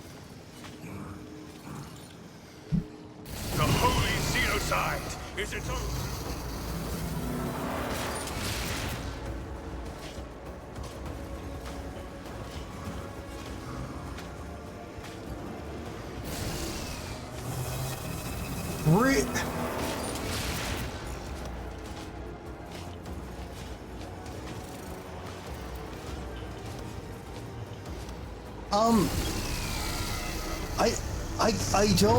I want to say yes, but as someone who doesn't know the units well, I don't know. He had a ship, that was pretty big, that he used in nearly every game. Let me look up what you're asking about. Necron monolith figure. Wow, no, he did not have a monolith. Well, at least he probably did. I never saw him bring it to the shop or field it. Okay, what's this other thing? Necron C10 Shard. Yeah.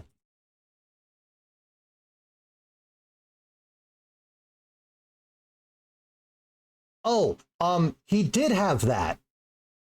But he rarely ever fielded it.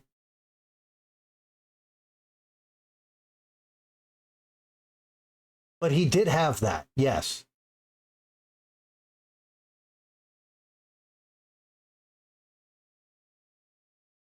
I think I would have remembered a dragon, assuming it actually looks like a dragon. Void dragon.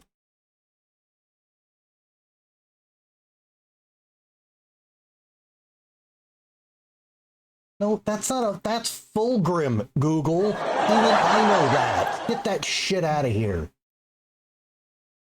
Fuck Fulgrim. Guy's an asshole. Oh my God, Motarian looks incredible. I've never seen that model. Wow, his model looks great. Why is it showing me all these fucking Primarchs?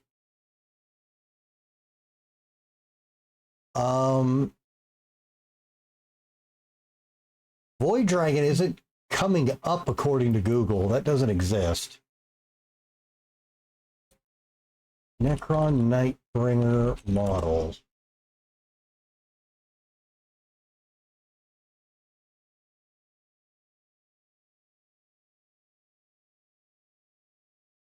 Oh, that thing looks cool. I don't recognize that at all, though. So, no on the Nightbringer. Why can't I find Void Dragon?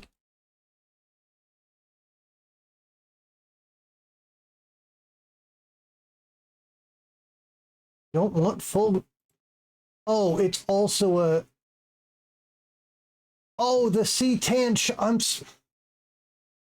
I'm sorry, dude. I don't know the full names. The C10 Shard Void Dragon is the one he had.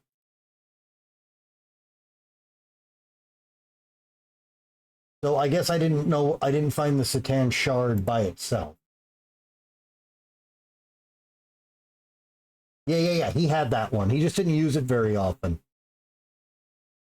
That was not part of his whatever points they played at, usually at my old game shop. He didn't feel that was worth running, usually. So he did have that. He did not have the Nightbringer, and I've never seen that the Monolith model. I'm familiar with the Monolith, but I've never seen the model painted and fielded.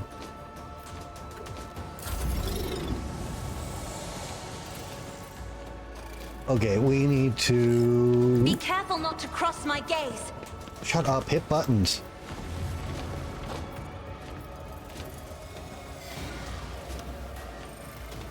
Okay, so yeah, it was probably... He didn't have a reason to bring it normally, I'm guessing, then.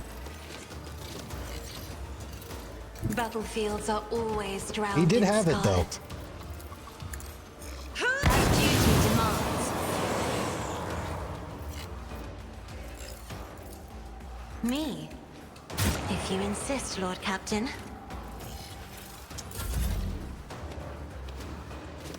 Okay, how the fuck?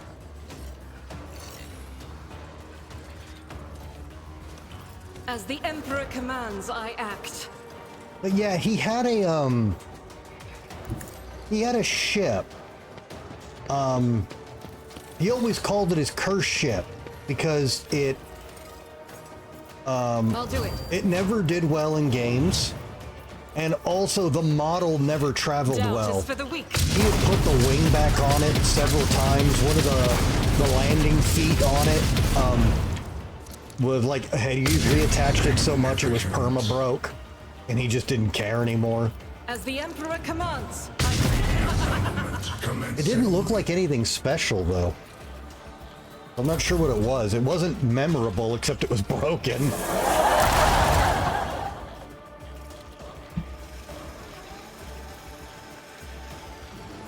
Time for our return. Where are you going? Don't do that. Oh, wait, are those... Okay, some of those are suicide bombers. I need to read the names. Okay, I don't want any of that in my life. Let's see what you can do.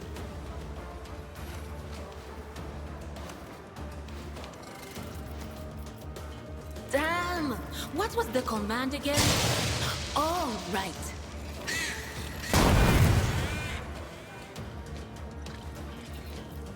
Tyrannid Biotitan. I feel like we brought that up Anything else? when we were trying to figure out what model my buddy had.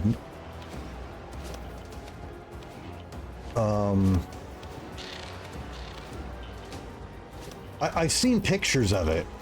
None will stand against you. I don't think I know anyone who knew anyone who owned it, though. Bella, just jump up there with your fucking athletic score. Okay, are these explosive ones? They are not. Okay.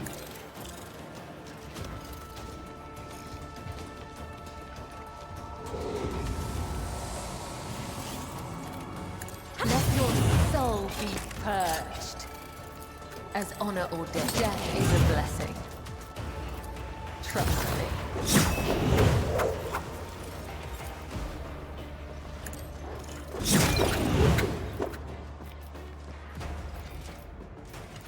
I cannot serve you in this way.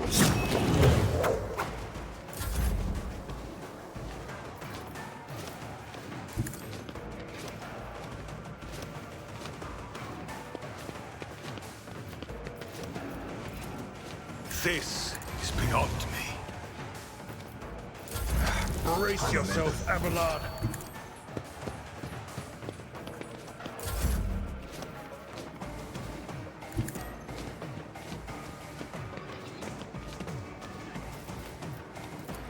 I'm not accustomed to being ordered around.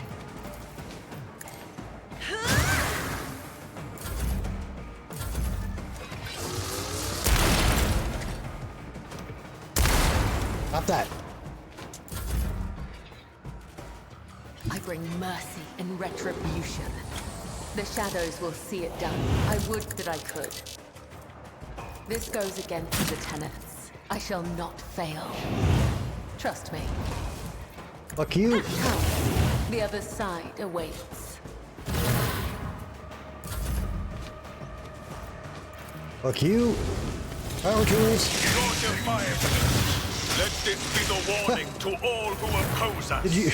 You can't. Power tools are so powerful you can't even teleport out of them. The Kestis Assault Ram. It can hold 50 Space Marines. Can be in Terminator armor. Never seen outside of Apocalypse. Let the faith guide my path to glory. It kind of makes me sad that there's big, giant, expensive models out there like that are meant for games, but that never get used. I get that's not inherently the player's fault, but...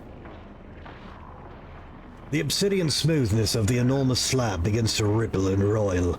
A set of mysterious symbols appear on it, as if impressed by the black surface of an invisible finger. The three brightest ones are symbols for malefice, pestilence, and unraveling. They shimmer forebodingly, like a martyr gasping for air as life drains from them. Decipher the language of the Xenos. Oh. An inscription above them reads, "My Lord who has known eternity, I heed mine guarding words that I spoke at the dawn of the wrathful stars. He who was condemned to torture by imprisonment must languish forever in the labyrinth of many dimensions, lest their plagues befall us. A minute breach in the impossible prison would suffice for the spiteful will, the destructive thought incarnate in unperishing flesh, to obliterate existence. I lay my hand upon the vessel of the past, and I am revealed the doom that awaits one who breaks the commandments." Let's unravel this bitch. The symbol you touch splits into three that you are akin to, similar and yet different. Wow, I can't fucking read tonight. The symbol you touch splits into three that are akin to it, similar and yet different from one another. A message materializes in front of you. My lord, their third plague, the unraveling, is beyond comprehension. Therefore, I put before myself a question bearing clarity. This I ask myself, my lord. My existence were to be reflected in myriad entities. Would they be the same? Your mind is now drowning in a flood of thoughts and memories, ancient, alien, and indomitable. With a titanic effort of will, you hold on to one of the images, invest it in the sound of borrowed words, and utter in a strained voice that is not yours.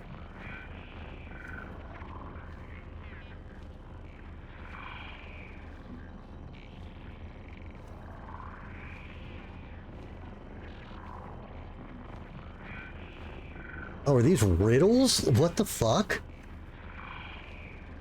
Okay, let me... Okay, the symbol I touch splits into three that are similar, but they're different. Third plague is unraveling. It's beyond comprehension. Okay. If my existence were to be reflected in myriad eternities, would they be the same?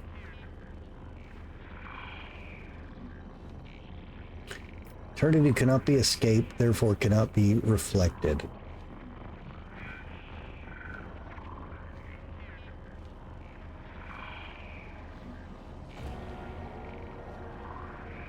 That sentence doesn't make any sense with this. No, for every mare has its own defects that flaw the resemblance.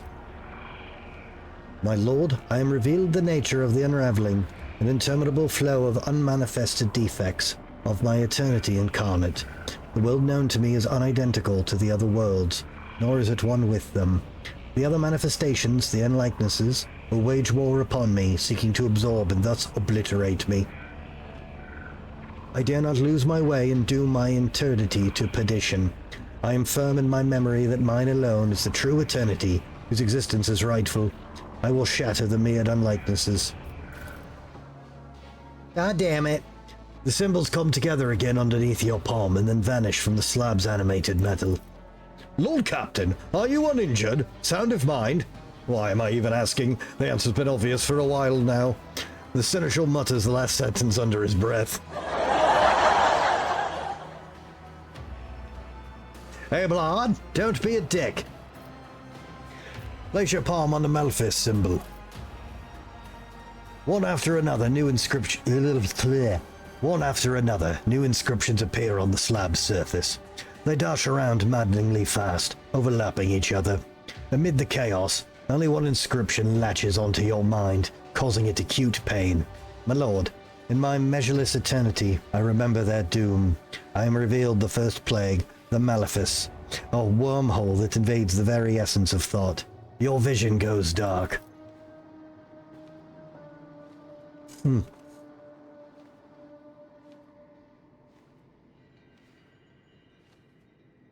Reality cuts through the darkness of eternal sleep like a cold blade.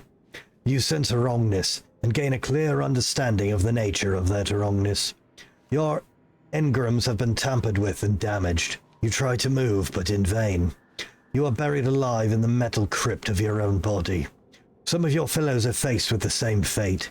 Almost as soon as they emerge from their stasis sarcophagi, they freeze like mangled statues, tilt sideways and collapse, crashing to the floor. Maddened legions march mindlessly past them toward a gaping chasm and tumble obediently into the merciless maw. Even while being flooded with Xenos visions, your mind remains sound enough to analyze the incoming information. Now you grasp the nature of the pernicious Malefice. Someone powerful on the outside is broadcasting insidious interferences that disrupt the Xenos awakening from their stasis sleep. Madness is the nearest human equivalent to the effect this has on them. Forever frozen in a silent scream, you feel the haze of approaching madness cloud your mind as it is overrun by rows of distorted emerald green symbols. As soon as their glow becomes unbearable, they go out at once, and you find yourself standing beside the black slab again. Right under your hand, the symbol for Malefice vanishes from the smooth black surface. Alright, let's get some pestilence, baby. As soon as your palm touches the symbol, the slab's metal pulls it in, enveloping it like water. The text is transformed. My lord, I dare not avert my gaze away from guarding words. I am revealed the second plague, the pestilence. It is not enough to merely behold it. I comprehend it, as my own lifeless shell learns the truth of its doom. The symbols begin to change at a frenzied pace. Their light burns your eyes, and their rapid flickering makes you nauseous. You are struck by a splitting headache, like an alien entity squeezing your mind out of shape as if it was soft clay, refashioning it after its own image.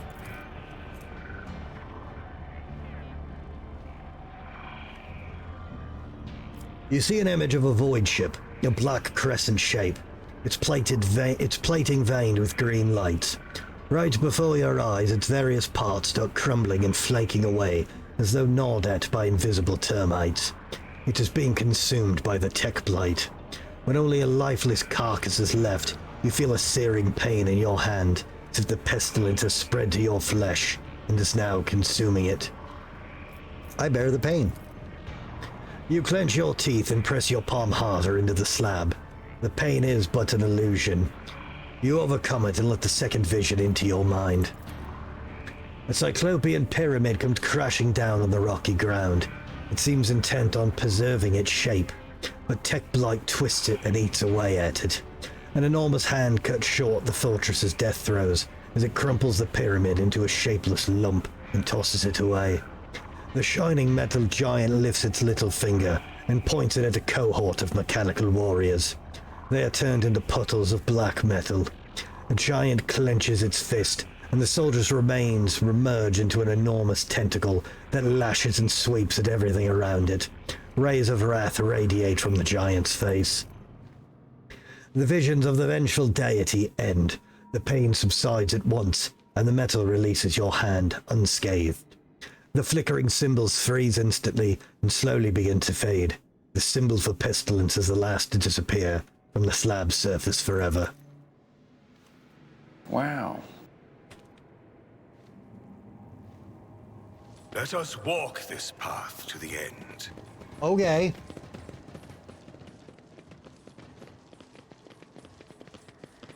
I knew what some of that was referencing, but the rest fucking lost me completely.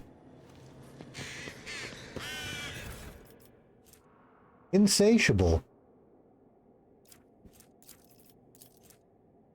The last confessions of Magos Theseus Delta Praximus. Run. You will find no grace of the machine god in these faithless halls, only an unholy hatred that is more ancient than the fading stars of the distant systems. They are asleep, the legions, the innumerable hosts, but their sleep is at an end, for no one's fault but mine.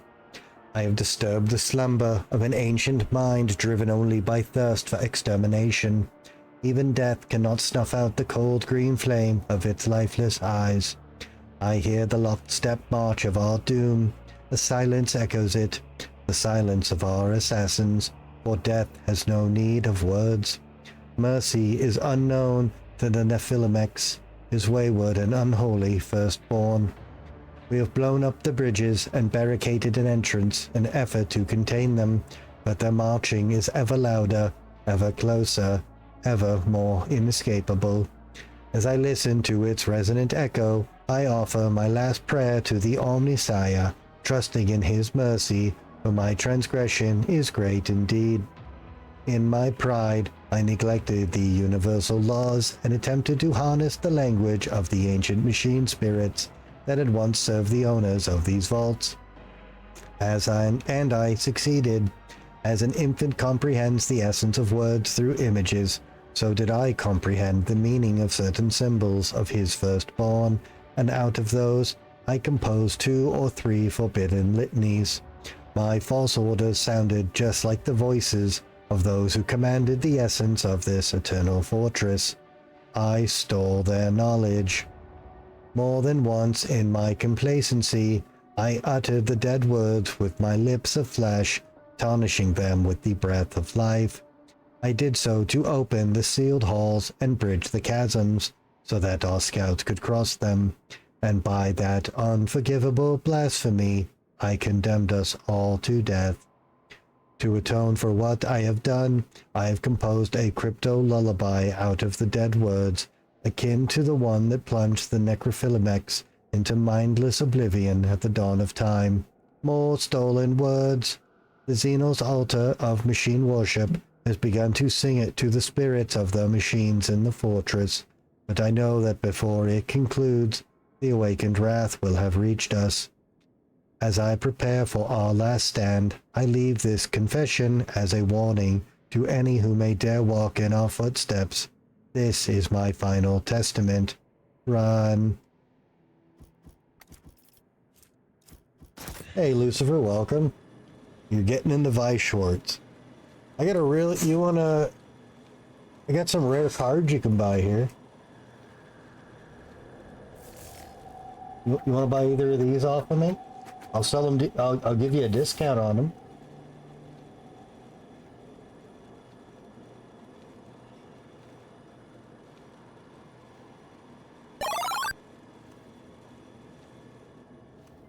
No, I'll give him a legitimate discount on them. We shall reclaim what is rightfully ours.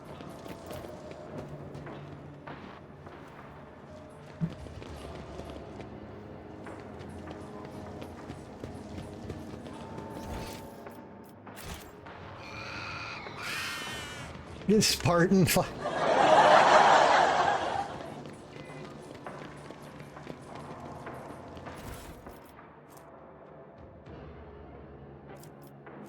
Gaze of the Void. Oh, it's a Jakari weapon. Who cares?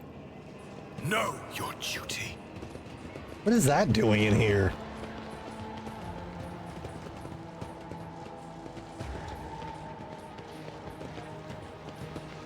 Alright, well, enjoy spending tons of money.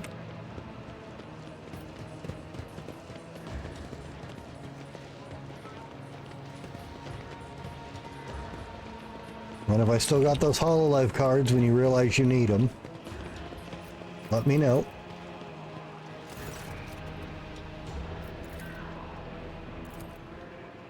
The Divine watches over us.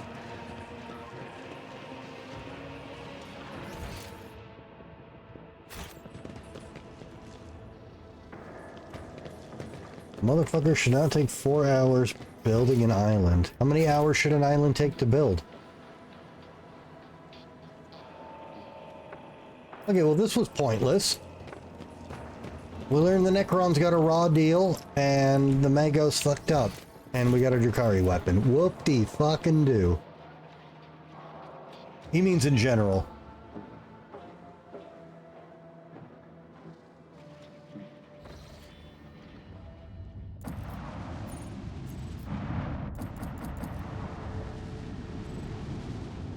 What are you... Are we talking about a game? What island? A scouting party led by the rogue trader himself makes planetfall in the frozen world. The shuttle on which Ulfar Thunderlung departed the ship has been designated as the starting point for the search. Said shuttle is found at the landing site, intact and undamaged. A scout. The scouts discovered numerous structures, burial grounds and obelisks of the Xeno race that once ruled these star systems, all of which are now encased in the ice in solemn sepulchral stillness. No signs of activity by potentially hostile Xenos have been detected. Yep, dude, magic prints literal money. Examine the stolen ship. Do you know that magic doesn't even pay its judges? They just give them booster boxes because it's better than paying them in cash? Ask me how I know this. The machine's spirit is in fine form and ready to ascend from the world's surface. No clues have been found as to Ulfar Thunderlung's intended destination, but a keen-eyed scout sights several disturbed snowdrifts that may indicate the route taken by the Space Wolves. I follow the trail. Well, yeah, but I don't know Pokemon as well. I have 3 Pokemon, well, not 3. I have a bunch of Psyducks, which are all worthless. I have a couple of Coughings, which are all worthless. And I have my awesome guest art one that I love, that I only got because of the artist. And the Japanese one isn't worth very much, and the Japanese one looks cooler, so... Oh my god, cheap viewers at streamboo.com. Mother of God, we gotta get on that, boys.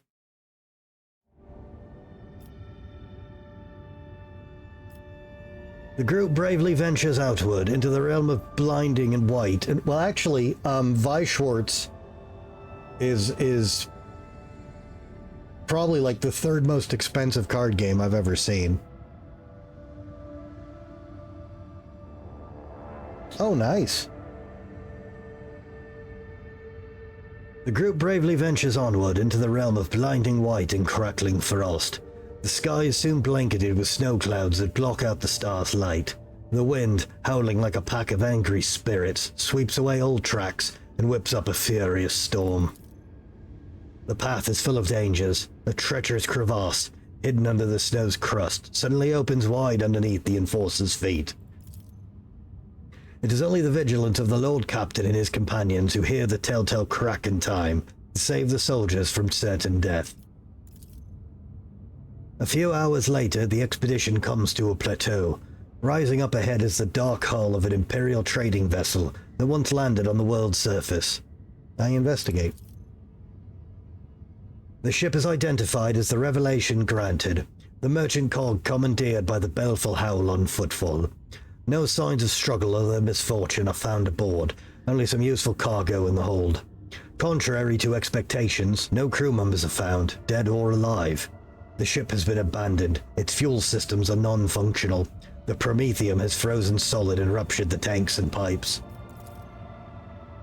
The escalating storm sweeps over the group as if trying to bury them in the darkness, snow, and obliterating whirlwinds. Send scouts to survey the area. The enforcers search the area and return without finding anything of interest. Not all of them return, in fact. Several seem to have lost their way and failed to make it back to the ship. Whoops. Look for signs of Ulfar. Fresh tracks in the snow leading to the ship's airlock indicate he was here and recently. However, he was not alone. The scouts find strange dips in the snowdrift surrounding the ship. It seems that someone was watching the ship from a position buried in the snow, around the same time that Ulfar Thunderlung was searching it.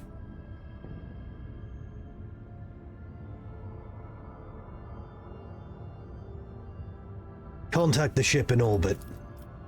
The raging storm makes it impossible to establish a Vox link with the rogue trader's vessel, leaving the expedition stranded without aid, but probably not for long. The officers on the bridge should have immediately dispatched help as soon as contact with the scouting party was lost.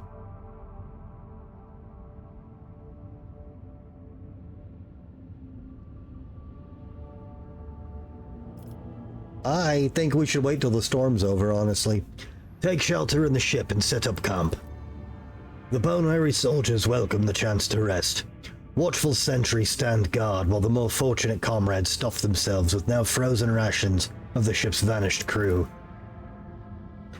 The temperature inexorably plummets, but the brave enforcers, followed by the Lord Captain's example, staunchly endure the trial and do not lose heart. One of the sentries discovers an anxious report to the Lord Captain. God, I'm getting tired. One of the sentries delivers an ancient report. Ancient? Oh my god.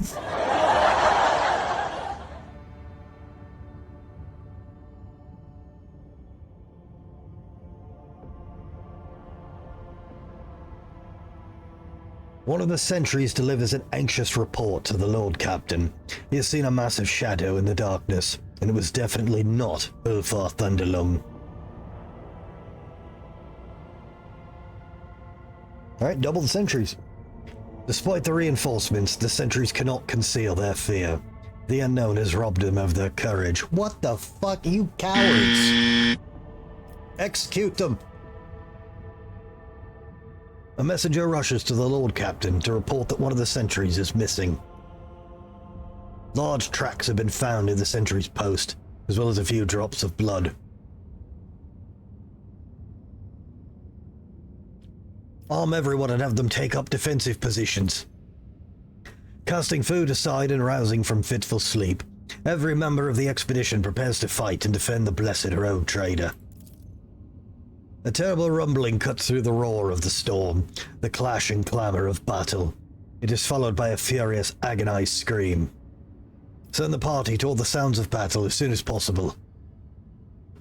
Tied together with ropes and bolstering each other with battle cries, the enforcers rush toward the battle in human chains. Unable to see anything ahead in the darkness and swirling snow, they blindly stride toward the source of the battle's monstrous thunder.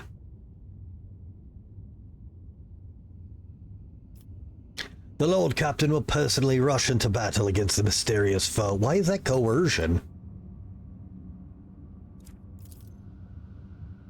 The Lord Captain charges forward, his soldiers rushing after him, and the eerie shadow blocks their path. It is cloaked by the snow and the dark, which turns it into a barely discernible silhouette that emanates the promise of death. Clashing with an unknown enemy that cannot even be seen, the rogue trader deals several devastating blows, and then malevolent foe hurriedly retreats into the blizzard.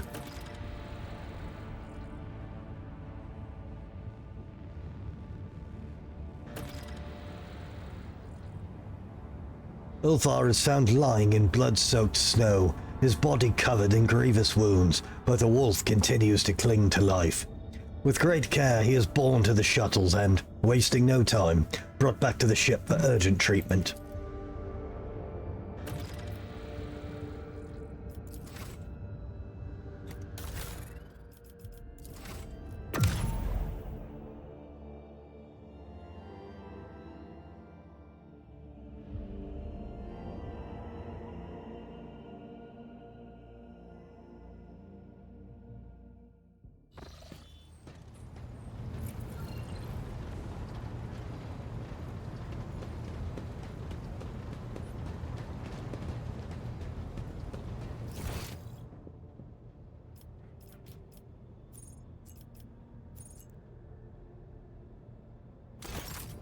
Okay.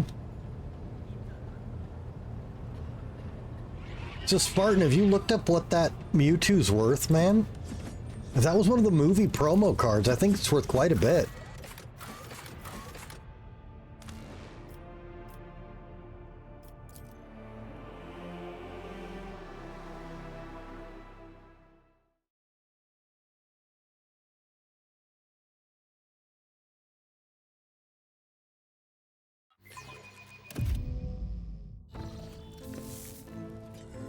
With each step, I forge my destiny among the stars.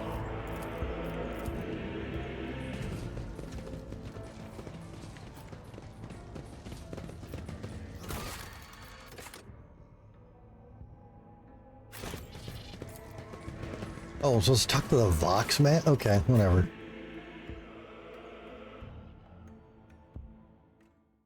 Really? That doesn't sound right. Then again, prices get weird when they change.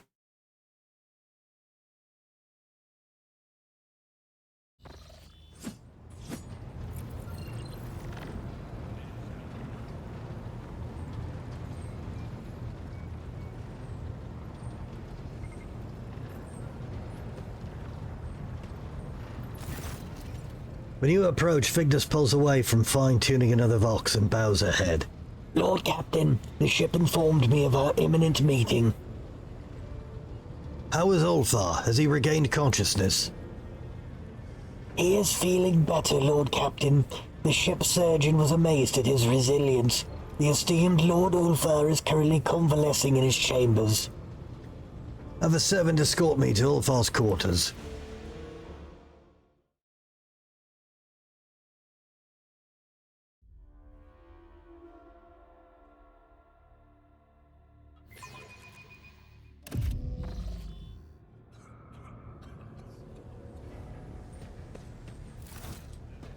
Oh, he gets a custom map area. Yeah, they're blessing his armor and stuff. That's cool. Ulfar's dark figure towers over you, his head lowered, his hair hanging in a curtain across his face. His fair skin is cross-hatched with broad crimson scars, held together by metal staples, and covered with black spiked runes for physical healing. Could an ordinary mortal have survived such injuries? It is unlikely.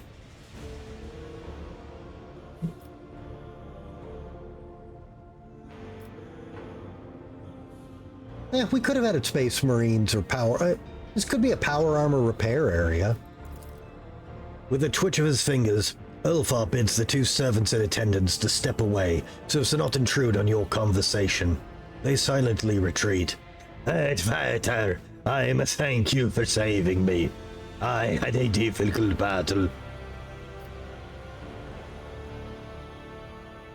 You stole my shuttle. I thank the Emperor he did not take you from us to join his heavenly host, my lord. I always survive. Why did you decide to go to that world alone?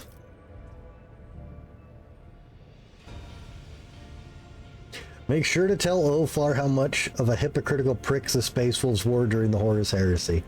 Hi, Compelled to Die. First of all, no. Second, I don't even know what you're referencing, so I couldn't say that even if I wanted to.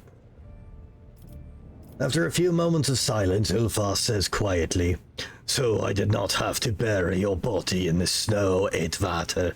It is not out of arrogance that wolves do not allow mortals into our affairs, but because the burden of those deeds is heavy and they reek of death. Just consider what kind of threat you could have been facing, in a place where an entire pack of Astartes had disappeared.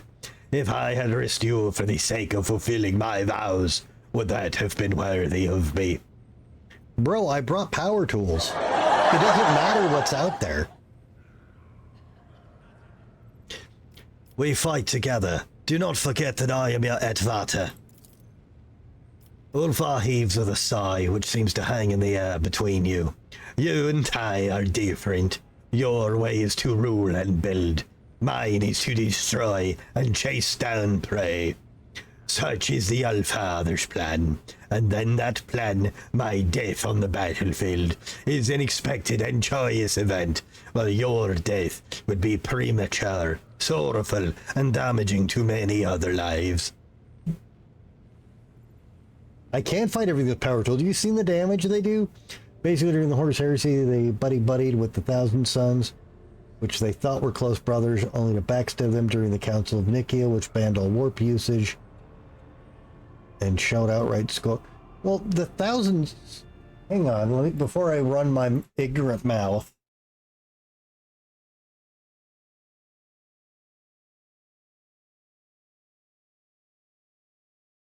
Let me make sure I'm not mixing them up. Okay, yeah, these are the... Okay. Did Magnus turn yet? For these fucking...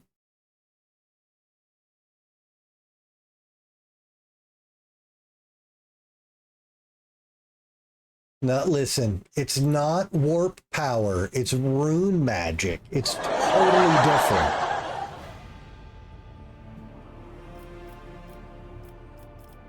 Did you find any trace of your brothers? The vessel I found, the revelation granted, that was him. Inside there were signs that wolf scouts leave for their brothers. The baleful howl landed the ship on the surface and left, and the rest of the crew disappeared. I followed my brother's trail until an unknown foe blocked my path, and battle ensued.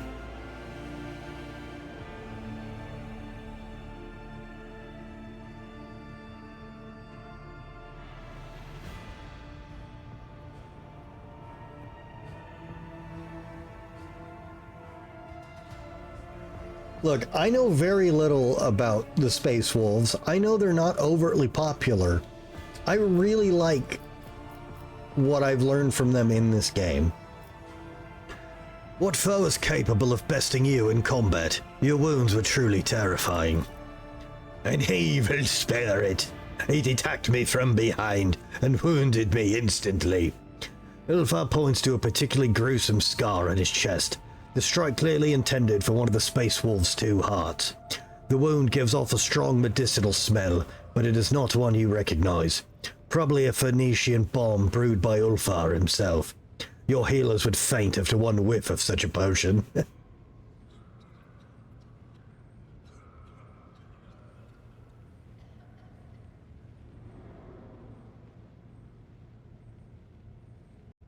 In 15 minutes, you think I won't like Space Wolves? Okay. The snow covered my eyes. I could only make out a shadow, but it moved fast, and it was strong. If the Allfather's gift had not knitted my ribs into a hard carapace, the blow would have been my last. The wolf says these words with a chilling nonchalance.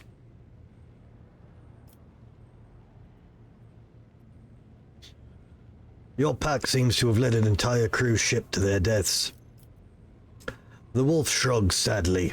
Do not blame us for what we are. Death always clings to the warriors of the Allfather, and we are fated for no deeds other than those accomplished in the jaws of Mordecai. Yeah, that I knew what that was. I see. Ulfar nods in agreement, his face grim. You're not your usual self, you seem more somber.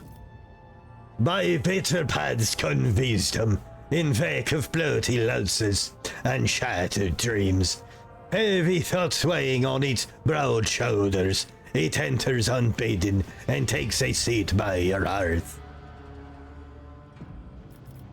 Have you been thinking about your life?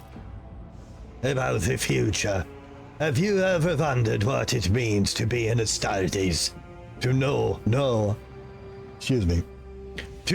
other family but your brothers in battle. To know no others feast but the joy of slaying your enemies and extolling your fallen comrades. To know with certainty that your death will be terrible, brutal, and agonizing. For time holds no sway over us, and no Vari of the Allfather has ever breathed his last in a soft bed. Death holds no fear for us, Edvater. We have been eating at the same table since day one.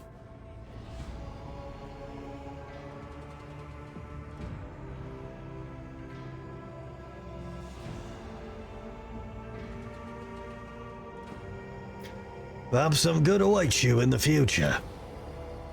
Listen, Edvater. When the wolf priest tasted me, I went to the gate of Mordecai. A dark place where real space and thoughts of the great wolves intertwine like tentacles of the kraken. Everyone who appears before the gate is granted a vision. Mine was a dark omen. I saw myself in 2 guises. one as white as the moon, and as black as the lowering sky, and the two were locked in combat. As for which me emerged victorious, that was hidden from my sight. That is not what frightened me. The Black Wolf's gaze was fearsome, full of more pain than he could ever inflict himself. It drove him mad, turning him into a monster. And as dark as he appears, I recognize myself in him. After all, it was made for destruction, torment, annihilation. And the more agile monster. Does that mean that by Allfather's design, I must drink this cup of pain to the bottom in order to fulfill his plans? I do not know. Ulfar looks at you, his expression inscrutable. Tell me, why are there no rhymes in your songs? Rhymes are empty frippery. A saga must be alive. If the words happen to fall into rhyme, well, that is grand. But to make your whole story fit neatly into such a pattern, you must either twist the truth in the service of beauty, or live your life for the sake of a rhyme. Neither is to a wolf's liking. Our sagas are voices sounding through eternity. When we hear them, we do not hear stories. We hear the tellers speaking their words to us now. Do you still believe you'll find your brothers? I will find them. Ulfar clenches his fists. Probably not alive, but I will find them. Thank you for your answers. You have a right to them. I look around the chamber. I'm pleased that my servants found a fitting shrine for your armor. The splendor and momentuality of the chamber befit the solemnity of the sacrament unfolding within. As if performing an intricate dance, the servants of the Omnisire move in time with the murmuring mechanisms, circling the massive space wolf while he stands utterly still. The scent of sacred incense fills the air, giving the sense that one is witnessing a grand ritual. Any starties needs very little. A cell and a table where I can perform the purifying rite on my weapon. That is all I require. But to keep the armor bestowed upon me by the Allfather in some shabby cubicle would be sacrilege. This chamber will do well for the vesting ceremony. There is good plasteel beneath the rich decoration and gilding. I am satisfied. What are the servants doing? It is time for me to don my skin again. Ulfar shrugs warily, his body giving off heat and animal scent. One of the servants opens a casket containing contact unguent. It will be used to anoint each of the black carapace's neural ports marring the wolf's skin. This sacred augmentation seamlessly fuses Ulfar's body with his armor and every fiber bundle of it. What will you do now? I must return. My foe awaits me, and it would be dishonorable to retreat from this battle, but I will need help in fighting it. You can count on me. I know Whitewater. Ulfar nods at the servants, and in low voices they begin a guttural prayer. Shadows leap across the walls, twisting together in majestic and savage dance. In the flickering candlelight, the sacred rite is performed. The angel of the Emperor is clothed in the armor of unwavering faith and his wrath.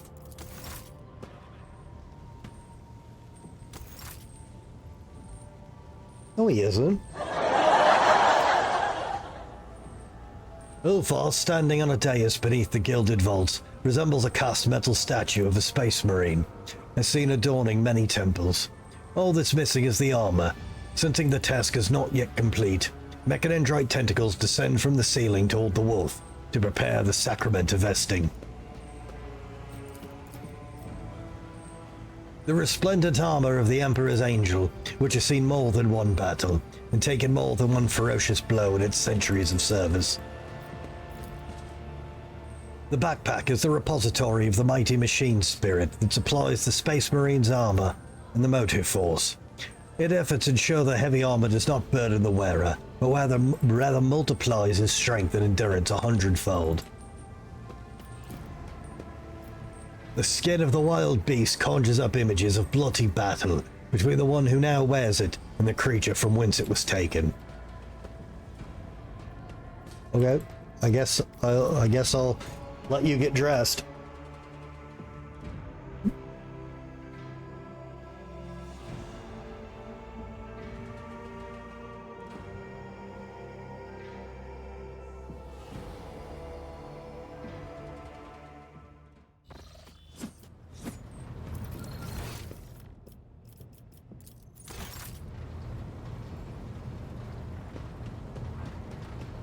Could have left without me, dumbass. Let us raise our cups at Fator, in honor of deeds accomplished and Fenrir. Okay.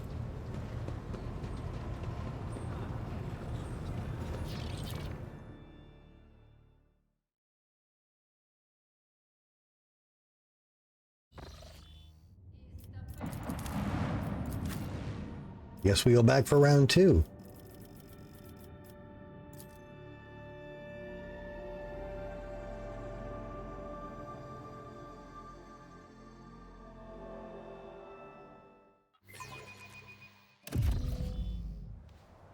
Okay, the storm's gone. Let us walk this path to the end. Ah! This is out of the ordinary. Ah! Xenos! Unexpected result. Quiet, boy. You want to get sued. It's Games Workshop. The Virtuous Vindication. We want a Melta pistol.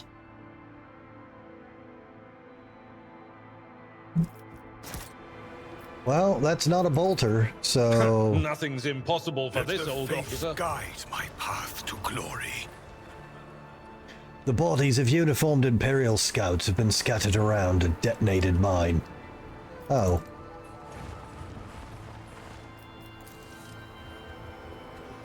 The scouts discovered Ulfar's lifeless body here. Oh, is it gonna be one of those, what are the Necron things that are like snakes? You know what I'm talking about? I could see how that could sneak up on people in the snow.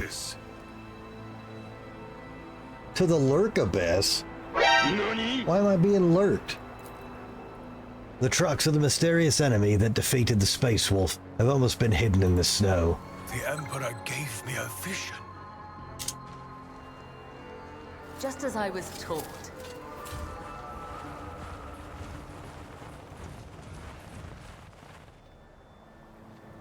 Not Snecrons. Oh my Let god. us see what I found. Oh, I didn't know it was out yet. I do what I must. The divine watches over us. I see what others do not. I'm hoping orcs are in the next game too, just because I don't like playing Just Warhammer as games he without ordained. orcs. The Vizier. Would he be proud? Am I? I love laughing at that mobile card game I've been playing, because it's always like, oh, you know, we're selling this new pack of these new guys, and I'm like, 1, I don't have money. 2, is that greenskins? I don't need that shit. Get that shit out of here. You want to play Space Marines? You want to fuck off? Like... With each step, I forge my destiny among the stars. I don't even like the play style of greenskins in that game, but it doesn't matter. I'm loyal. Oh, fuck. 1, 2, 3, 4, 5, 6. How many did we come here with? That's 6. My brothers. Red brows furrowed in anguish. Ulfar bows down over the bodies encased in ceramite and adamantine. Once again, fate has barred me from traveling to the Hall of the Allfather with my brothers.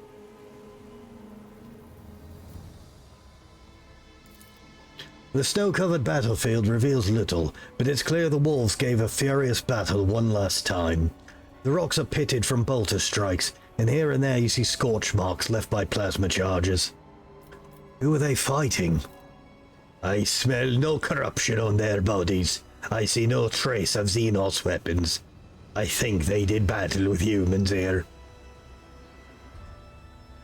What humans are gonna... Did they have power tools? What do you think they were looking for here? I do not know what they were seeking, but they certainly found someone here. Otherwise this crime would not have been committed.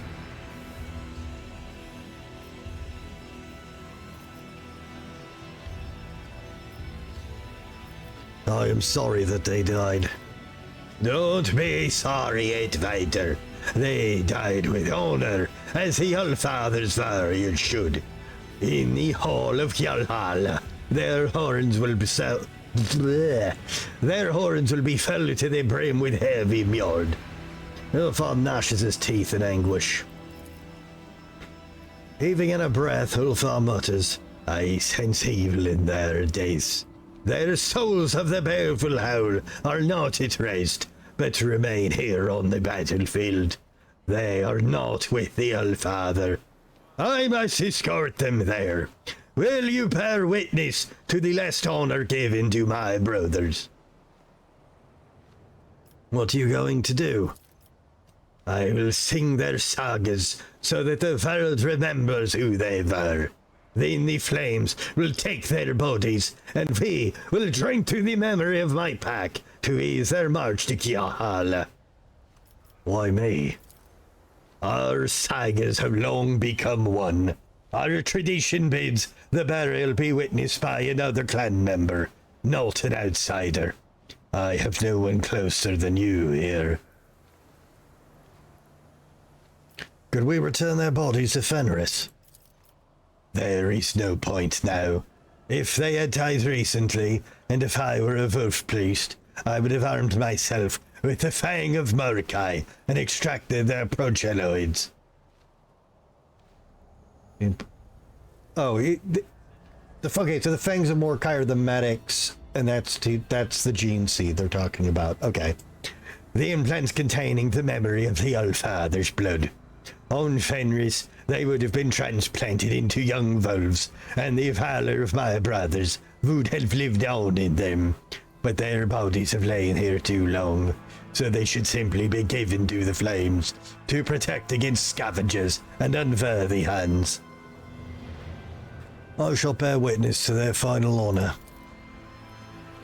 Ulfar produces a knife inscribed with scarlet runes.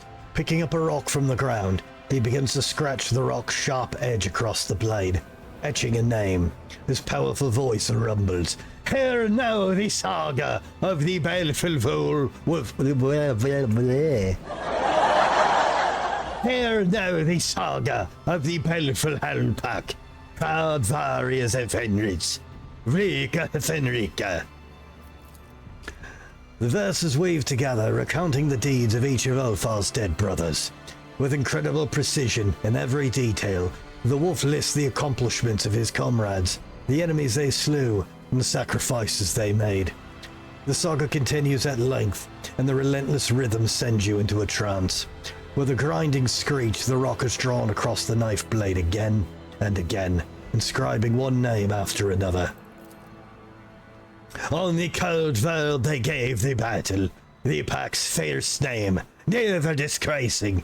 So ends the saga of the baleful howl, and the void thunders with the echo unending, Fenris Yulda. Ulfar is silent for a long time. The etched knife blade slices across his huge palm, and scarlet drops paint the snow. His weary voice rasps. Hear my awful father, Yilgathul Ragag Yrmira. With his bloodied hand, the wolf removes the rune-covered horn from his belt, and from a flask, pours something dark and sharp-smelling into it. Let us drink to my brother's Edvator. Then we will build the pyre. What oath did you just swear? It is the oldest oath on Fenris. It translates as, I will avenge, or I will be forsaken. Indicate the horn. What is that? Usually those are commemorated with Mjord. I'll have to settle for something I made myself. A few poisonous herbs from Giannis, some rare toxins traded on footfall. Maybe this brew will overcome the physical might of an Astartes. The blood priest from your ship shared many of their poisons with me. Ulfar gives Cabela a majestic nod. Surprising as it is, mere mortals can withstand Surprising as it is, mere mortals can withstand such substances. Wow, saying such substances with that accent is almost impossible. The blood-spun web is glad that its supplies have aided you, angel. Cabela bows her head in deference. May the stimulant of your making open your soul's eyes. Ulfar smiles sadly. Oh, I wish that my omen would prove a lie, and that my libation would sour without ever being tasted.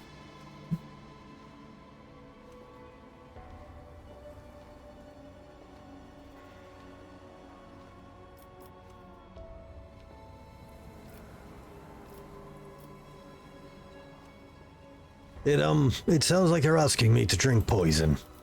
I am not a madman. It is a strong brew, but it will not kill you. It shouldn't, at least. But it may envelop your mind in a haze of dreams. Do not believe everything you see. The visions might have been sent by the Allfather, or someone less worthy. And why would we drink this? Custom. Back when Lehman Russ was still young and did not yet know the Allfather, he found himself in the lost village of the Wave Riders clan. They had all been slain by monsters, and their souls now wandered the ruins of their homes, crying out for vengeance. Lehman Russ could not speak to the dead, comfort them, or grant them peace, because he was alive and they were not. Then he brewed a mixture of poisoned herbs and drank himself almost to death. And the light in his eyes faded, and the figures of the dead appeared before him in the darkness. Rus swore an oath of vengeance before them, and the fire of resentment in their hearts went out. We have been giving our dead the same sins off ever since. I accept the horn. Face well, wolves. And then it killed me.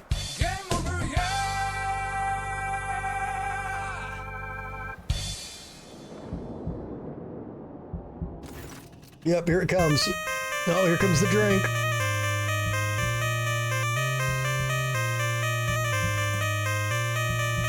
Get out of here, Reaper. Get.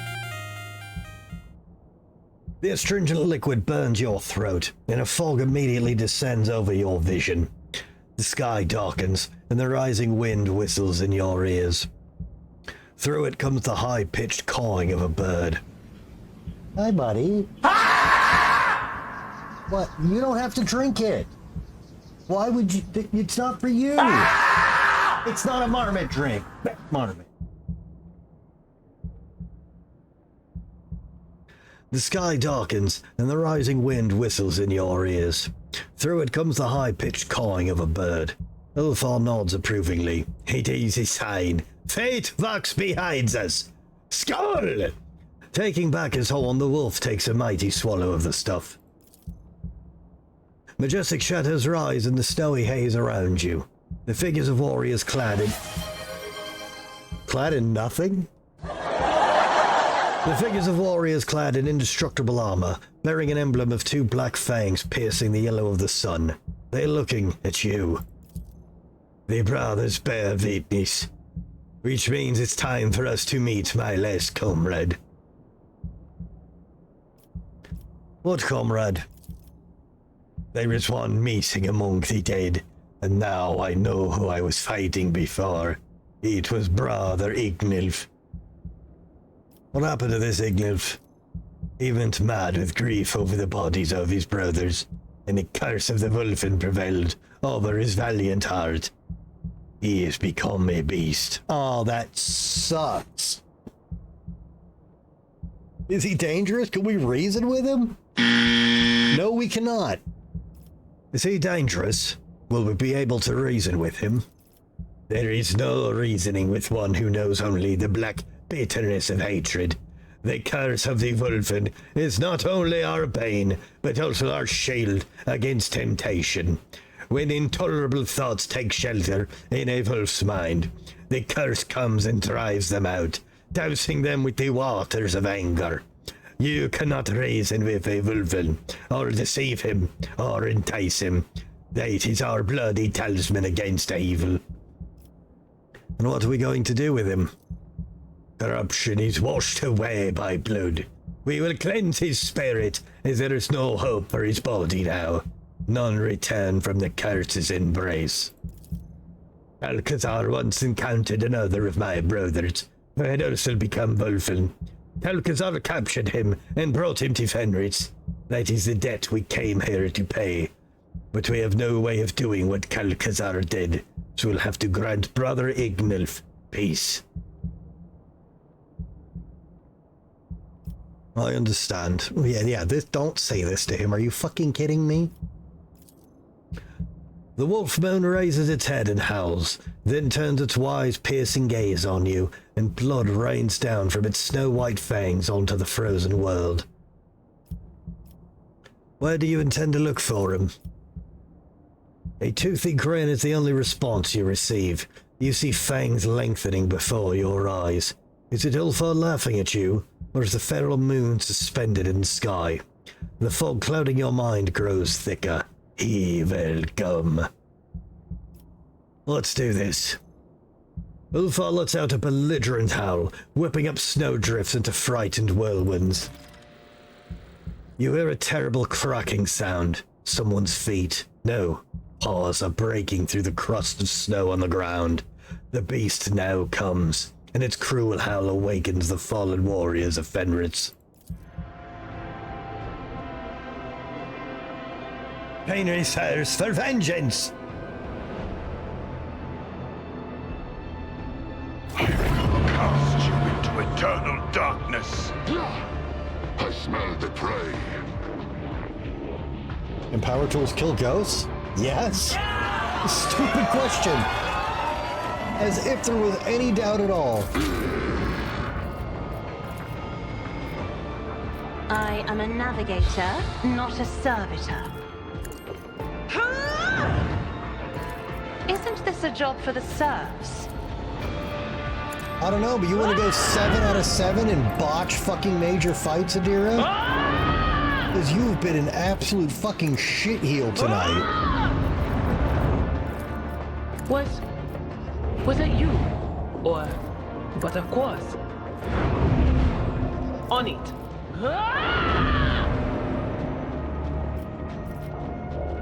Hey, she didn't fuck the party. Oh, good for you!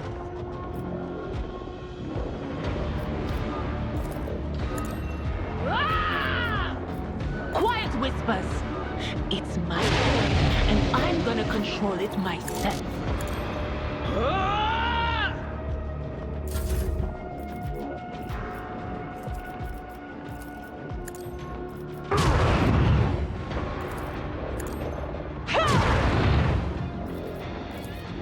If I may.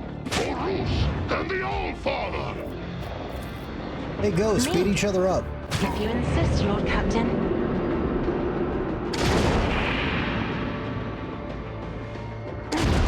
Yeah, but she's been especially bad tonight, Compelled.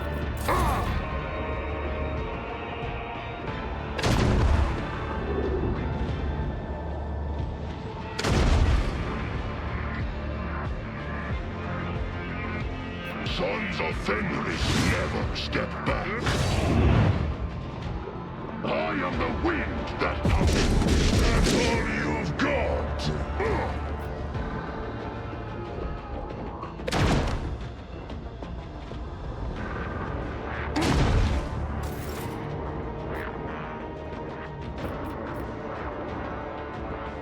I am your blade and shield, as honor ordains. I cannot serve you in this way. Trust me. I shall not fail. As a tale, Another foe painted black.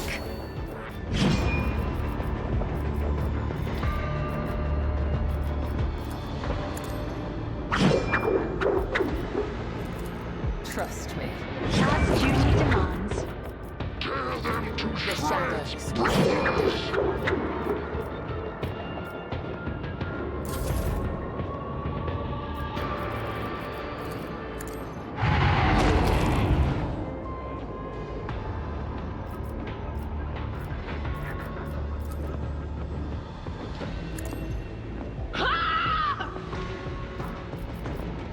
Damn.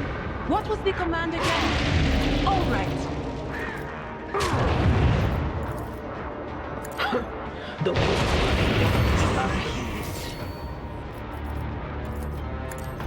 Ah! Ah!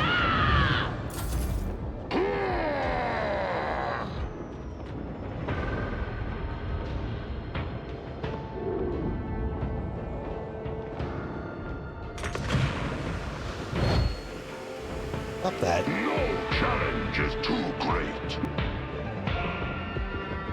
For Ruth and the All-Father.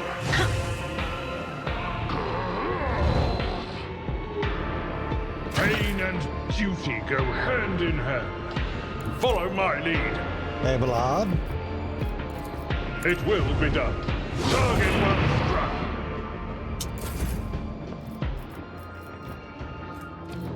None can do this better than a warrior of the All-Father! Cubs play. My strike is ruin!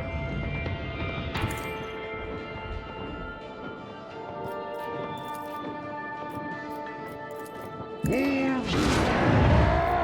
Feel the icy bite of death! So it shall be. In disgrace. Oh, fuck. Region classified, location classified, material oral retelling of On Ulfar and His Brothers, the Baleful House Saga, and On the Last Wolf Verse, recorded by Arc Chronicler Olkert Memestat.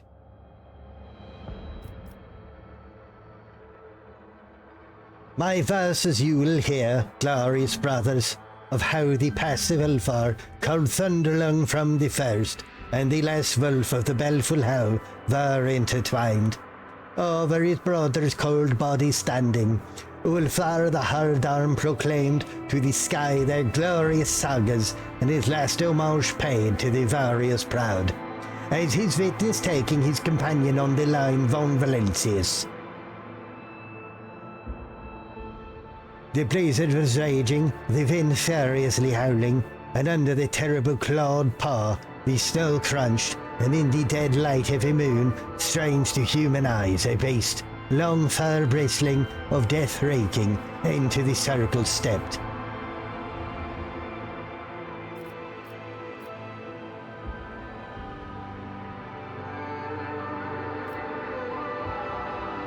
The Allfather's call to summon to battle against the beast.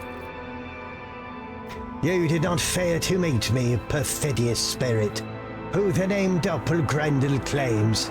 I see you've not learned from the last battle, though you paid for it with gouged eye. So spoke Allfather Thunderlung, and the beast replied, of your spoils you boasted, to the priests in vain, Ulfar Everlast. My body alone you wounded, but I your spirit maimed, and your weird crippled. Then came the turn of the Atvater to speak.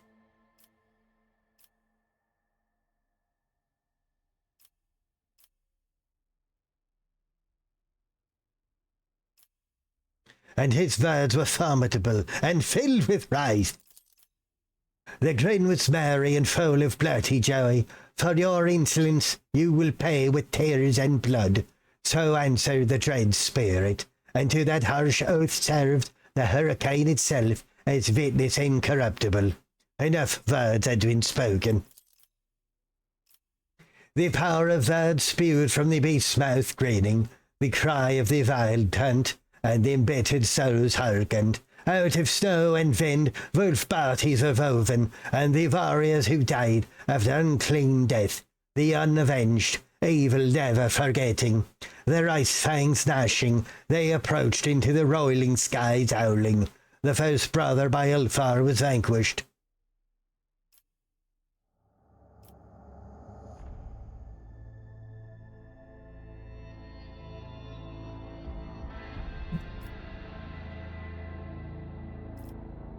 With his second he clashed the adverter as his shield. Then with life booming the heavens were split by the formidable Ulfar, his battle friends guarding. With a mighty wrench the wolf's jaws he tore, opening them wide, the evil charms banishing. With dignity was met each brutal strike, and with savagery was slain each deadly foe. Oh, Spartan, I knew that. They're not furries. No, I've known about well, what's it called? The canine helix curse. I've known about that for a long time. And then the pack was defeated. But the beast was, oh, look at this art. Oh, this might be my favorite art in these so far. This is wonderful. But the beast was not yet vanquished, roaring his body through into the fray, like a mighty spear thrust. Howling, his claws cut through the adamantine, the warriors fought, a river of blood spilling. Ulfar thundered along, his battle song singing, the black curse, his vicious rival echoing. The warriors were clashing, when the cunning Eight-Vater.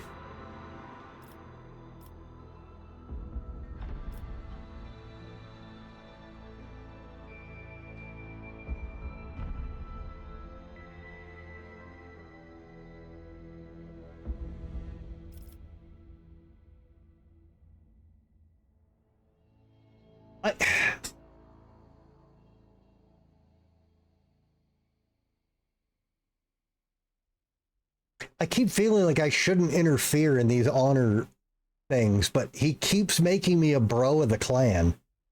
A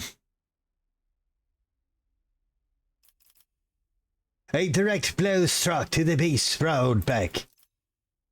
The dark wolf howled in rage and agony, his eyes blazing with a lust for vengeance.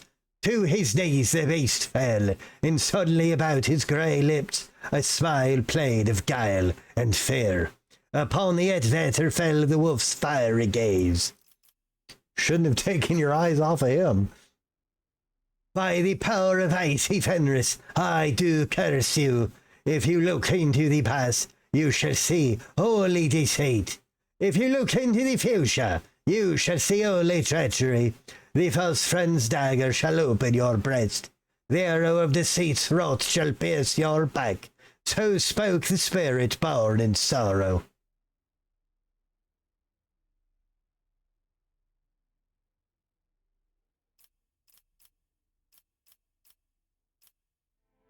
Why is my coercion 0%? Oh, because it's using Ulfar's stat. Weird, why is it using...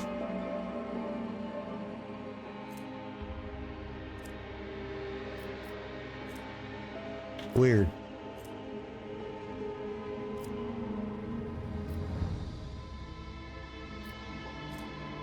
I mean, this is funny, but this doesn't sound helpful. From the Eight-Vater's lips a daring song burst forth. Death on the battlefield extolling. The heat of these words, the Eight-Vater's heart inflamed, the spirit's fatal vision banishing. Glory to the brave hearts that fear not death. In its death rest the Doppelgrendel answered, Brother, we were doomed not by the arch-enemy's followers, nor by the despicable Inhumans, who did not touch our armor, nor with dark sorcery did Malefics defeat us. No, it was the humans, whose oath of friendship swore, that plunged the blade in our back. Their treacherous plout in malice hedged. say this spirit, and then fell silent forever, the noble wolf's body fleeing, and peace to it bestowing. Oh my god, I love the art here.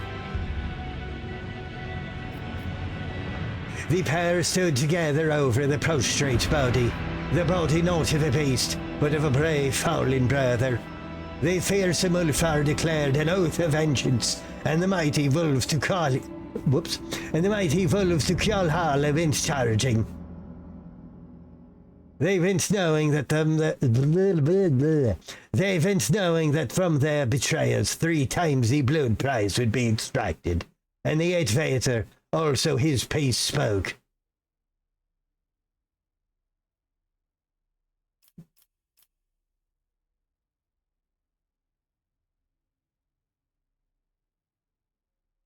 Well, who would ever say this and insult him here?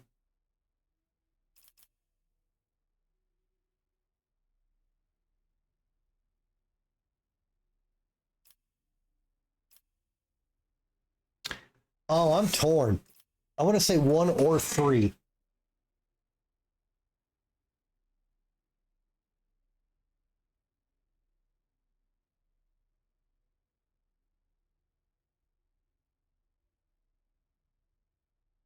No, we're in it to win it, baby. Plus, this sounds better with the song. Who killed your brothers? From this day forth, who is our foe? The traitor's name for now remains unknown. No, it doesn't. But in the darkness I will find him and have my vengeance. So answered Thunderlung. And the Etvater also spoke his peace. Oh, and also his peace spoke.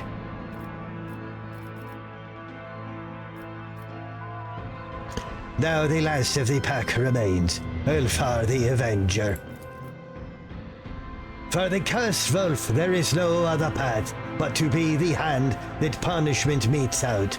To his brother slayers, to the fires of their hearts by death, are generously doused. But I, cold forever, always endure. So Ulfar's mighty word was spoken, a proud funeral dirge was sung, his brother's very body cast by grief, from his carapace was freed and laid upon the pyre.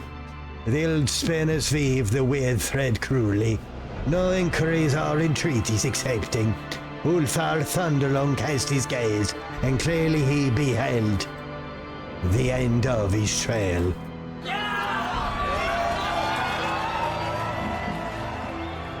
And so ended the saga of the baleful Hell. May the black name guide them to Kjalhalla. Only one was not claimed by Mordecai the Dark-Hearted. Ulfar Thunderlung stood stalwart upon the ground. Too stubborn for death was his too rebellious wolf, too hot to be seized by the chill of the grave. His brothers praising, he raised his deadly axe. Fenris stands, so there will be many yet to slay. Glory to the fierce wolf, son of Fenris. Let us remember, brothers, the baleful howl, daring hunters, fierce fighters, and troublemakers without equal.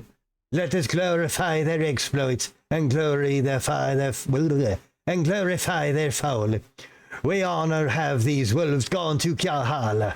Let us remember the mighty brother Ulfar, who did not abandon his pack in the snowy wastes. Let us remember the traitor of the von Valencius line, whose name is known and honored on Fenris. Let us raise our cups and cry in the face of Hellventer's gale. Father, we still live, Fenris Hulda.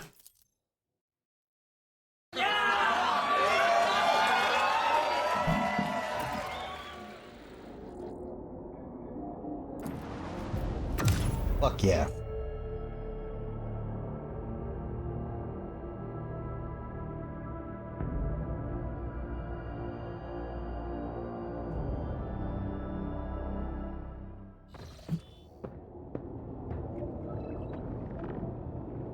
I gotta listen to more Scandinavian. I can do that better. Edvator, it is good to see you. I swear that your name will not be forgotten when I return to Fenris and sing my saga. You helped Ulfar overcome his grief at the loss of his brothers. Good. Something has changed in Ulfar, as though a burden that weighed on him ever since your first meeting is finally gone. There is a serenity in his harsh features that was never there before. He bows before you with respect.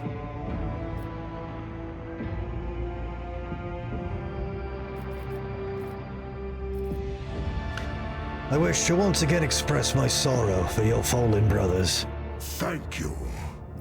Their stories will not be forgotten, but will live on in the chapter's legends. We wolves do not fully die. We live to hunt in Kjalhala, and one day we will return to this world for the final battle. Glorious will be the day when we brothers are reunited. Cat space for the Lamenters. They don't deserve that. What will you do now, last of your pack? The pack is no more. I could become a lone wolf, an avenger of the fallen. But my heart yearns for something else. I have missed the company of the warriors of Fenris. When we finish your business here, I will seek out Thorvald Ironhide and accept his generous offer. I will bind myself by ties of blood brotherhood to the Stormbiters. My duty to the Allfather is not yet fulfilled. Oh, I'm so happy we got a good ending for him. Do you believe the power of the... Do you still believe in the power of the curse upon you? The curse is strong. There is no doubt about that. But my spirit is stronger than a doppelgrendel. I overcame one in combat, so can I not overcome its magic? No. One day I will find the glorious death on the field of battle. Tell me, what gave you the strength to resist giving in to the despair? Do you remember when I was overcome with rage in the wreathing Tempest Spire? And you reminded me who I was supposed to be fighting for.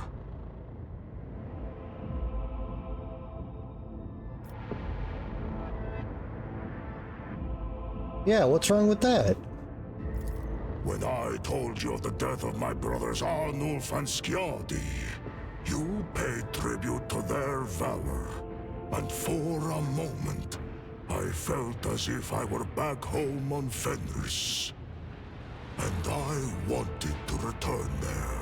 You gotta remember something about me, Spartan. I mentioned this the other day and earlier in the stream too. I have a very deep ingrained like warrior's honor thing.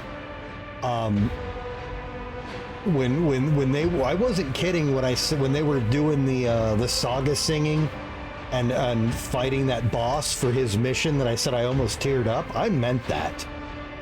That's one of the only ways to really, get me. I really like honorable warrior culture. I like it a lot. It always feels right to me. And if this had gotten fucked up and he couldn't have done what he did for him and come back from it, I'd have been fucking devastated. Your counsel, Edvetter. It is what gave me strength. I saw strange things during that battle. Was it a mirage or warp influence? Dreams brought on by Mjot mixed with reality and the spells of the doppelgrendel. How can I say what was true and what was a mirage? Were we fighting against a spirit or against my deranged brother? Did the ghosts of the fallen rise up beside us to weigh our valor on the scales of honor? Or did the drug make us do battle with the wind? It is all true, Edvater. Or perhaps none of it was. The people of Fenris have long known how thin is the line between what is real and what is legend. And we were in a legend. You have fulfilled your duty. I'll congratulate you. I could not have done it without you, Edvater. Know that, now and always, you will have friends on Fenris. I now no longer wish you in my retinue. Fenris Yolda, Edvater. Oh, hang on. Are his colors better now, Cassia? My dear friend. You don't look at him. Alright, shut up. I don't even think you're Cassie. I think you're a bitch mom possessed. That quest is scripted fucking terribly. Where is the star of the street? Actually, I think Ichabod's been outside all day. He's kind of stupid. He thinks when the door opens, he has to go in or out, like a compulsion. So, every time we let him in, he would turn around, see the door open, and then he'd go back. Here he is, compelled to die. Here you go.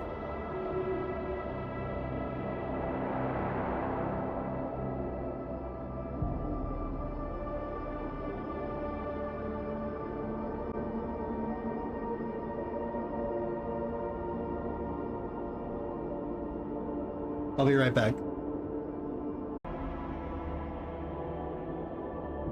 Compel, I will throw my back out doing that. Ichabod is morbidly obese. That is a terrible idea.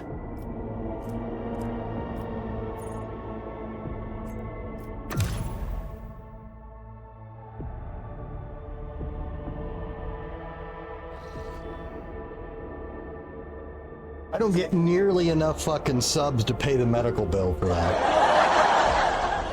No, he's not. And I know that because I rescued him when he wasn't getting regular food. Okay? I have video proof. Do I have video? I definitely have photograph proof.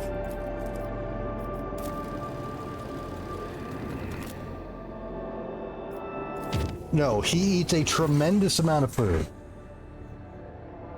Yes, but he's been home for a year now.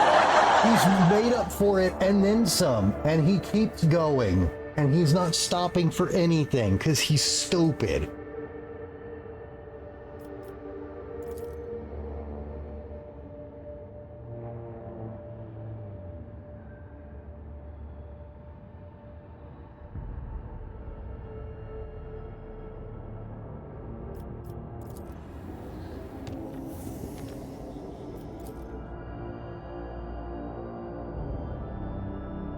Use a shark to scratch my back. Oh, no stone unturned. You visited all the systems in the Coronis Expanse. Nice.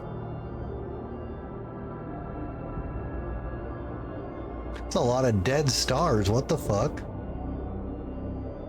Ichabod, your spirit animal.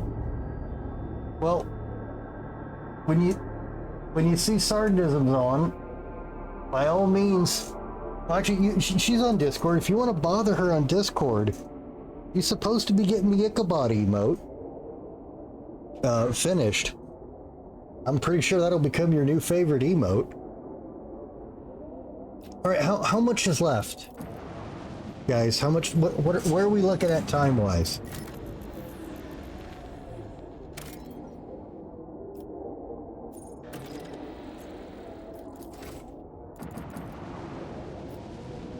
Wait, I can go to the sun? What the fuck? Judging by the orbital trajectories, this is the parent star of the system. If the what?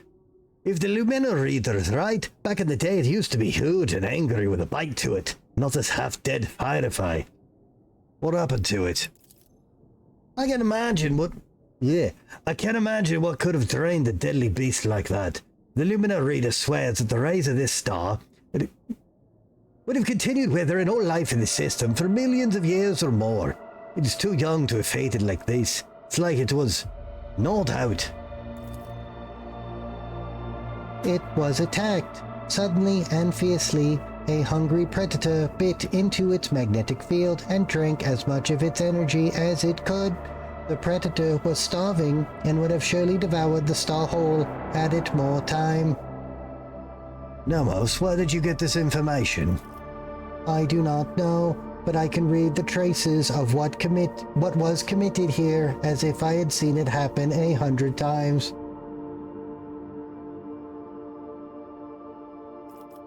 We're done here. A historically important bolter? Okay. I'm going to do a save, since after that torpedo thing, I'm not trusting anything and eternally bitter.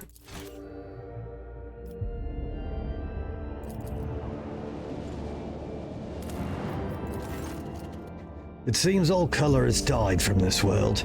The grey masses of rocks give way only to brownish sand and black void of gorges. Yeah, I've been to Arizona. The team barely notices a strange detail amid the drab landscape, an extensive area where the land is too smooth. As they approach, this area turns out to be a lake of moving metal, in the center of which burn green arc discharges. On its shores lies the ruins of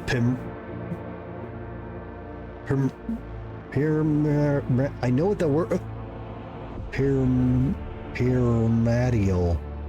Pyramidal constructs. Though through magnoculars, it is determined that the remains of the pyramids are slowly melting, creating flows that dump new metal into the lake.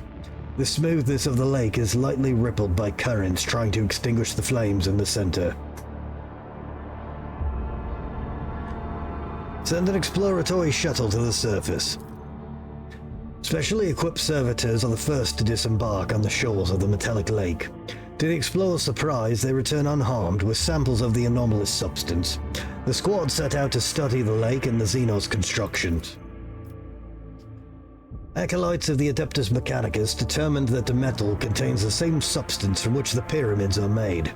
The behavior of the metal particles indicates that the constructs made from the metal are capable of regeneration, just like living matter, albeit incomparably faster. However, the pyramids filling the lake by transmitting the metal through built-in portals cannot surmount the destructive force of the arc discharges in the lake's center.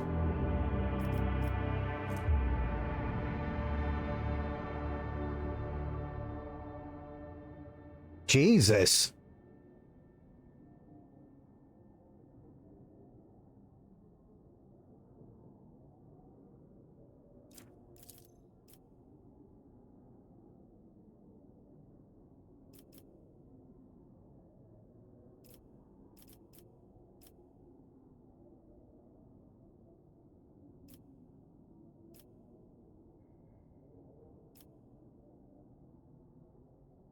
I feel like we should just blow up the pyramids. Try and extinguish the flame. The vessel's cannoneers find the idea of smothering the green flame with ship's waste rather dubious, but don't dare question the will of the Lord Captain.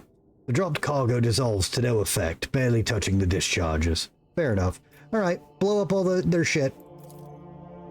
The Xeno structures do not give under the first salvos, and from the portals flows of metal begin to fill the damaged parts.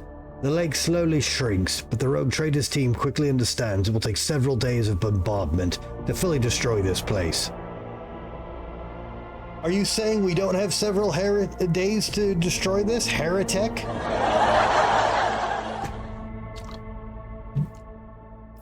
There's something wistful about this site, an unhealing wound on the body of a mysterious technology.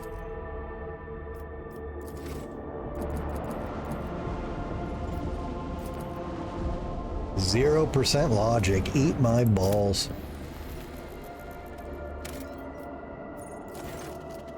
A shuttle of Imperial make is detected among the rocky gorges of the planet, alongside two nearby Xeno objects, monolithic structures embedded into the landscape. When scanned, the objects distort the signal, but no signs of enemy activity nor signals from the shuttle are found. I send out the servitors. The servitors' signals disappear as soon as they approach the cliffs between which the shuttle was found. Not one of them returns, and no data is received. Oh. Disembark and examine the shuttle and Xeno structures. Holt von Valentius wishes to personally explore the enigmatic monoliths. The von Valentius shuttle overcomes the turbulence zone with an alarming rumble, after which the connection to the void ship becomes tenuous. Despite a rough landing on rocky terrain, the flight ends successfully.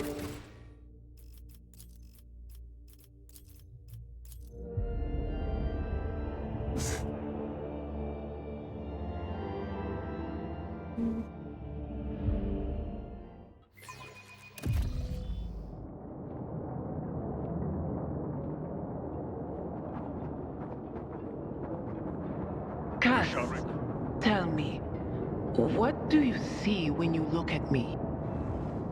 Usually a colorful pandemonium, but now your colors have faded. Are you afraid of me, Idira? Or of what I might see in you? You're afraid of me putting a bullet through her head if she fucks up again. Oh, good. Your words mean nothing to me, for I speak the language of the retribution. Silence and die.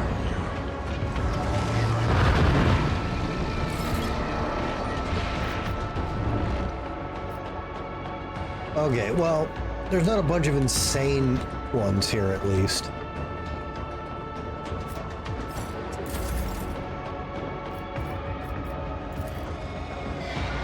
I am a navigator, not a servitor. Alright, Idira, you gonna start behaving, or was that one time you didn't fuck us a fluke? Me? If you insist, Lord Captain. Anything else? Will do.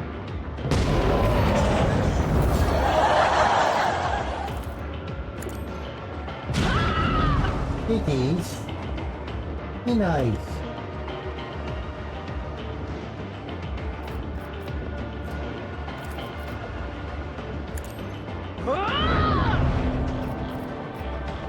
Was that you?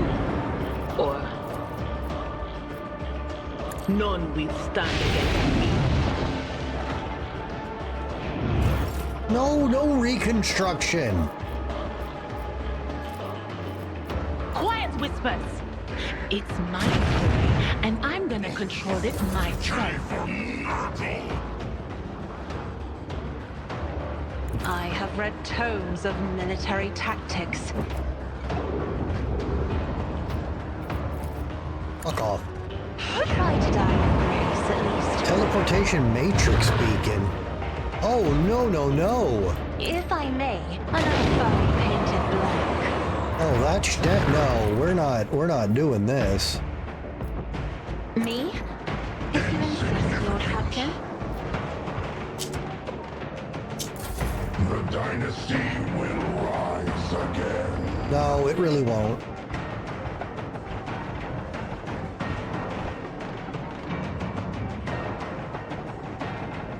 Time for our return.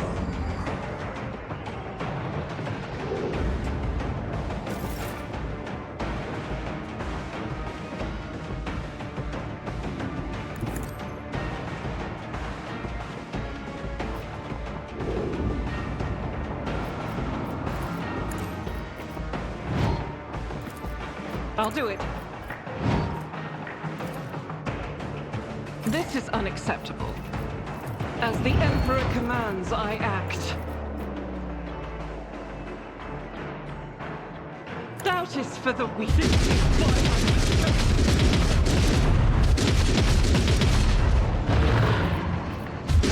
Not undo me.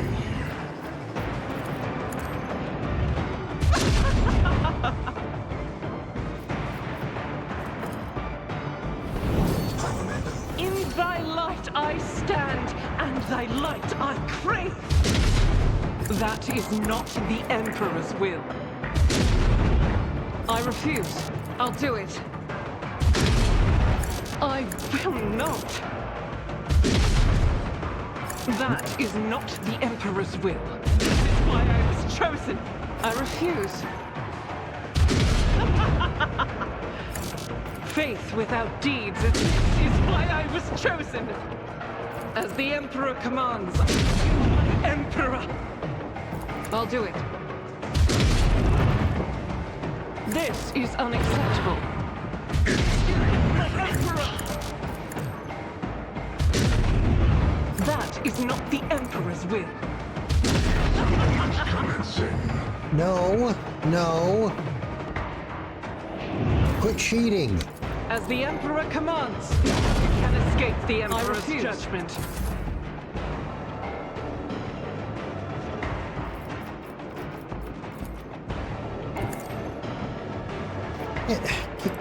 Get out of here. And so shall your corrupt way has failed you. May my wrath be thine. I can't allow myself to do this. Actions will speak louder than words. A dance of blades and shadows. Watch out. Another step towards our ultimate victory.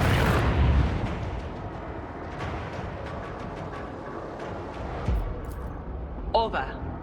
Drawing upon your patchy knowledge of the Xenos, you guess that these monoliths were once part of a mighty transport ship, capable of transforming into ground-based structures. The broken body's been smashed into the ground with such force that there are cracks radiating from under it. Oh shit, that's the armchair. The Gloom Rifle.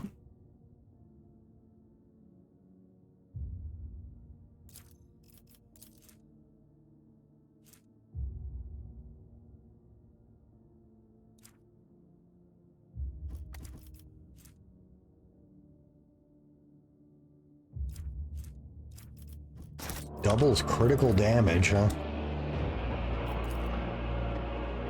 You can still recognize the Von Valencia's coat of arms and the half-abraded emblem on the side of the shuttle. Parts of the hull and equipment look as if something vaporized the ship's components one layer after another. Let the faith guide my path to glory. An advanced shield. Fury Incarnate.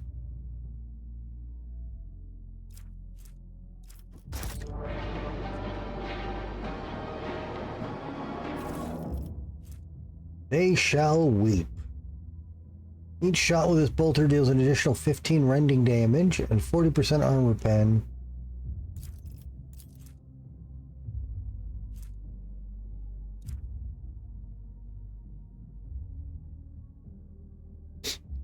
But it's not even a heavy bolter.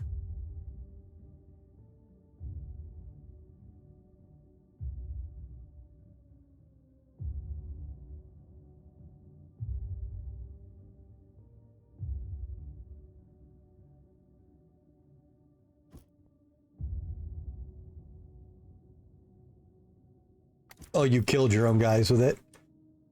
The heavy void suit. Ah. 85% with 7 armor deflection. 30% bonus damage reduction from area and burst attack. So you should have put this armor on them. This armor is so this perk people can survive.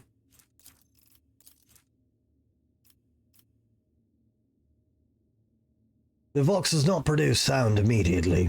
The officer who made the recording speaks clearly and confidently, but also softly, with a barely perceptible vibration in his low, orator-like voice. It seems that the tape is partially damaged. Entry 1. We've landed successfully, but were unable to report to Her Ladyship. The communication channel is filled with interference. The navigation system has been affected as well, so we will not be able to take off anytime soon, let alone return to the ship. Sergeant Damani is looking for the source of the interference. The only thing left to do is keep a log. Entry 5.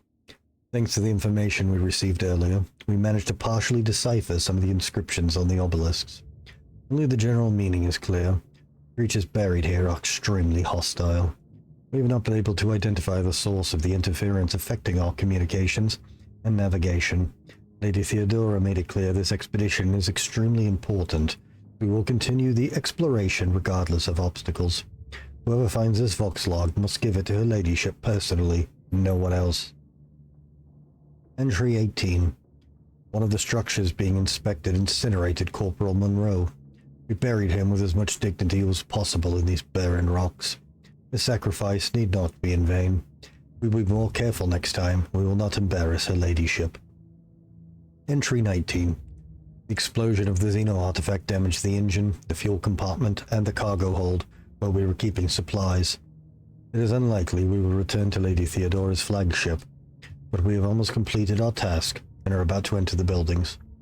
What matters is the preservation of the data we have obtained. There were no dead people behind the monoliths. The creatures attacked us as soon as we managed to activate the gate mechanism in one of the buildings. Their weapons destroy flesh and plasteel with equal ease, and their bodies recover from any wounds. The words are interrupted by a bang and a yell. We'll keep recording until my final breath. I hope it benefits the House von Valencius. The weapons of the Xenos burn with green fire, and how bolts of lightning and energy charges burst from their blades. Demoni's fallen to the ground and cannot get up. Her body is breaking, the rocks beneath it about to crack. Tell Dahlia her father gave his life for the good of the von Valencius dynasty. May she be proud of... So you said historically important? Know your duty.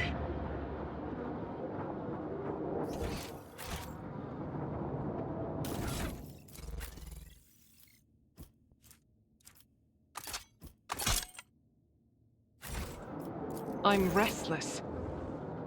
Alright, we'll try it out. Like, I see why it's good, but I thought it was a heavy bolter. So there's only 2 heavy bolters in the whole game, huh? That's kind of fucking weak sauce.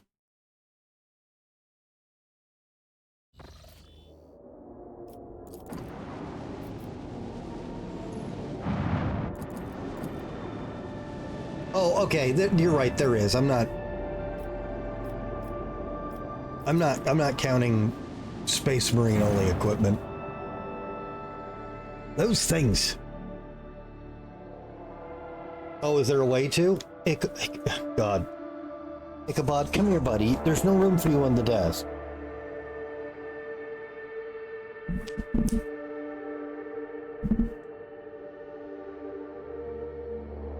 Ichabod, can you lie down?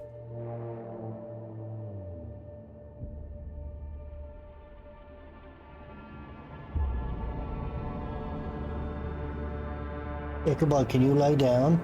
Rule Flurg, hello. I feel like I haven't seen you in a few days, man. How you been? Busy with school?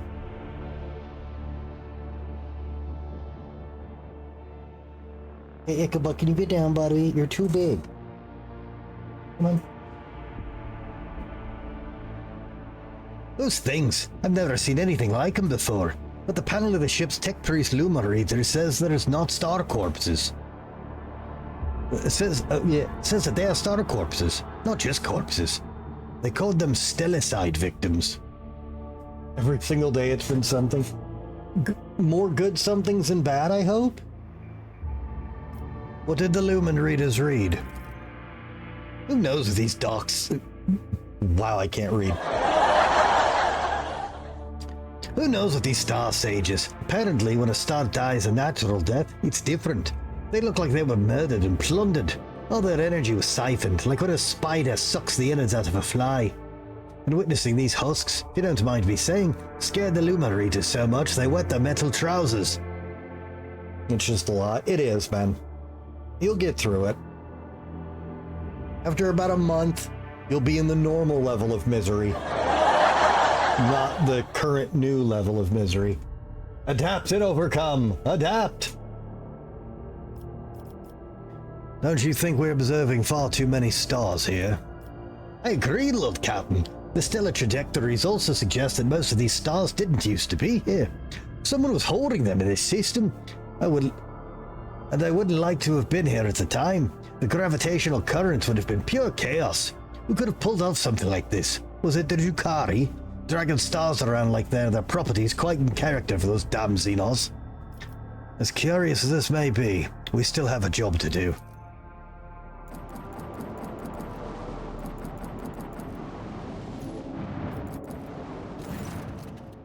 Lord Captain, a Lord Captain, a Xeno squadron's on intercept course. It's the same abominations as before. What's got them so riled up? I think they're gods. The ship took off from the surface of the planetoid as soon as we bathed it with the eyes of our augurs. I'm not an expert on Xeno minds, but I know my void maneuvers. I can tell you this. They are angry, and they're approaching a direct and unambiguously aggressive trajectory. All decks, prepare for battle. Orders received, Lord Captain. Glory to House Von Valencius. Well, Grog, you're just in time. We're right near, I think, we're right near the end of the game. So probably 5-6 more hours.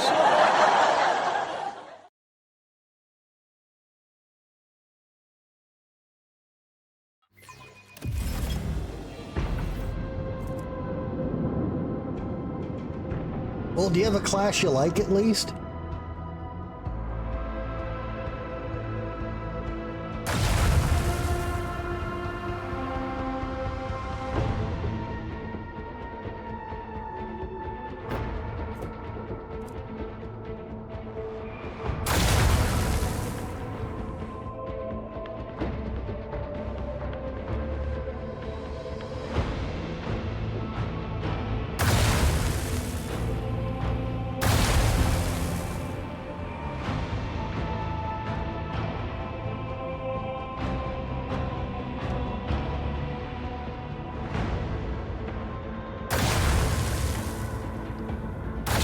Hey, fuck you!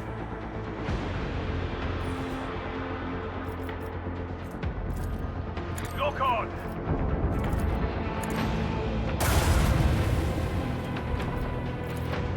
Unleash a barrage of destruction!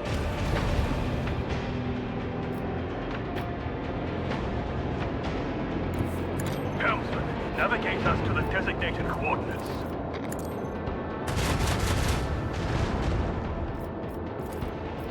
I want to hear the macro cannons roar!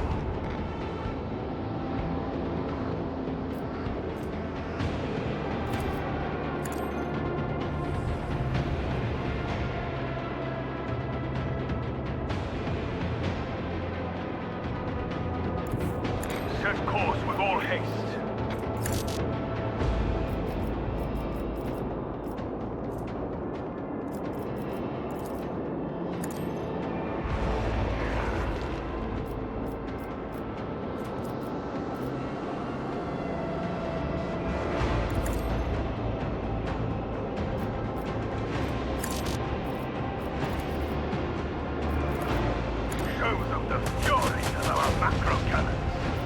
Miss. Unleash a barrage of destruction!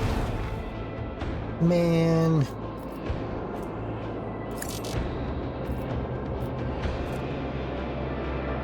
Full speed ahead.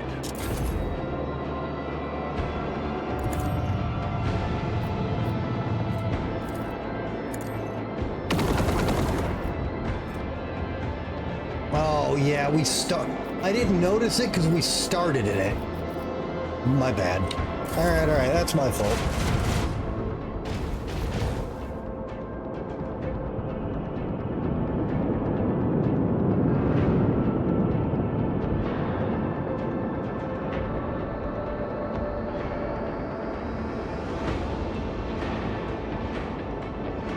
Stop healing! That's not a thing ships do. You fuck.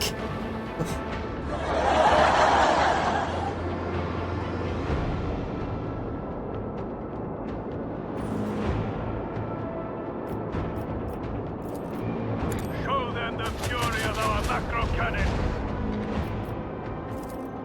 Let the macro cannon sing their deadly litany. No, I haven't. Send. Still cheating.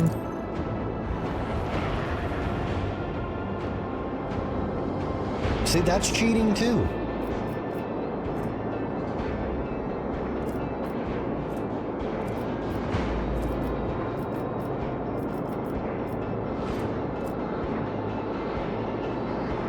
We have a destination to reach.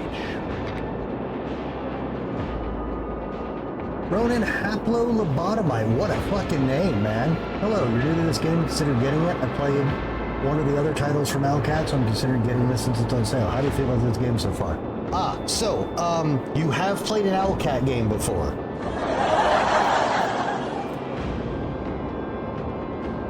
Well, yeah, but I'm just in a space fight right now. He's fine. Yeah, I'll warn him. But what Owlcat game have you played, sir? Unleash the power of our lance batteries.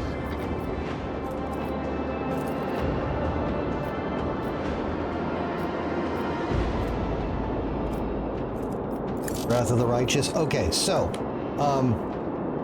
overall, this game is very, very good. Even if you're not a Warhammer fan,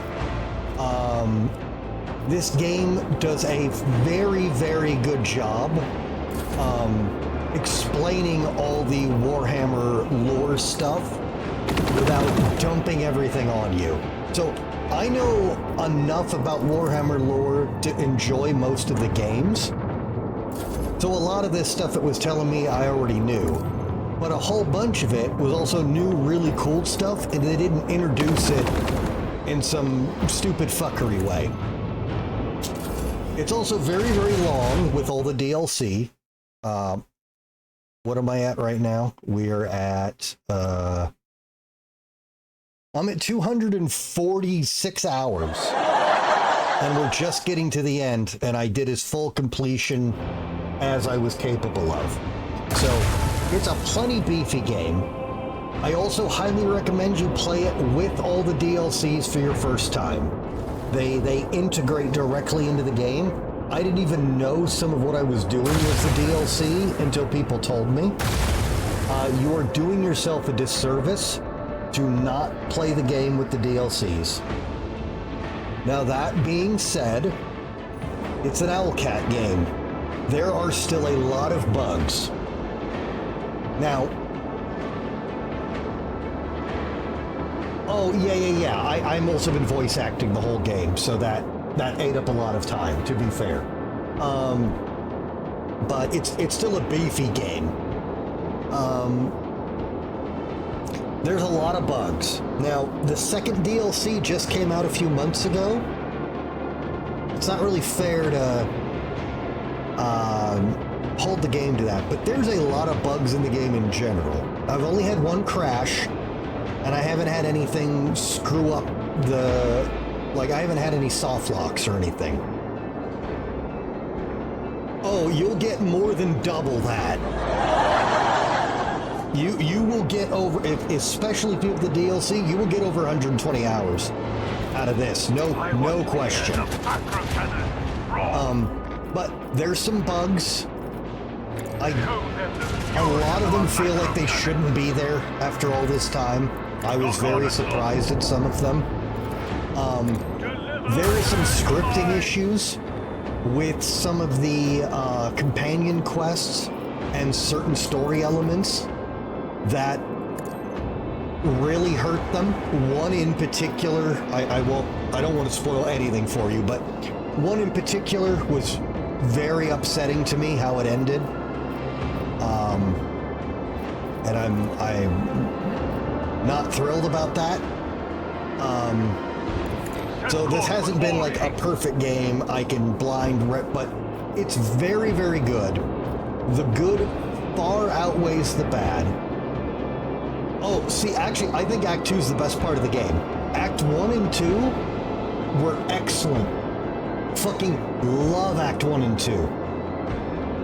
Act 3 is hated by a lot of the community. I don't agree. I liked 3. But 3 is where I started to see problems. Act 4 is kind of a fucking mess.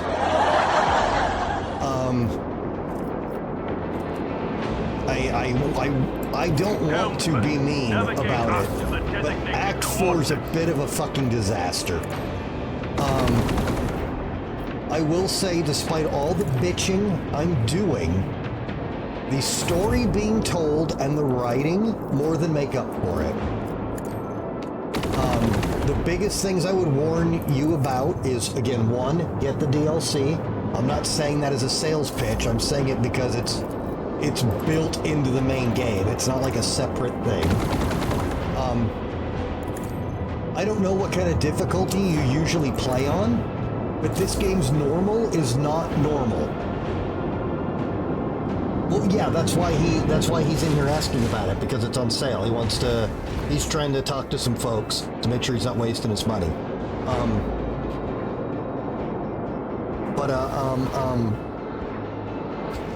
The difficulty in this game, normal is not normal.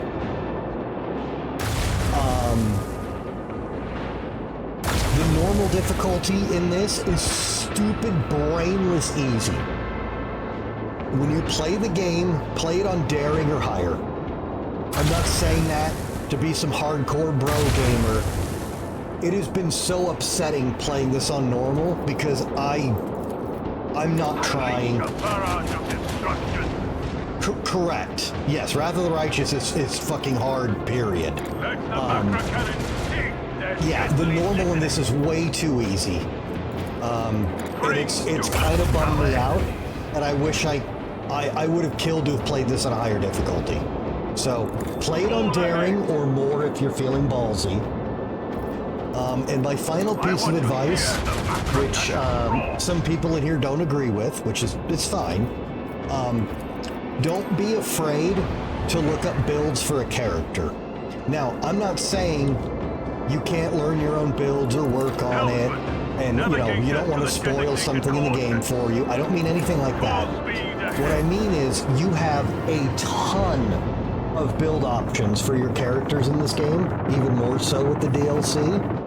And even if you read it all, understand it, got a good idea of what you want to do, when you upgrade, this isn't a spoiler, when you upgrade to the tier 2 classes, a lot of shit that was bad before that you wouldn't use is good with the tier 2 stuff. So you really don't know how to build a character until you've unlocked almost all of it, which is really cool for longevity and really bad when you're new to the game and just trying to play the fucking thing. So, I'm not saying look up a build and do exactly what it says verbatim. I'm saying start the game, pick some shit you think is cool. When it starts to not feel great, or you feel like stuff's not clicking, or you go, oh man, I wish I would have taken this earlier. You can respec in this game, but it's only free a couple of times, and then you gotta pay for it. So, you can fuck around a few times. You just don't want to be respecing all the time. And I don't want you to be surprised by that, because I was shocked by how much I wanted to respec. And so I looked up, especially for the Psyker characters. You could probably get away with not looking up anything for the non-Psykers. I'm very happy I looked up Psyker builds to get a better vibe for how they work. Well, you're getting to see a ship battle right now. I'm not really paying attention because I'm on easy mode. And these ships are assholes. But those are my pros and cons with the game. I highly recommend it, but I'm not going to tell you it's this perfect, greatest game ever. If all those downsides I said to you don't sound that bad, and you've already played an Owlcat game, so you kind of seen what they can mess up. But if all that sounds good, something you can deal with, and you're interested in 40K or you're a big 40K fan, yeah, I can't recommend this enough. It's very, very good. It's got some issues, and some of the issues it has, I don't feel it should have, which kind of makes it hurt more, you know? Because the game is so good, but there's so much that's off. But I've not completed it. I've played a bit of it, and I have several friends that have played it, so I'm aware of a lot in it. And you and a couple others have been warning me about some other shit in it. And honestly, the Wrath of the Righteous DLC 2 is on sale right now. And, like, I really want to get it, but man, I really don't think I should spend the money. Because I'm broke, not because I don't think it's worth it, but it's on a very significant sale right now. And every time I look at it, I go, oh, and I can't pull the trigger. But yeah, Ronan, if nothing I said scares you away, buy it.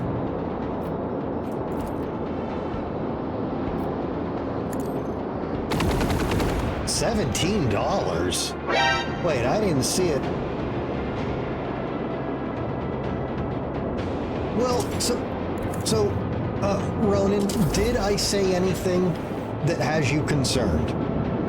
Like, I warned you about the builds, the difficulty, the bugs, and some scripting issues. Did any of that scare you off of it?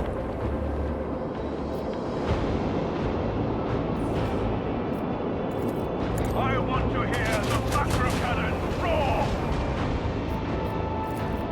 Let the macro cannon... Honestly, bro, just buy it. Don't wait. Just on the slim chance that, you know, you get busy that day, you can't get out for it, this is a safe purchase. It really is. Unleash your barrage of destruction. Can't recommend voice acting the whole thing. You won't be busy that day? All right, fair enough. But yeah, it's very, very good.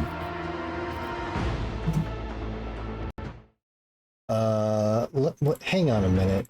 Spartan's telling me 17. I don't remember it being that cheap. Hold the fuck on. Wrath of the Righteous. Okay. I own it, and I own the first. Quit playing the trailer. I'm streaming, you dick. Oh,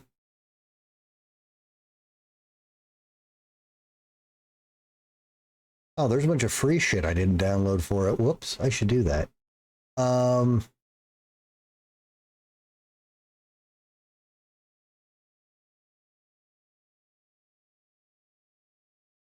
Game of the Year edition. Does that come with everything, I assume? Commander pack.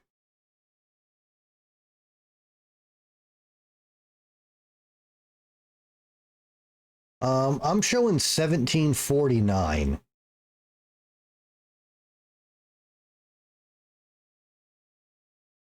That's with some other stuff. Where's the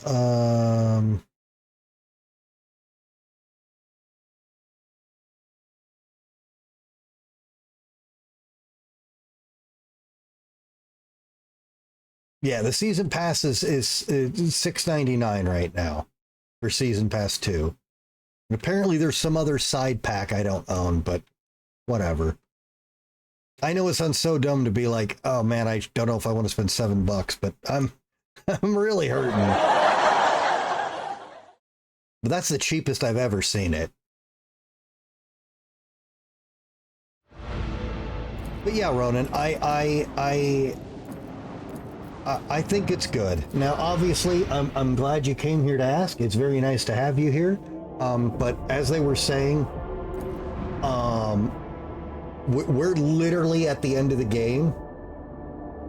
Like I'm about to go into, I don't know if it's the last fight, but the final area. I don't want to do that when you're here. Like, obviously I don't want to kick you out or nothing, but I don't want to spoil the game for you. But I hope that helped. I hope you do enjoy it. I hope you do get it and enjoy it.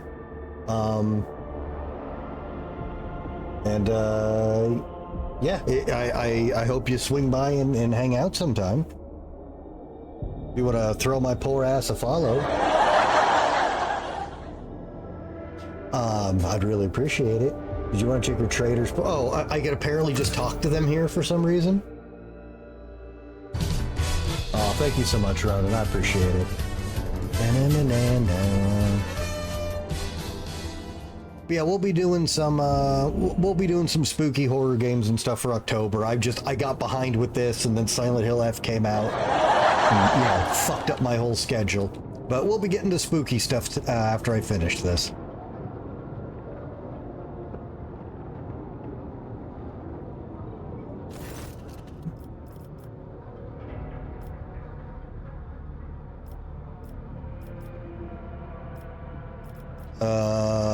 I don't...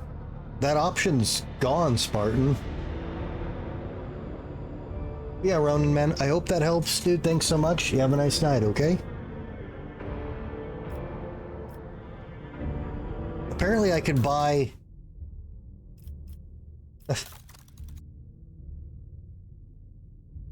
Well, what's funny is you could still buy pet parts. I could still buy these. This guy can talk to us interdimensionally.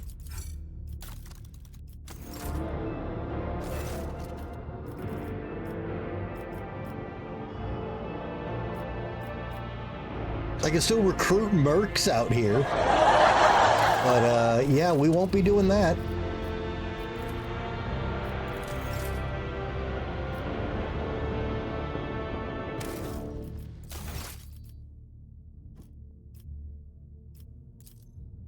Why would you lie to me, Spartan? What did I do to deserve that?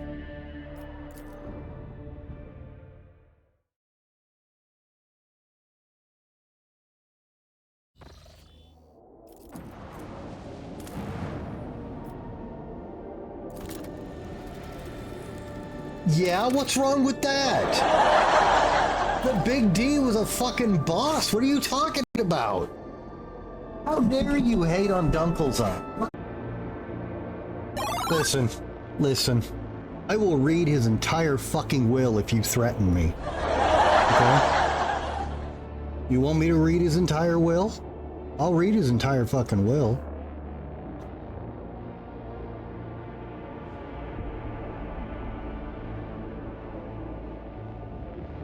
Ancient Rumblings module. That name doesn't ring a bell. Is that the actual title of it? I have most of first and second edition. I'm missing a few things. What else is that named? But I'll read his fucking will. We can do this. I love reading this book. This book's fucking great.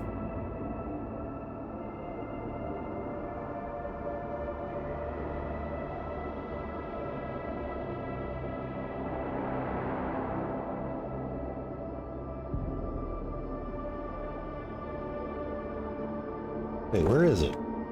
It's like a fourth of this book. Why can't I find it?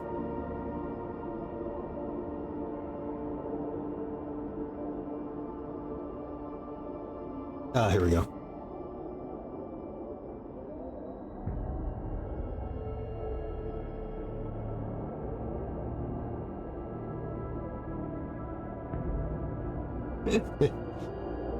For the first party to create a perpetual motion machine without the aid of magic, I leave the heretofore undiscovered notebooks of Leonardo da Vinci. To Henry Higgins, I leave my bottle of Chateau Lorraine, 1862, of Votre Santé Mon Ami. To Joseph Ronk, I leave 200,000 new yen for the express purpose of attending MIT&T, on the condition that the major in cognitive sciences or thaumaturgical studies. That's to be. I leave the encryption key to my private data store on board the Zurich orbital habitat. Use the knowledge you find there well, as I know you will.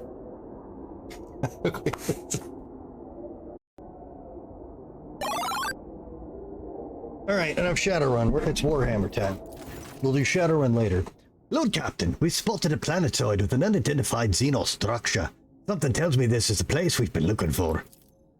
Augur clerics detect the failed void mines on our trajectory toward the planetoid. What do we see on the planetoid? Practically nothing. The Augur clerics say the magnetic radiation blinds the machine spirits. We see some kind of wicked pyramid and they're picking up a few encrypted Vox transmissions. Tell me more about the mines. Good mines, I know from experience, encased in ceramite under a coat of Camaleone line, the Cockney detonators are inhabited by the most malicious and cunning machine spirits you've ever seen. Far too good for pirates, and given they've been planted for 7 cubic kilometers, I'd reason they are gifts from the Lord Inquisitor's own stores.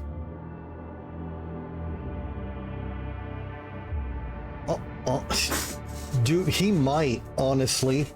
That's part of the problem. He eats the outside cat food and the inside cat food. He finishes everyone's bowls. That's why he's so fucking fat. So, Spartan, what ancient rumbling module? Do you know the name of it or what book that's in? Because I'm missing a few things, but I've got most of it, and I don't know what you're referencing, and now I'm upset.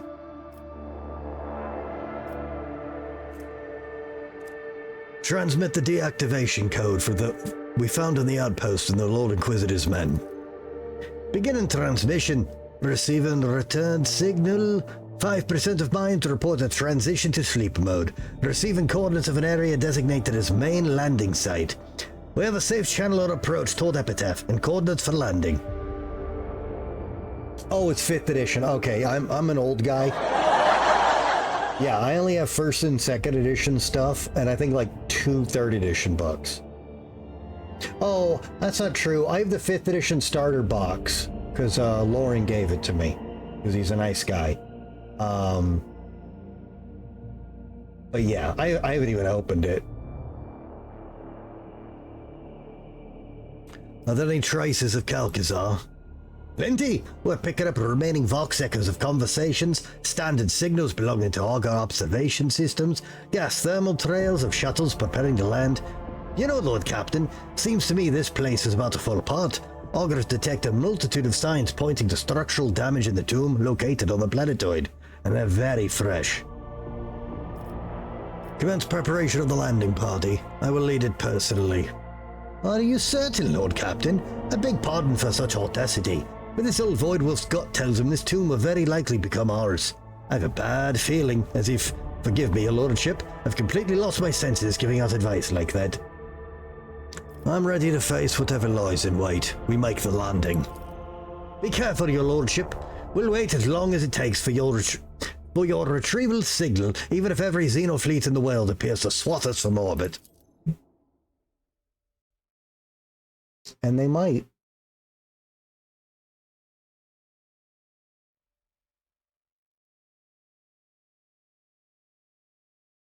Yeah, I've got 2 of the 3 Chicago books during the bug infestation and everything, but I don't have the really expensive one. I've got the easy to get one, and I've got the pretty expensive one, but I don't have the big dick daddy one. I've been trying to get that forever. Every person on the bridge freezes in astonishment, watching the remarkable procession approach your throne. Officers and enforcers are glancing at you questioningly, but do not interfere until they are ordered to.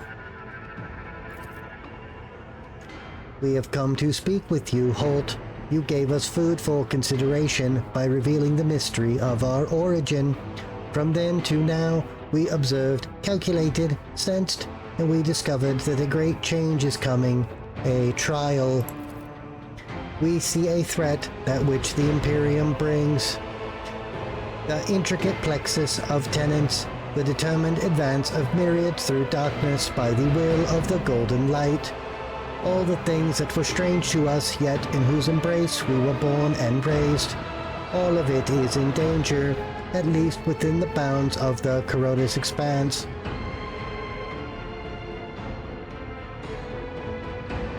Oh, the Rites of Battle from the Deathwatch RPG book. I'm not familiar with that one.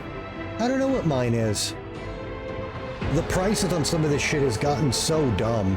It's probably all my Planescape box sets. For a long time, though, the crown jewel in my collection was the Necromancer's Handbook for 2nd edition. I love that book. It took me so long to get it. You are the one who can stop it, and Nomos must help you. We are an unidentified thing, spawned from chance, but we want to justify our existence by serving the light. Oh look, Nomos has an image now. Wait, what is this coming threat? Nomos cannot say. Something changed after you helped us remember our birth on Epitaph. We now sense the liberation of something vast, which is actually a mere fraction of something limitless. It is seeping through a breach, its shoulders pushing against the walls of its prison that are about to give. But what it is, we do not know. Wait a minute.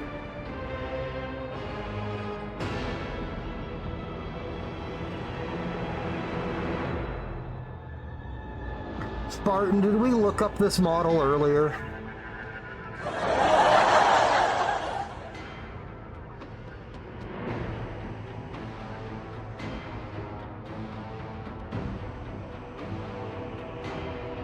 God damn it! It's a fucking shard. It's not an AI, it's worse. We must say, it frightens us to think about this unknown something that is trying to break free. It is so vast, too vast to measure or explain. But however frightening or all-powerful it may be, we are ready to face it, rise against it. Even if it destroys us, it will be a sacrifice for the sake of redemption. Well, at least I got him on board with the Emperor, it sounds like. What do you wish to do? Wait until the unknown threat appears before you, then face it. We do not know where or when it will happen. We do not know what we will face, but we know that we want to be there with you. There is something we require to do it.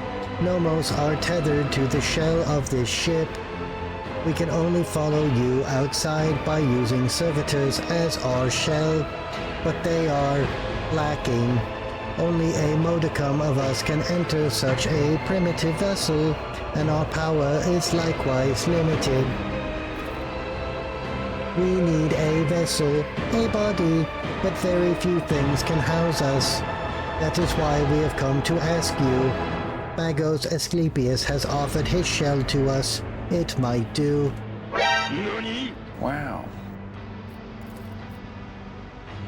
Indeed I have. I cannot think of a prouder end to my pilgrimage than the liturgy of synchronization with the Great Spirit.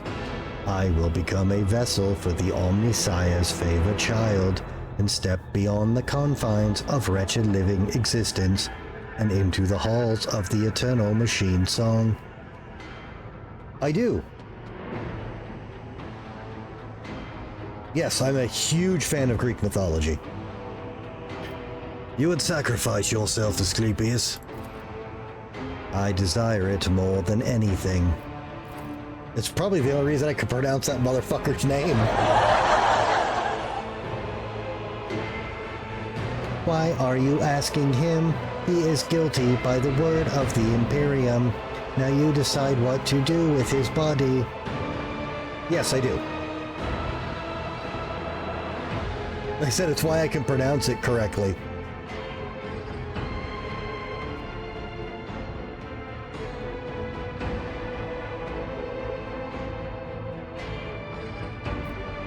I've heard you and made my decision. We await your word, master of the ship. Please give us freedom, and we will stand with you in the hour of great need.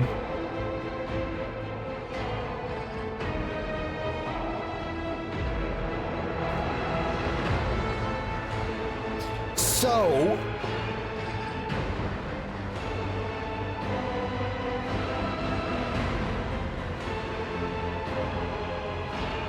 effectively, what this hinges on is, has this shard been factory reset and properly trained as an Imperial? No poll. I'm thinking it out. Fuck no, I'm not letting this be a poll.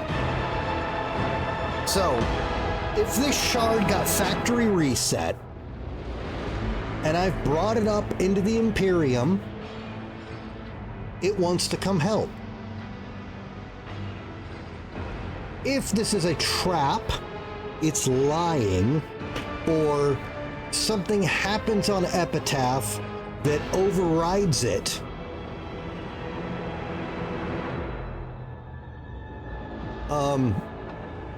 we have a colossal fucking problem.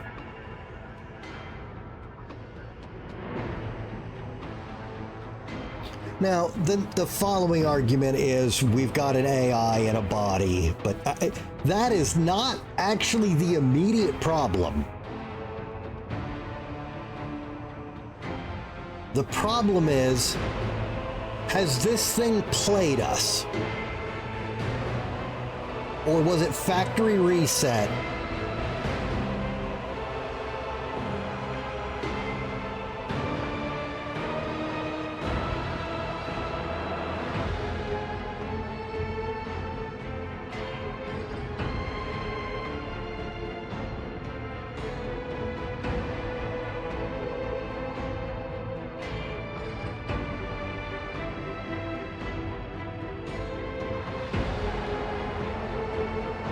I can't remember if you finished this game, Gros Le Fleur.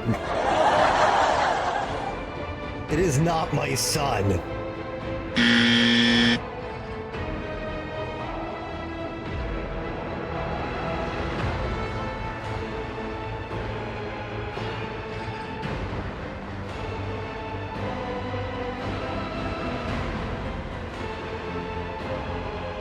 Hey, it's your boy.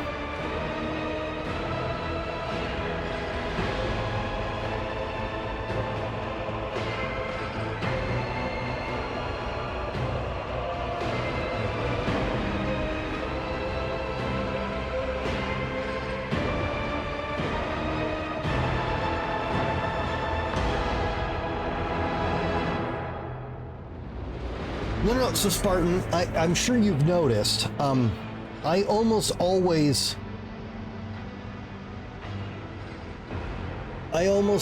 try and roleplay these games on my first playthroughs. I'm a big fucking roleplay geek. But here's the thing, okay? You're right. One is dogmatic and one is iconoclast. Or heretical, but I don't know that. No, you're right. But the thing is, if it hasn't tricked us, okay? If it hasn't tricked us, and Asclepius, all the tech priests that examined it, and even Pascal, if it tricked us, it didn't just trick me, it tricked all of them. But if it didn't trick them, that means this is legitimately a holy device from the Omnissiah. Which means bringing it with us to do the will of the Emperor is the dogmatic choice.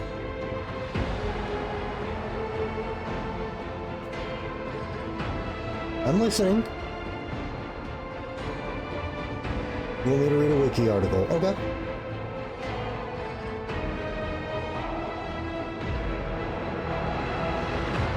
The Noctic Labyrinth. All right. You've been very good about not spoiling anything that matters, so I'm sure you're telling me this so I can make an informed decision. The Noctis Labyrinth. Okay, let's...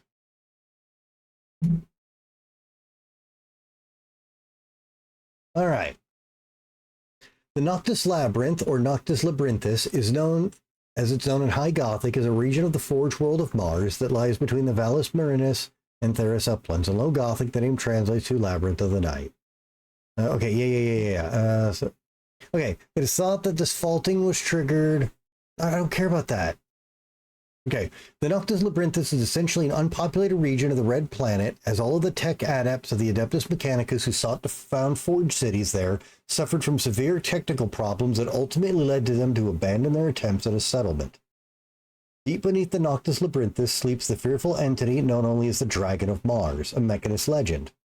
This being may be a Satan known as Magladroth the Void Dragon, who was supposedly imprisoned there by the Emperor millennia prior to the start of the Age of Strife. The Age of Strife is when the AI Iron Men or whatever the fuck they were fucked everything up, right? Is that accurate?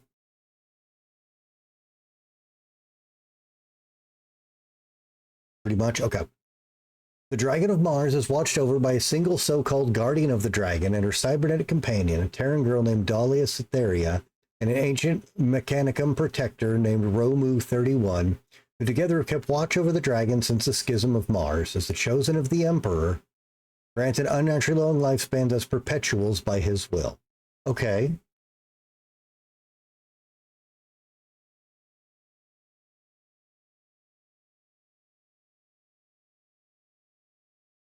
I thought the Omnissiah was the Emperor. You're telling me it's not?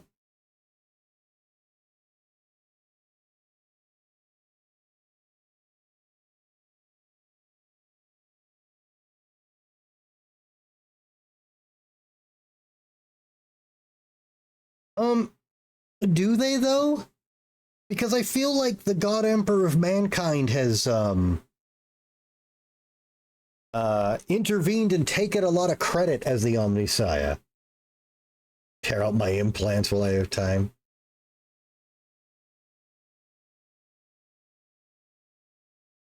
It's from the Necron's Codex and the novel Mechanicum. I don't like that that's in the Necron Codex.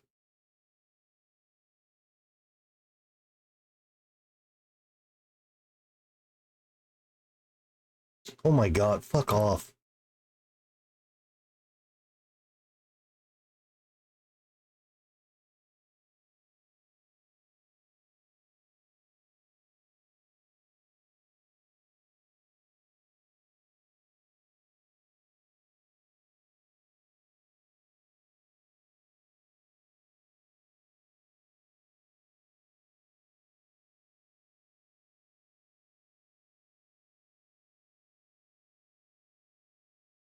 Okay.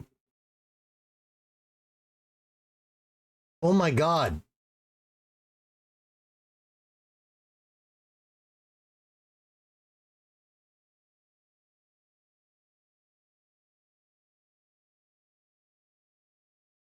Bro, fucking eat my ass.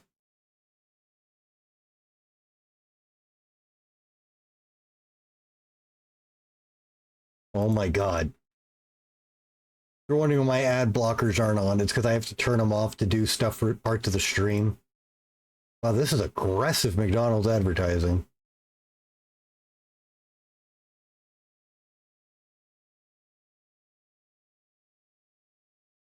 Okay. A Catan shard is all that remains of the once mighty star gods of Necron antiquity. They're now only echoes of their former selves, splinters of energy. Okay. So,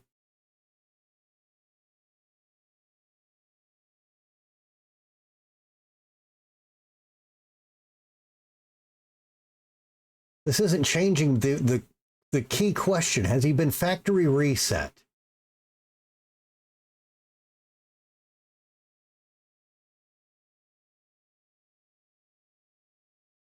God, it's been so long. Where the fuck did we even find him again? He was locked up in Theodora's vault, right?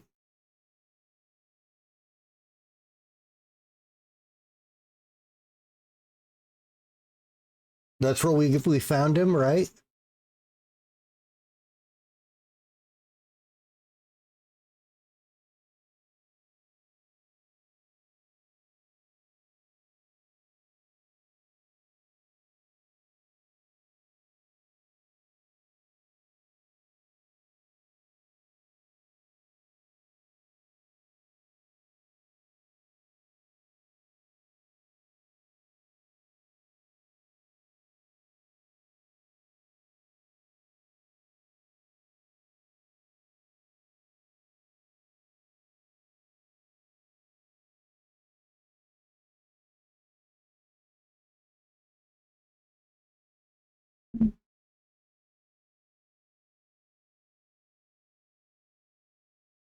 Hi, Googles. Remember you called for help in the escape in the prologue.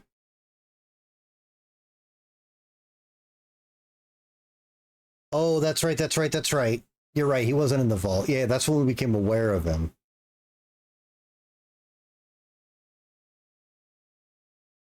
Oh my fucking A!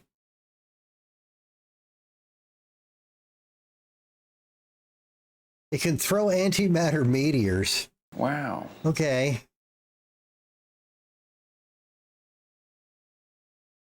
Jesus Christ, McDonald's. I'm never eating there again. Fuck off.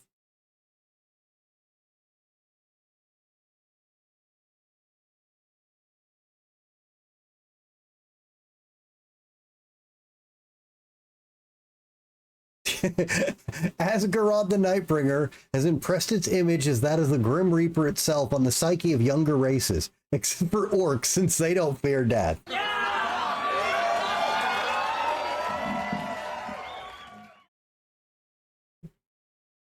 Okay, the Void Dragon is believed by some tech priests to be an actual machine god venerated by the cult of machine leaders of Mechanica. That's not a confirmation, that's a theory.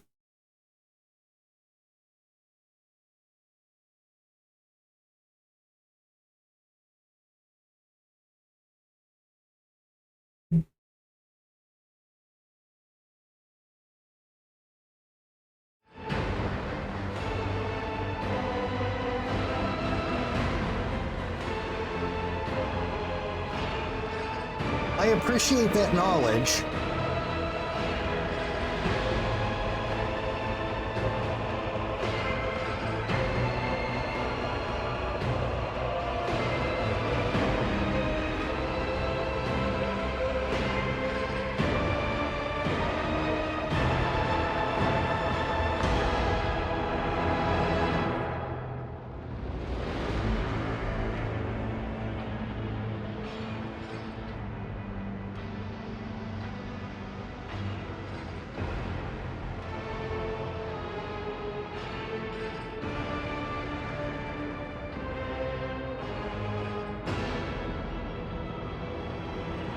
Man, why did Aunt Kaylin go to bed?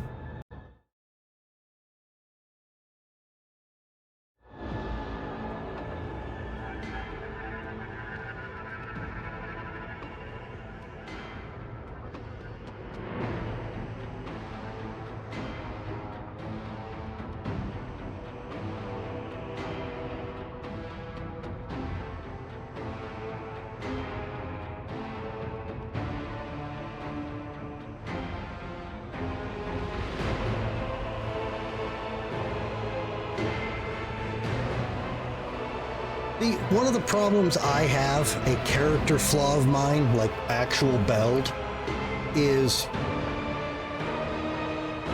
if people haven't done me wrong, I want to help them. And this has ruined so many parts of my life.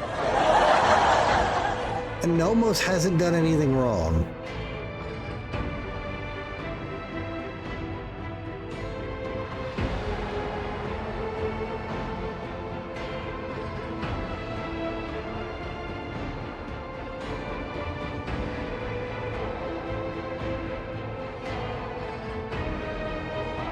Who's Erebus? I don't even remember who that is.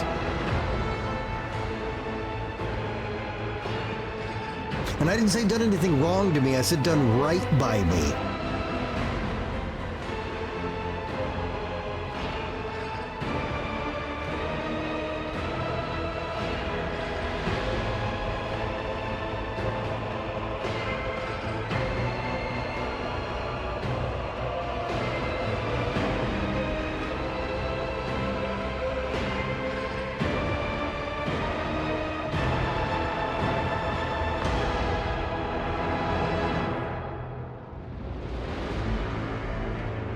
Oh, I don't know. No, but I didn't work with him. I haven't had any interactions with Erebus.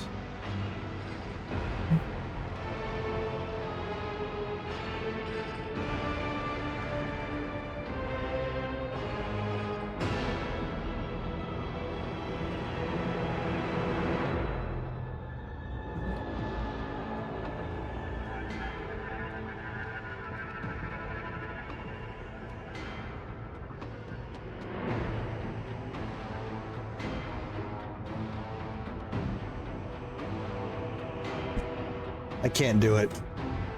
You do not have my permission to claim another vessel for yourself. My grief is without end.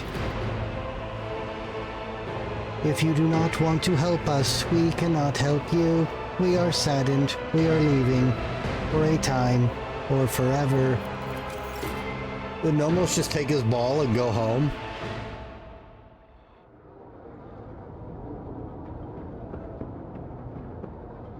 Oh, he did? Almost took his ball and went home.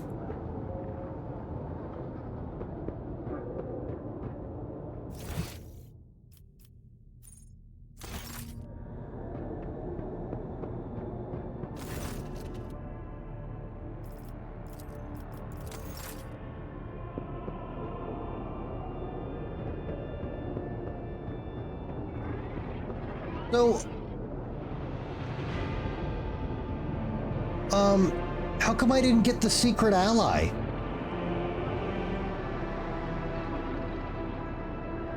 I thought you just had to be, rank 5.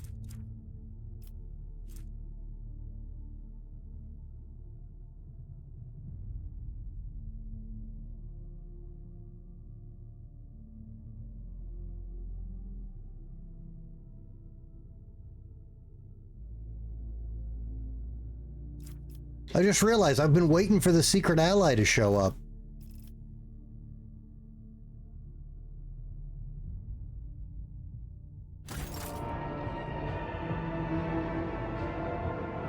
And I didn't get him.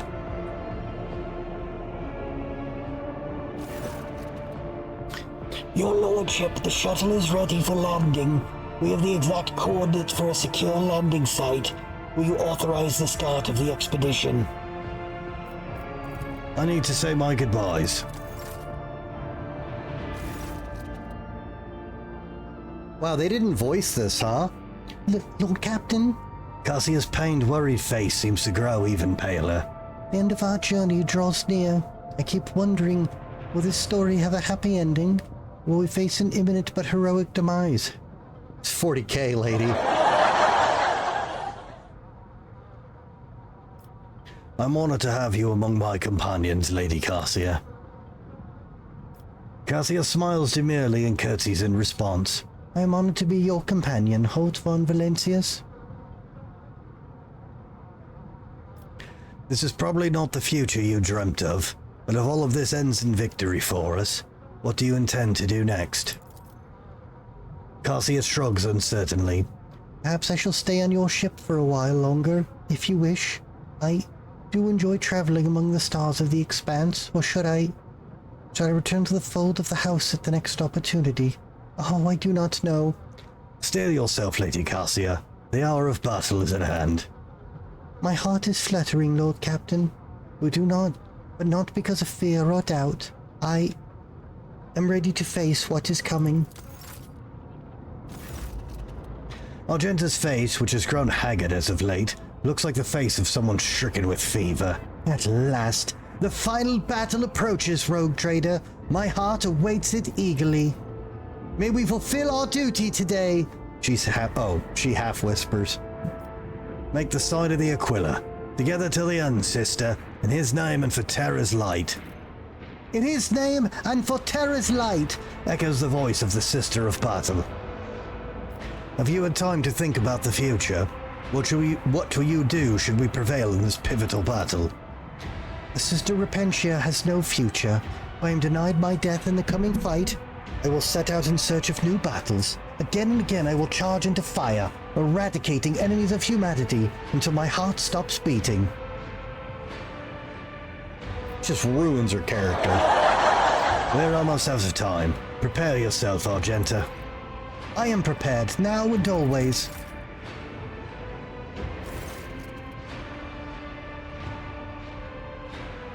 I am super disappointed that there's been no new Heinrichs dialogue at all. Heinrichs von Kallax nods to you. Our journey together approaches its end. One last push, and the secrets of the Expanse and Calcazar will be laid to rest. I can't wait. I'm tired of the shroud of secrecy that has hidden the truth even from me. You will meet your mentor again down there. And I have questions for him. I want to know why I was left in the dark about everything that was happening in the shadow of the expanse. Why all of the acolytes died on the way here. Well, almost all of the Lord Inquisitor's acolytes. Why? Heinrich exhales sharply and stiffens. I want to hear what he has to say. Then I will make my judgment. I might, honestly. Just for the role play, I might bring him. When all of this is over, what will you do? Heinrich presses his lips together and shakes his head. I feel uneasy even thinking about it. But if Lord Inquisitor Xavier Calcazar falls today, Heinrich locks eyes with you. Someone has to take the rosette of the Ordo Xenos, the very least until the Inquisition Enclave determines who will be a worthy successor to Xavier. Epitaph awaits, still your heart. The interrogator dips his head. Lead on, rogue trader Holt von Valencias. See, last time I talked to him, he was like, I can't think or accuse anything bad of the Lord Inquisitor. That is the last dialogue we had with him in character until that line. And that is a terrible jump. I don't like that. Solomon is still in deep thought, looking more like a statue than a living person. Only when Glyto lets out a low growl, drawing Solomon's attention, does he break his stillness and raise his eyes. Come with some parting words, rogue trader. Now is the time. There may not be another opportunity. I'm glad our paths have crossed. Solomon presses his fist to his chest, looking you straight in the eye. The roach gesture looks unexpectedly heartfelt. It has been an honor to serve in your retinue, and it does not matter what lies ahead. Isn't that right, Glyto? Without a direct command, the Cyber Mastiff barks his assent. What are you going to do if we survive? You've entrusted me with the leadership of the Adeptus Arbites in the Expanse. Whether I become the next Marshal or not, I will have to leave your retinue and devote myself entirely to my new post. Hey Glyto, I'll keep an eye on your arbitrator if you die, I promise. Suddenly, Solomon throws back his head and emits a sound whose very existence has long been doubted. The Proctor laughs. His laughter, unusually sincere and gleeful, rolls across the bridge. Will you now? As if I'd let Glyto die while I still live. Are you ready, Solomon? You know I am. Solomon places his hand firmly on his weapon. Glyto stands at attention, echoing his master's determination. The tech priest is checking his Also, how come Pascal has no dialogue when Nomos comes up? The tech priest is checking his gear, whispering prayers to the Omnisire. He looks up at you and speaks matter-of-factly. The tactical equipment audit is 97% complete. No critical failures detected. The Omnisire shows favor. You do not seem too worried about what's the coming landing. The Vox makes a wrestling sound a wrestling noise that sounds like a chuckle. A mission of reconnaissance is a blessed and desirable one for an explorator. The data soul of the one who explores, analyzes, and charts overflows with the joy of servitude. Pascal lowers his eyes. I would be honored to disembark with you. You took good care of my ship and the equipment. The dynasty will not forget it. When the iron flowers of the Omnisire bloom, there must also be his passionate gardeners. Thank you for honoring this unit by letting it serve the formidable spirit of the Von Valencius Dynasty flagship and your lordship. When the campaign comes to an end, will you stay on duty or return to your fellow tech priests? It has been a joy to serve such a distinguished person, but duty calls the Armanaut Collective to a different mission. The message of change must be proclaimed. The believers must be separated from the doubters. Armanaut looks at you curiously. The experience of our comradeship has taught this unit much. The trials and battles we have gone through have produced trust, sincerity, mutual understanding. Armanaut will lead his flock through the flames and forge the sect into a religion. kind of making me regret that decision. May we have good fortune. There is no such thing as good fortune. May the statistical probability be predictively positive. Bro, as someone who has really, really bad luck, shut the fuck up, Pascal. Sorry, my Rorschach jumped on my glasses the other day when I was blacked out on the couch.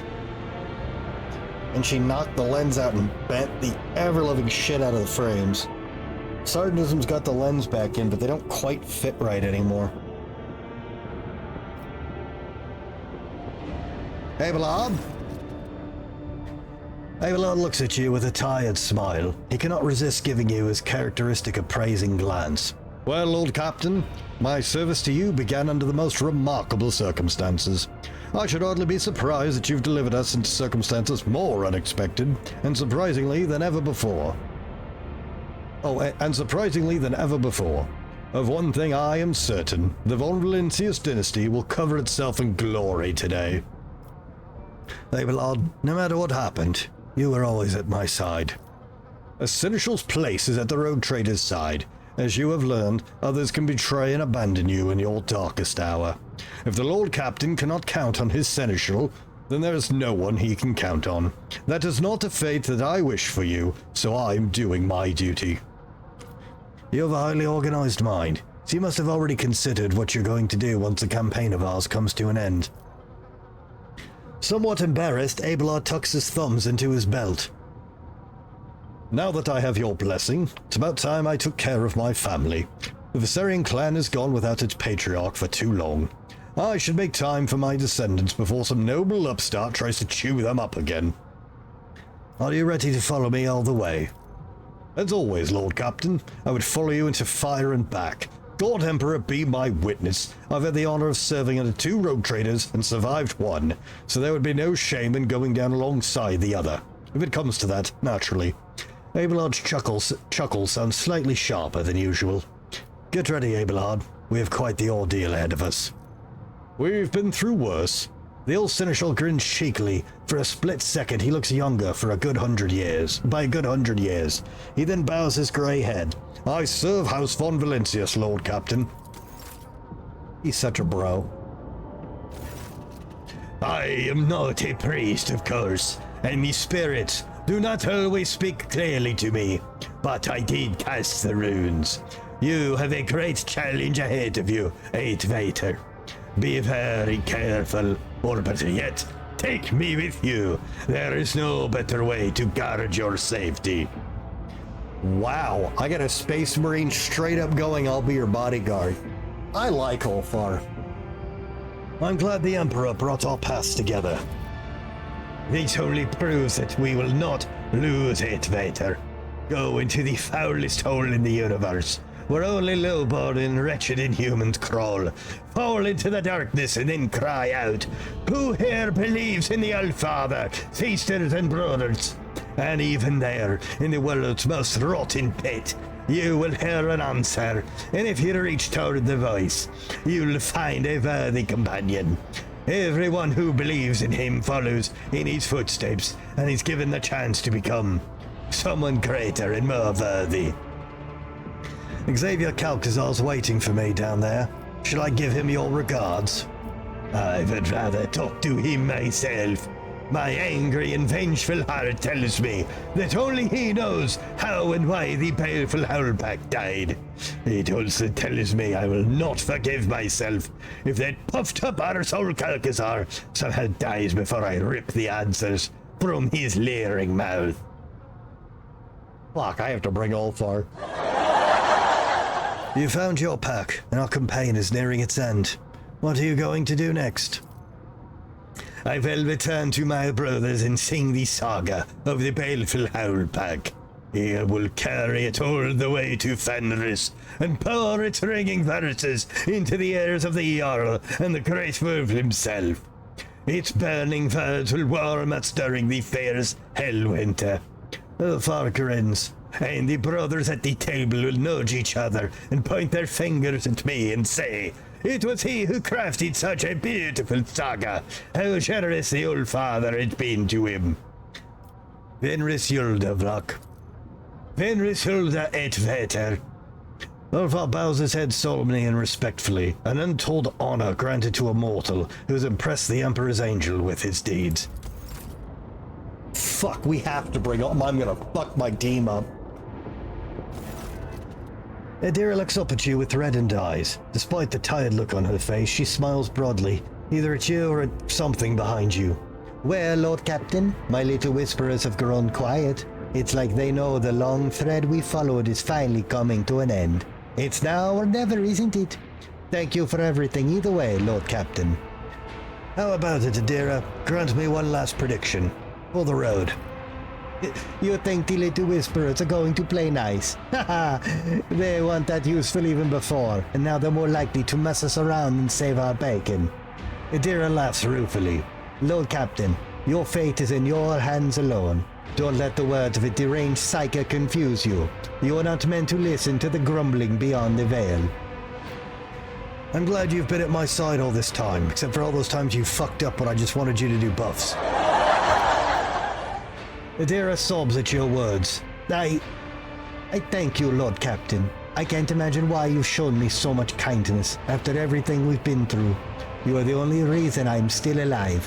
There were so many ways I could have died. Yeah, like I could have let Argenta shoot you. But thankfully that didn't happen. Only major saves come I did.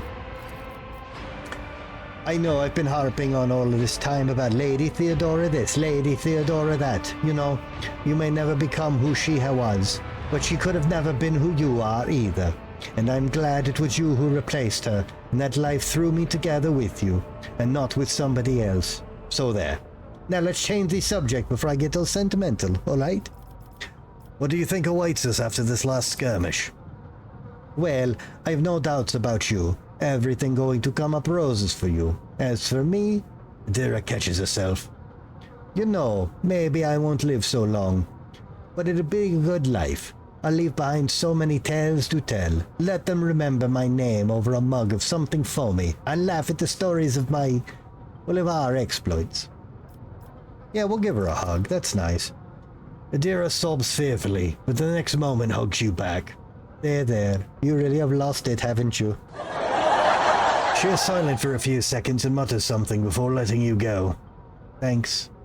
Pull yourself together, Adira. We have a tough battle ahead of us.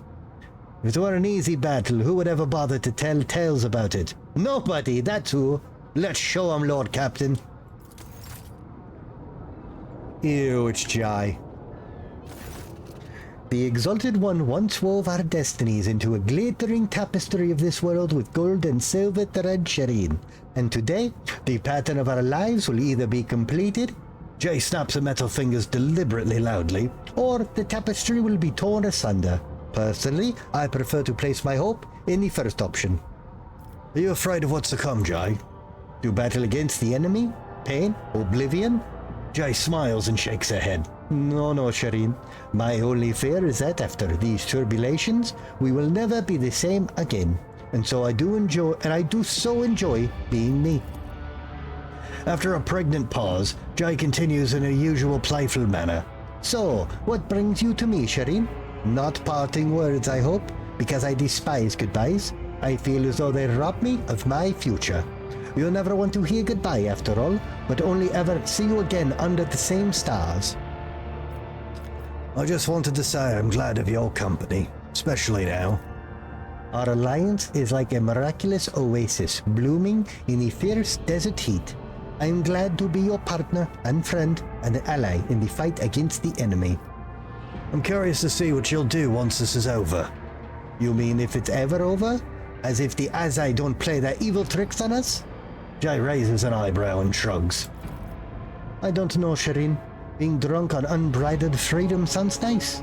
It's so close, I could reach out and grab it like the tail of a comet and leave the Caspilica mission behind, start doing things on my own without having to rely on your good favor. Limitless possibilities lie ahead. I just have to survive the coming darkness. Get a grip, Jai. We have a hard battle ahead of us. Rest assured, Shireen, when it comes to matters of being an Oblivion, Jay Hedari has the coldest mind and the bravest heart. we're going to talk to Yoret last because it's going to piss me off. Marazai's meticulously inspecting his gear, but turns his entire attention to your person when you approach. Halt! There you are. You have something very special waiting for you, do you not? A trial that will determine whether you stay on top or become dust under the feet of your enemies. Whatever comes, I'm glad to have fought shoulder to shoulder with you. Marazai smiles thinly. Careful, or else I might think you've gone soft and weak. After a moment's hesitation, he adds in a quieter and more agitated tone, I will only say this once, Holt. You are the reason for all of my misfortunes. But you are also the reason why I survived, despite the fury of all Komara and the wrath of the Blackheart. Consider this confession an expression of my gratitude. Also, your family and your higher-ups are responsible for all your misfortunes, and your society and culture. I have nothing to do with that. Will you remain with me when this is over? Marazai's lips curl. Your ship is but a tiny shell in the universe of possibilities that are open to my talents. Though the raving tempest has ended, I can find a replacement for it. Not in Komara, but in the other dark corners of this sector.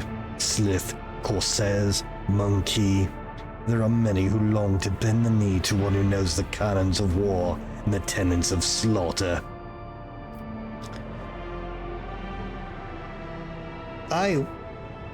I'm not gonna lie, I was kind of hoping if I kept a good relationship with him, he would want to stay. I'm a little sad about that. I hope your blades have been sharpened. The hour of great battle is near. The Jukari bares his teeth in a bloodthirsty grin. My weapons are always ready for new victims, Holt. Always. And now the Killjoy. Yoret looks at you, her emerald eyes shining with quiet determination. When the path my lost soul was following crumbled beneath my feet, shattered, plunged me into doubt, you were always there, Elentuck. Despite how much you hated my kind, despite what my kin were doing, it is time for me to repay you in kind. Our journey together has not been an easy one, mainly because you talk, but I am glad both of us are here today. We both defended what we held dear, just as life has taught us. And today, my soul is at peace, for we can share the pain of the coming battle between us, so it is diminished. Will our paths diverge if we survive? Someday they will, Elentuck. Exile opened my eyes to many things, but the path of an outcast weighs heavily on my heart. I think that I see my new path clearly now. It sings to me, calling me forward. Path of the warrior, the protector of those I could not save before. All that I've learned about the world, about humans, about you. I will take this knowledge into my new life and into the lives of my kin. She said the word humans! That's the most progress we'll ever get. Our fate will be decided in the coming battle. Yoret's voice rings like naked steel. I am ready to drive back the darkness, Elentuck. Are you? Yeah, I'm leaving you here. Alright, let's pray to the God Emperor.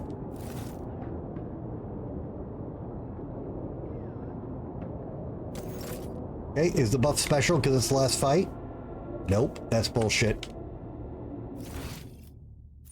I can't... Okay, hang on.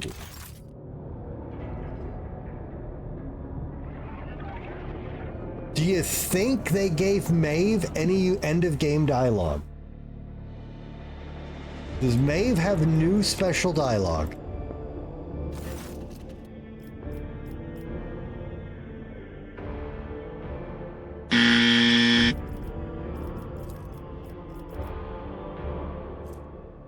I don't want agility.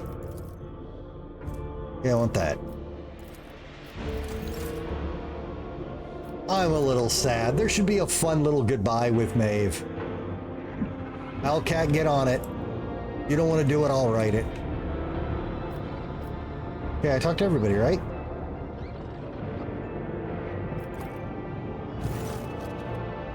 Permission to take off. We're heading to Epitaph. Acknowledged. Glory to the Von Valentius dynasty. Be safe, Lord Captain. Oh god, who do we bring?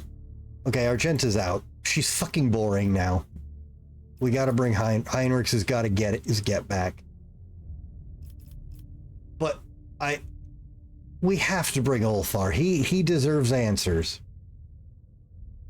The problem is if we bring Ulfar, Cabela's who gets dropped. Now, I don't think Cabela will particularly have any interesting dialogue here. But that's Bay. Feels kind of wrong to leave your girl. Abelard has to come with us.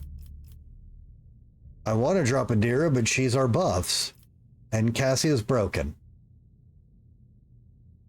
Spartan, are you aware, does Cabela have any cool, unique dialogue in the final battle or interactions or anything?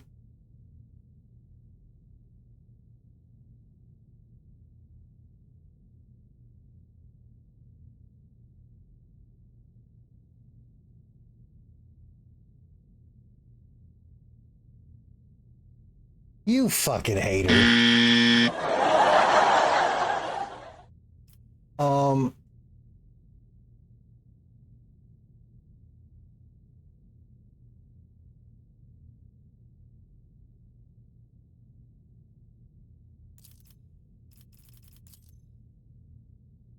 We have to bring him. Like, we have to.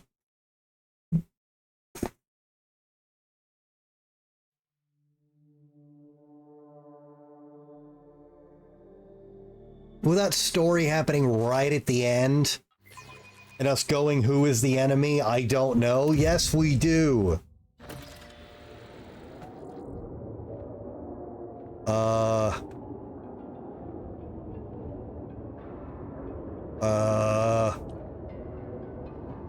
The Divine watches over us. Guys, can you please destroy all of these?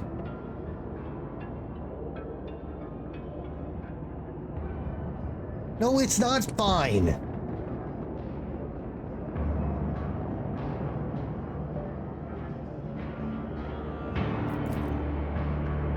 The Xenos is not showing any signs of aggression, simply staring ahead. There's an odd disorientated quality to its movements.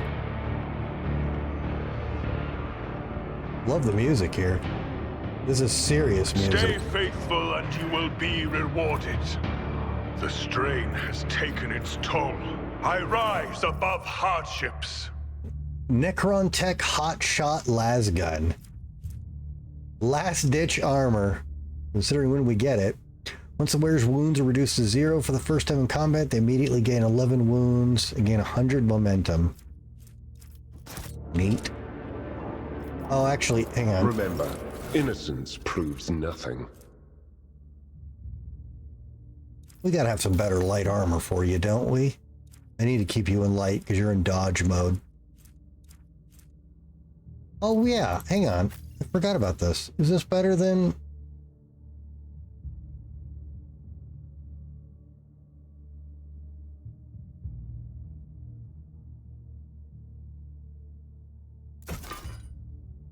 Yeah, well... There you go, Abelard. Okay. Thank you, Heinrichs. Can I sort this by light armor? No. Oh, I guess this works.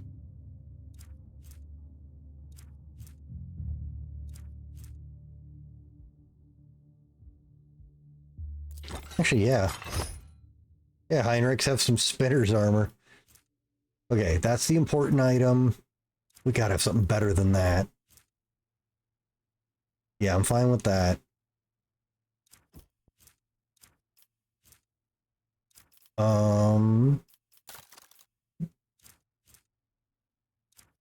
Fortunately, half of what I'd give him is on Cabela right now, so can't really do anything about that.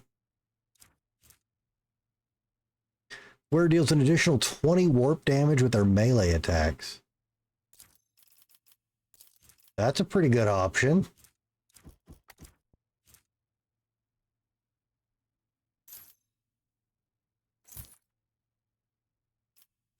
Yeah, that's stupid. Yeah, that's fine. 7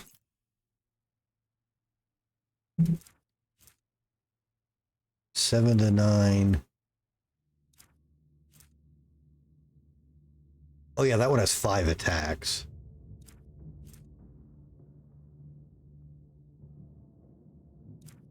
Yeah, no, that's fine.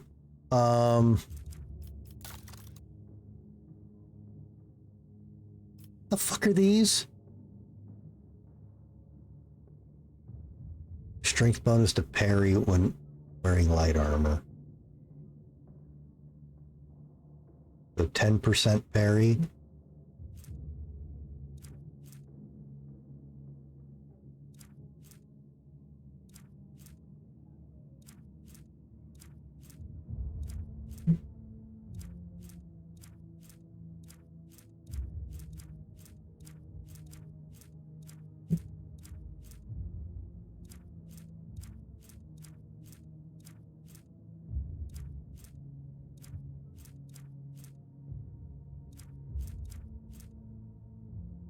Okay, those are fine, I guess.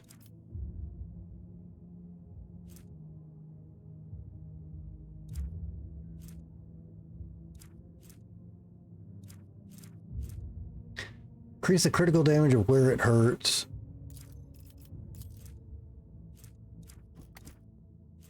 Yeah, put those on.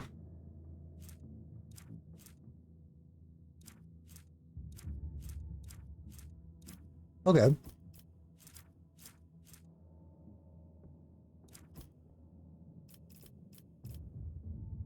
Okay. Heinrich feels pretty good to go. Okay. Let us walk this path to the end. An odd haze obscures your vision, and for a moment you see the metallic corpses at your feet turn into the bodies of soldiers clad in the colors of your dynasty. Wait, what?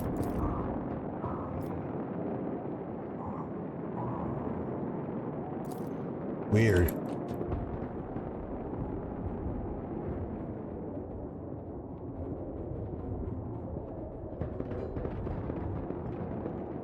With each step, I don't like forge my destiny among the stars. Wait, we can't let all these Necrons hang out.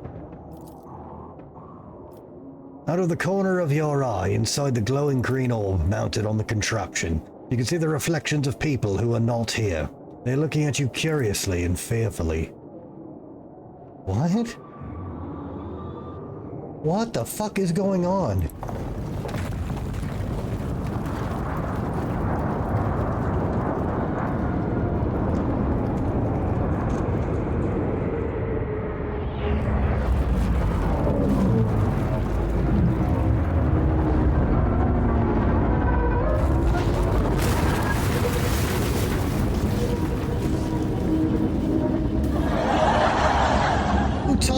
Fly. We, that chick from Cybermorph, where did you learn to fly?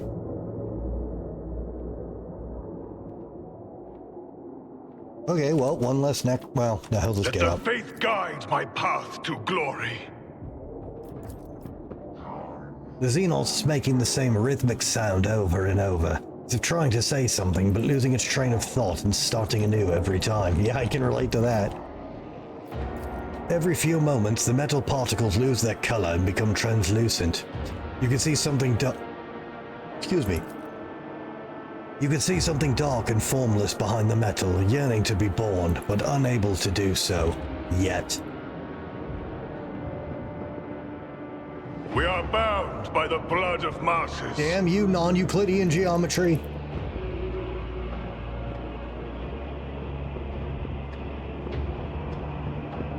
The fuck is that? The few warriors who have risen walk around without noticing how their ranks have thinned. This procession is a far cry from the March of Annihilation it was meant to be. You say that, but that's a lot. Oh no. Well, fuck you, game. Yeah, this isn't much of an Annihilation line. It's a fuck a skill issue.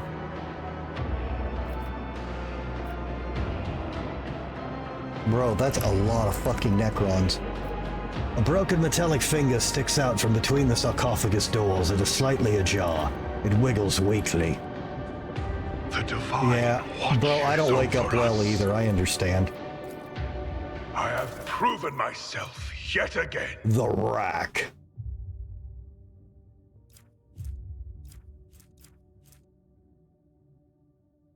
And from out of nowhere, there's dual shotgun pistols right at the end of the game.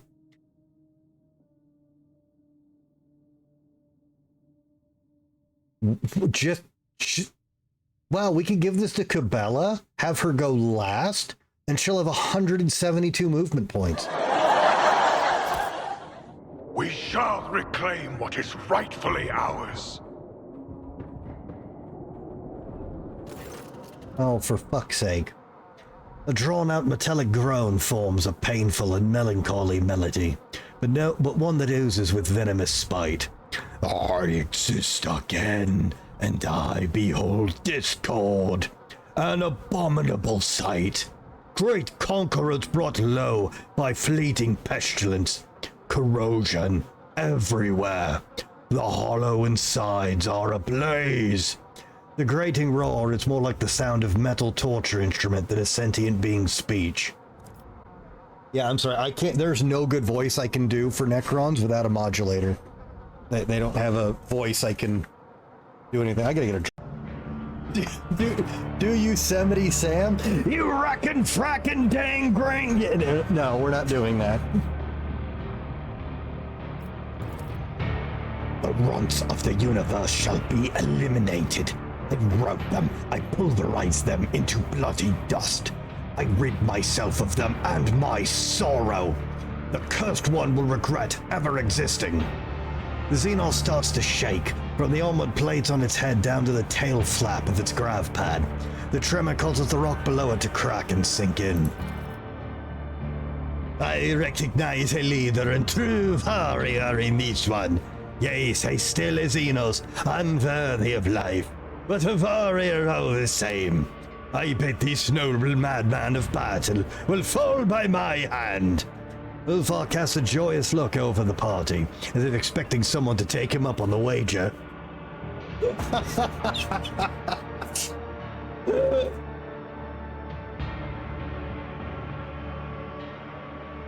I examine the creature. The Xenos' entire skeletal body is made of an unknown metal, interlaced with greenest energy channels aglow with currents. Below its waist, the flares of a grav pad are humming and rattling. Its upper limbs fuse into a formidable heavy cannon. Not a single part of the monster's body betrays its vulnerability. Without a doubt, this is a technologically superb machine designed to annihilate all life. Disabling it will not be easy.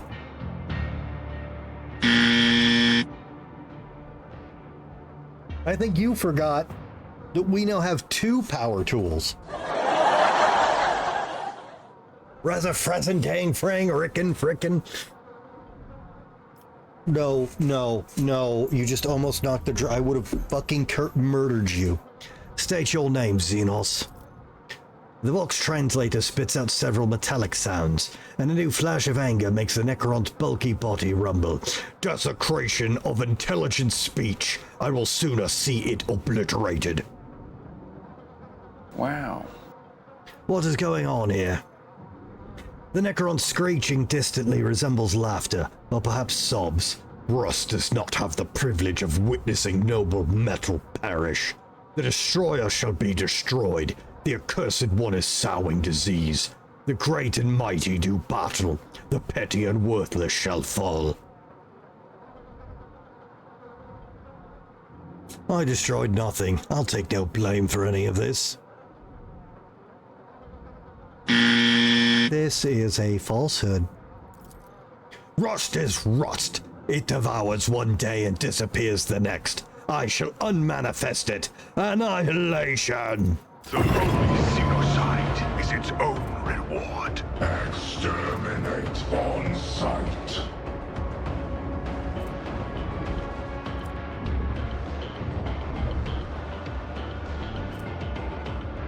This creature may suffer a negative effect at the start of each turn due to the tech blight.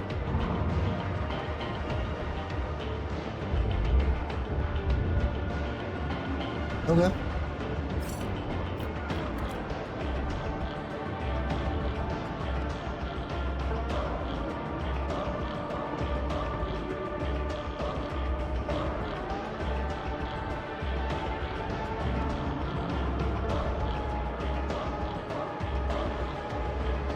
Okay.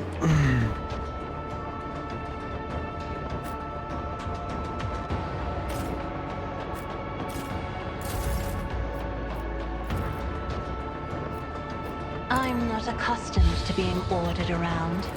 Isn't this a job for the serfs? If I may? Will do. On it. Will do. But of course. Anything else?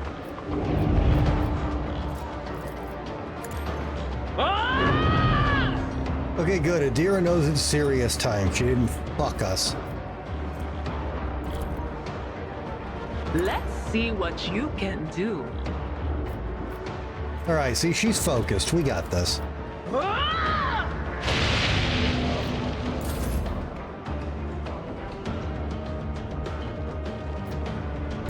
Step aside. The navigator is coming.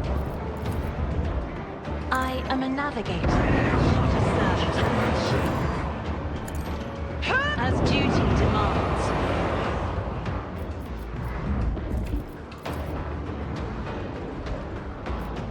I'm not accustomed to being ordered around. Infinite.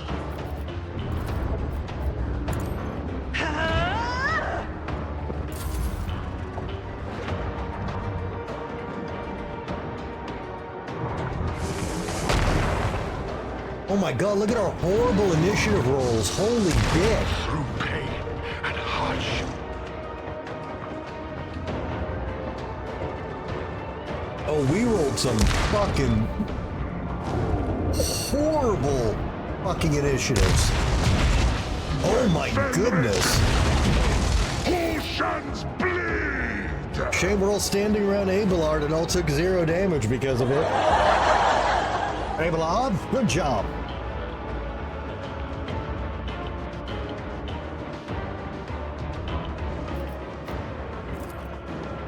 Quiet whispers. It's my toy, and I'm gonna... We're supposed to go through them, you bastard bird. What was the command? All right.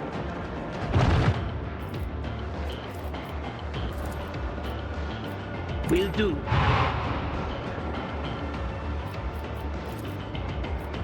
Anything else?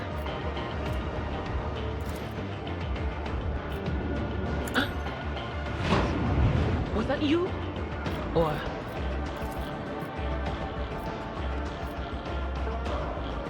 On it.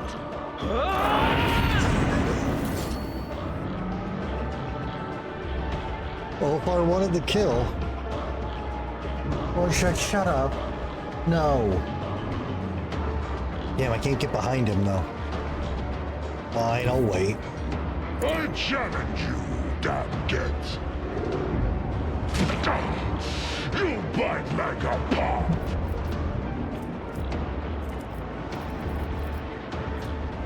See how the wolf succeeds.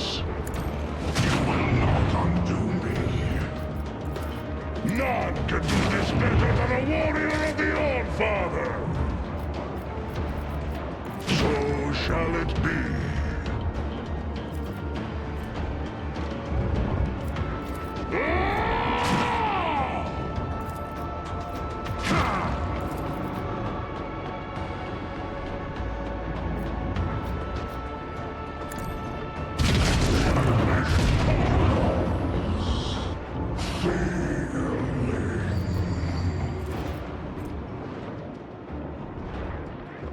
Oh, I forgot about that. Wow. Wolves reign.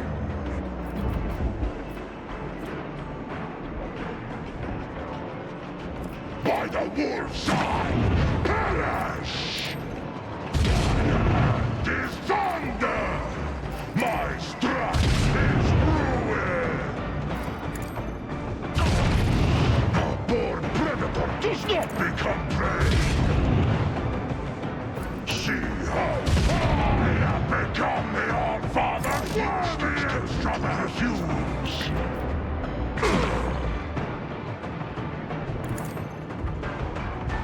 When Fenris is in battle, oceans bleed!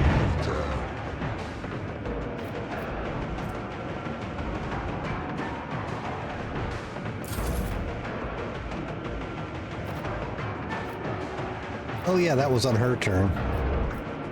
Lol. But of course.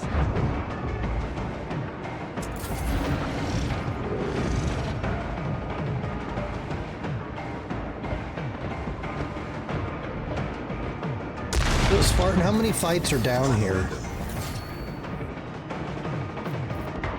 Okay, hang on. I don't remember what I gotta do with... Okay, we do this. Object to it.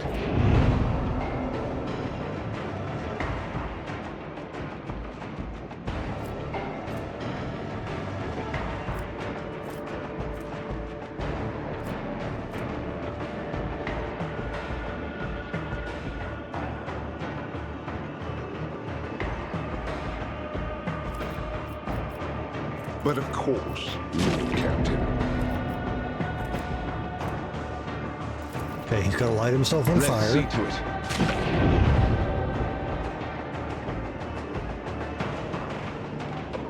No, but I gotta finish the game. Okay, so... I need a foothold.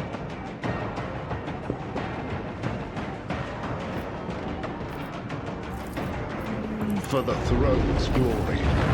Nothing be gone, living metal. Yeah, how'd that work out for you? I won't object to it.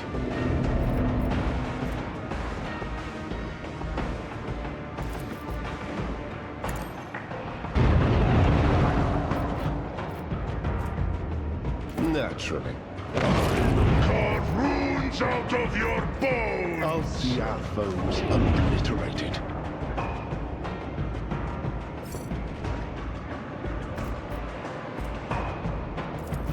Let's see to it.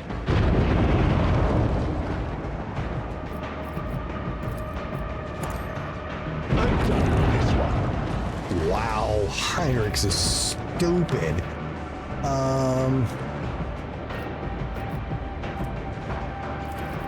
But of course, Lord Captain.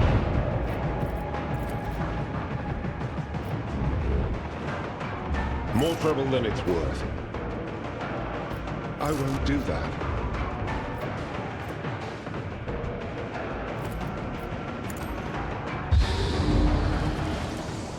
You'll suffer worse, you. Alright, later, Spartan. Yeah, depending on how long this goes, maybe we'll do it tomorrow and then just go right into some horror games.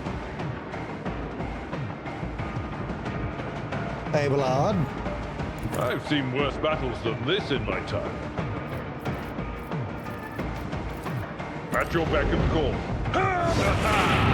An exemplary strike. Wait, how the hell did it kill that one? What the fuck? Hey, Ballard, are you a secret psyker?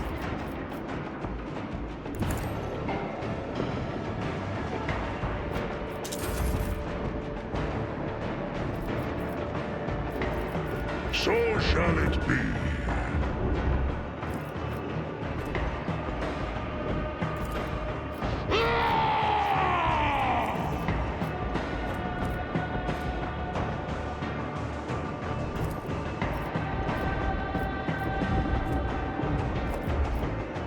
None can do this better than a warrior of the All-Father!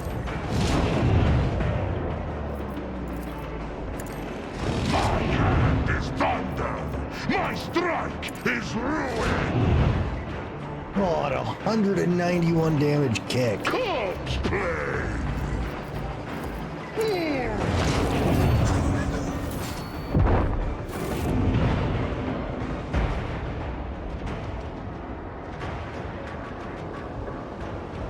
There, he wanted the kill. Step. I forged my destiny among the stars. Dynasty Notebook. This tiny notebook is adorned with the coat of arms of House von Valentius. The pages made from real paper carry a pleasant scent of perfume and are covered in ruler straight lines of text. Their meaning is locked behind an intricate cipher, but you do not need to know the contents of it to identify the author. You know this perfect calligraphic handwriting all too well. Okay, so the Theodora was really into some shit. Let the faith guide my path to glory.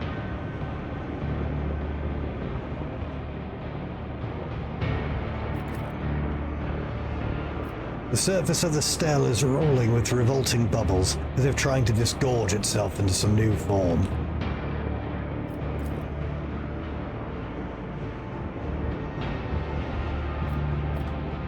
Some of the ancient, sacred, and priceless machines are labeled with the Von Valentius property mark, while others bear the stock emblems of the Inquisition. Oh my god, she was in deep. Accomplished.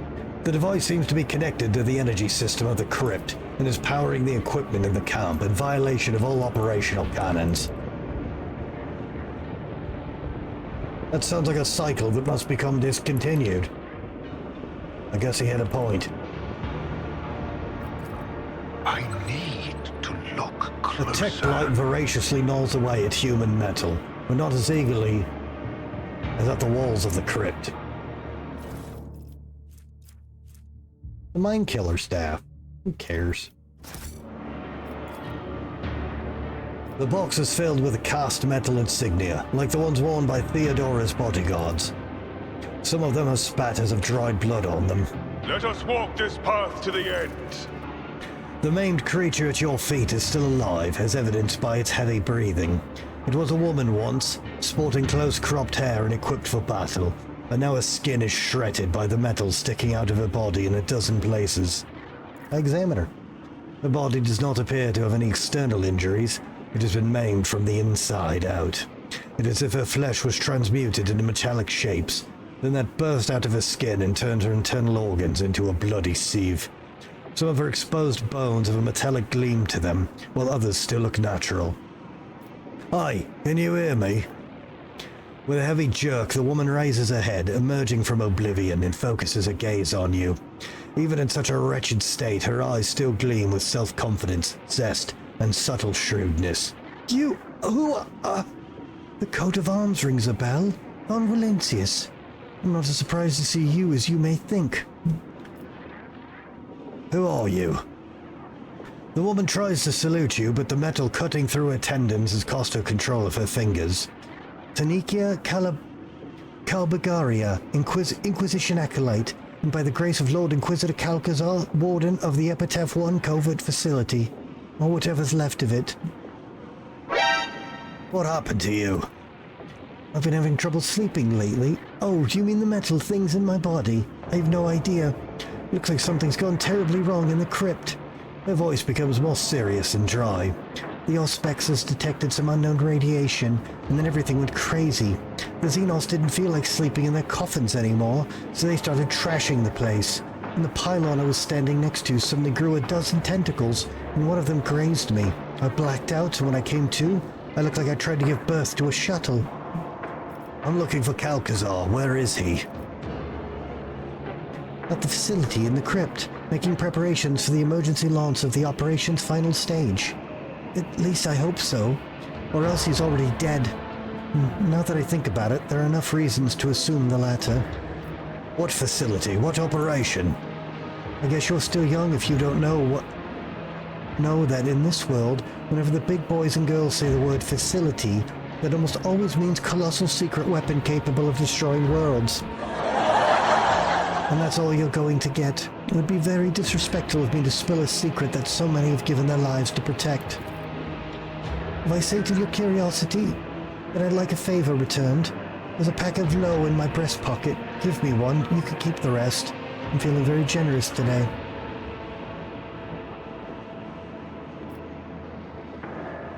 I take the pack of low out of the woman's jacket. Good, you're old enough to know what these are for, aren't you? Stick one end of the tube between my teeth and light up the other. Just make sure you do it the right way around. Let's be straight with each other. You have nothing to hide now that you're dying. What is going on here? Are you trying to pry information out of an inquisitorial agent in hopes that she shows sentiment or candor at death's door? Shame on you. The woman manages a weak smile. I give her her low stick. Enjoy.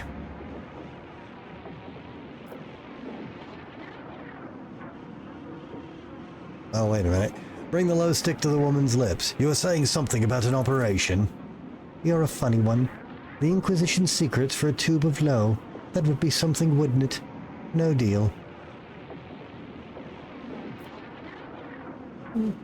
Right, well, I'll drop... Well, no, give it to her. People say it's bad for your health. I'd better be careful. This is me when I'm dying, by the way. Cracking terrible jokes.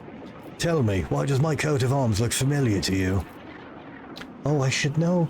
It was on the uniform my agents wore. The ones I sent when Calcazar took an interest in Lady Theodora's retinue. They didn't wear them for long, though. When I presented Theodora with Calcazar's ultimatum, she purged her retinue of our operatives. I'm fairly certain Theodora would prefer to have my head as well, but the Lord Inquisitor recalled me here to guard his treasure cave, just in case Theodora decided to return for what she thought was hers, if the Jakari started causing trouble. The ritual. That's why Theodora did that crazy psychic ritual. How did your people infiltrate Theodora's retinue? A feint, a deception, a game of double and triple crosses. When they told her they intended to take revenge on Calcazar, she believed them. She was just too eager to get back at the Lord Inquisitor for taking a clever Archmagos advisor, Armanat. Do you know Kunrad Voitvir? I'm not sure if he's still alive, but back then, he was Theodora's Master of Whispers. In theory, he should have been the one to out my operatives as spies, but instead, he thought that they were his chance to pull off a brilliant plot and prove to his mummy how great an heir he would become. It's true what they say about blondes. Every other one is as thick as mints. What was the ultimatum you gave Theodora? Merely a message saying her dirty secret was now our dirty secret. She was the first to visit Epitaph, and she found something here. Something too good even for someone of her exalted status. Rogue traders are not allowed to have such toys, and I relayed the most exact coordinates down to the last digit after the decimal point to the Lord Inquisitor. Why have the Jakari come to this world? The Xenofreaks, my favorite partners. They had a crucial role to play in the operation that you mustn't know anything about. Their visits to Epitaph have left me with so many unforgettable moments. Were we ordered not to fire on them first, but to split them into atoms if their skinny asses deviated so much as a single degree from their approved flight paths? I swear, it was as if those fools were trying to get shot at their half-witted provocations. They even had a nickname for me, the Almost Witch. A compliment, I guess. Why does no one from Theodora's retinue remember her visiting this system? I can give you two versions of the truth. The sugar-coated one and the honest one. The sugar-coated version is that once Theodora realized just what she had on her hands, she deemed it a matter of the utmost secrecy and mind-locked the memories of all her members of her crew. The honest version is that she mind-locked the important people and disposed of the rest. Theodora depressurized compartments by entire blocks, casting any unwanted witnesses out into the void. She needed to free up space on a hold for the spoils anyways. You have heard about mind-lock technology. Subjects' memories of times or events would be placed under a special lock that can only be opened by a key phrase, one that most likely only Theodora would know. This is... unexpected. Did her ladyship not trust even me? Disheartening news, to be sure. You have it all backwards. You could have been dumped out the airlock like many others. You were already a decrepit old curmudgeon back then, after all. But the mind lock is incredibly dangerous. It's a bloody miracle it didn't fry our brains. Said the one who chats with the whispers in her head. You know, I'm not sure that you had that habit before coming to Epitaph. I'm Holt von Valentius, Theodora's heir. You'll have to excuse me for not looking surprised. My facial nerves seem to be partially paralyzed. But I gathered as much. I'd hardly mistake you for a spectral void she-wolf after all. And if she were alive, she definitely would have come here in person. So you're the heir. Well, at least it's not Kunrad. I know enough. Sure you do. What do we do with her? I say we leave her here to die in pain and torment. We should drive a nail into her ear too, so she has something to remember us by. I suggest granting the Acolyte the Emperor's peace, in honor of our years of working together. You've always been so sentimental, so attached to your colleagues. Your hair, your eyes. Oh, I'm sorry, is that still a sore point?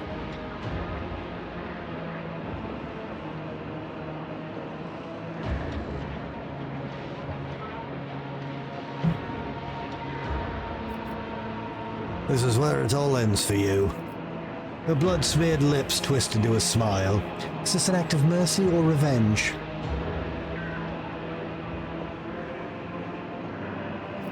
Do you not fear death? Does it look like I have anything to lose? The way I see it, you're doing me a favor here. So which one is it? Mercy or revenge?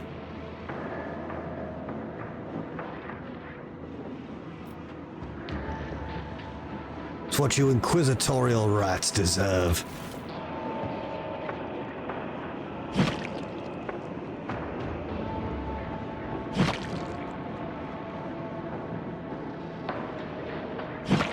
Yep, hit her again, Holt. It takes you more than a few strikes to end the life of the already half-dead woman. The metal skull screeches under pressure but does not break, and her heart keeps pumping blood through her shredded veins. Finally, her agony comes to an end. The box is filled with cast metal insignia, like the ones worn by Theodora's bodyguards. We are bound by the blood of martyrs.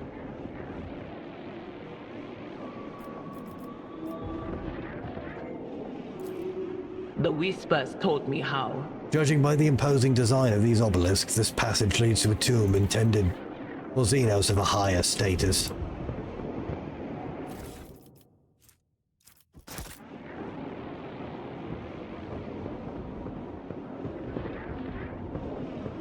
As much as I don't want to, guys, we couldn't quite get it done today. This game is too fucking long.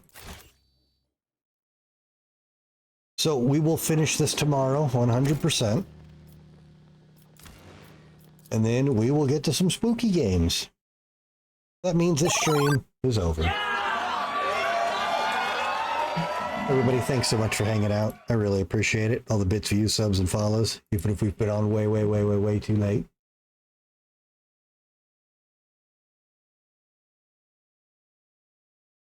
We find us a raid target. You guys could hang out for the raid. I really appreciate it. Remember, anybody I raid is either a friend of the channel or someone I watch personally, and you get some internet attention points. We're going to go raid What's-Her-Face. She's doing Silent Hill F.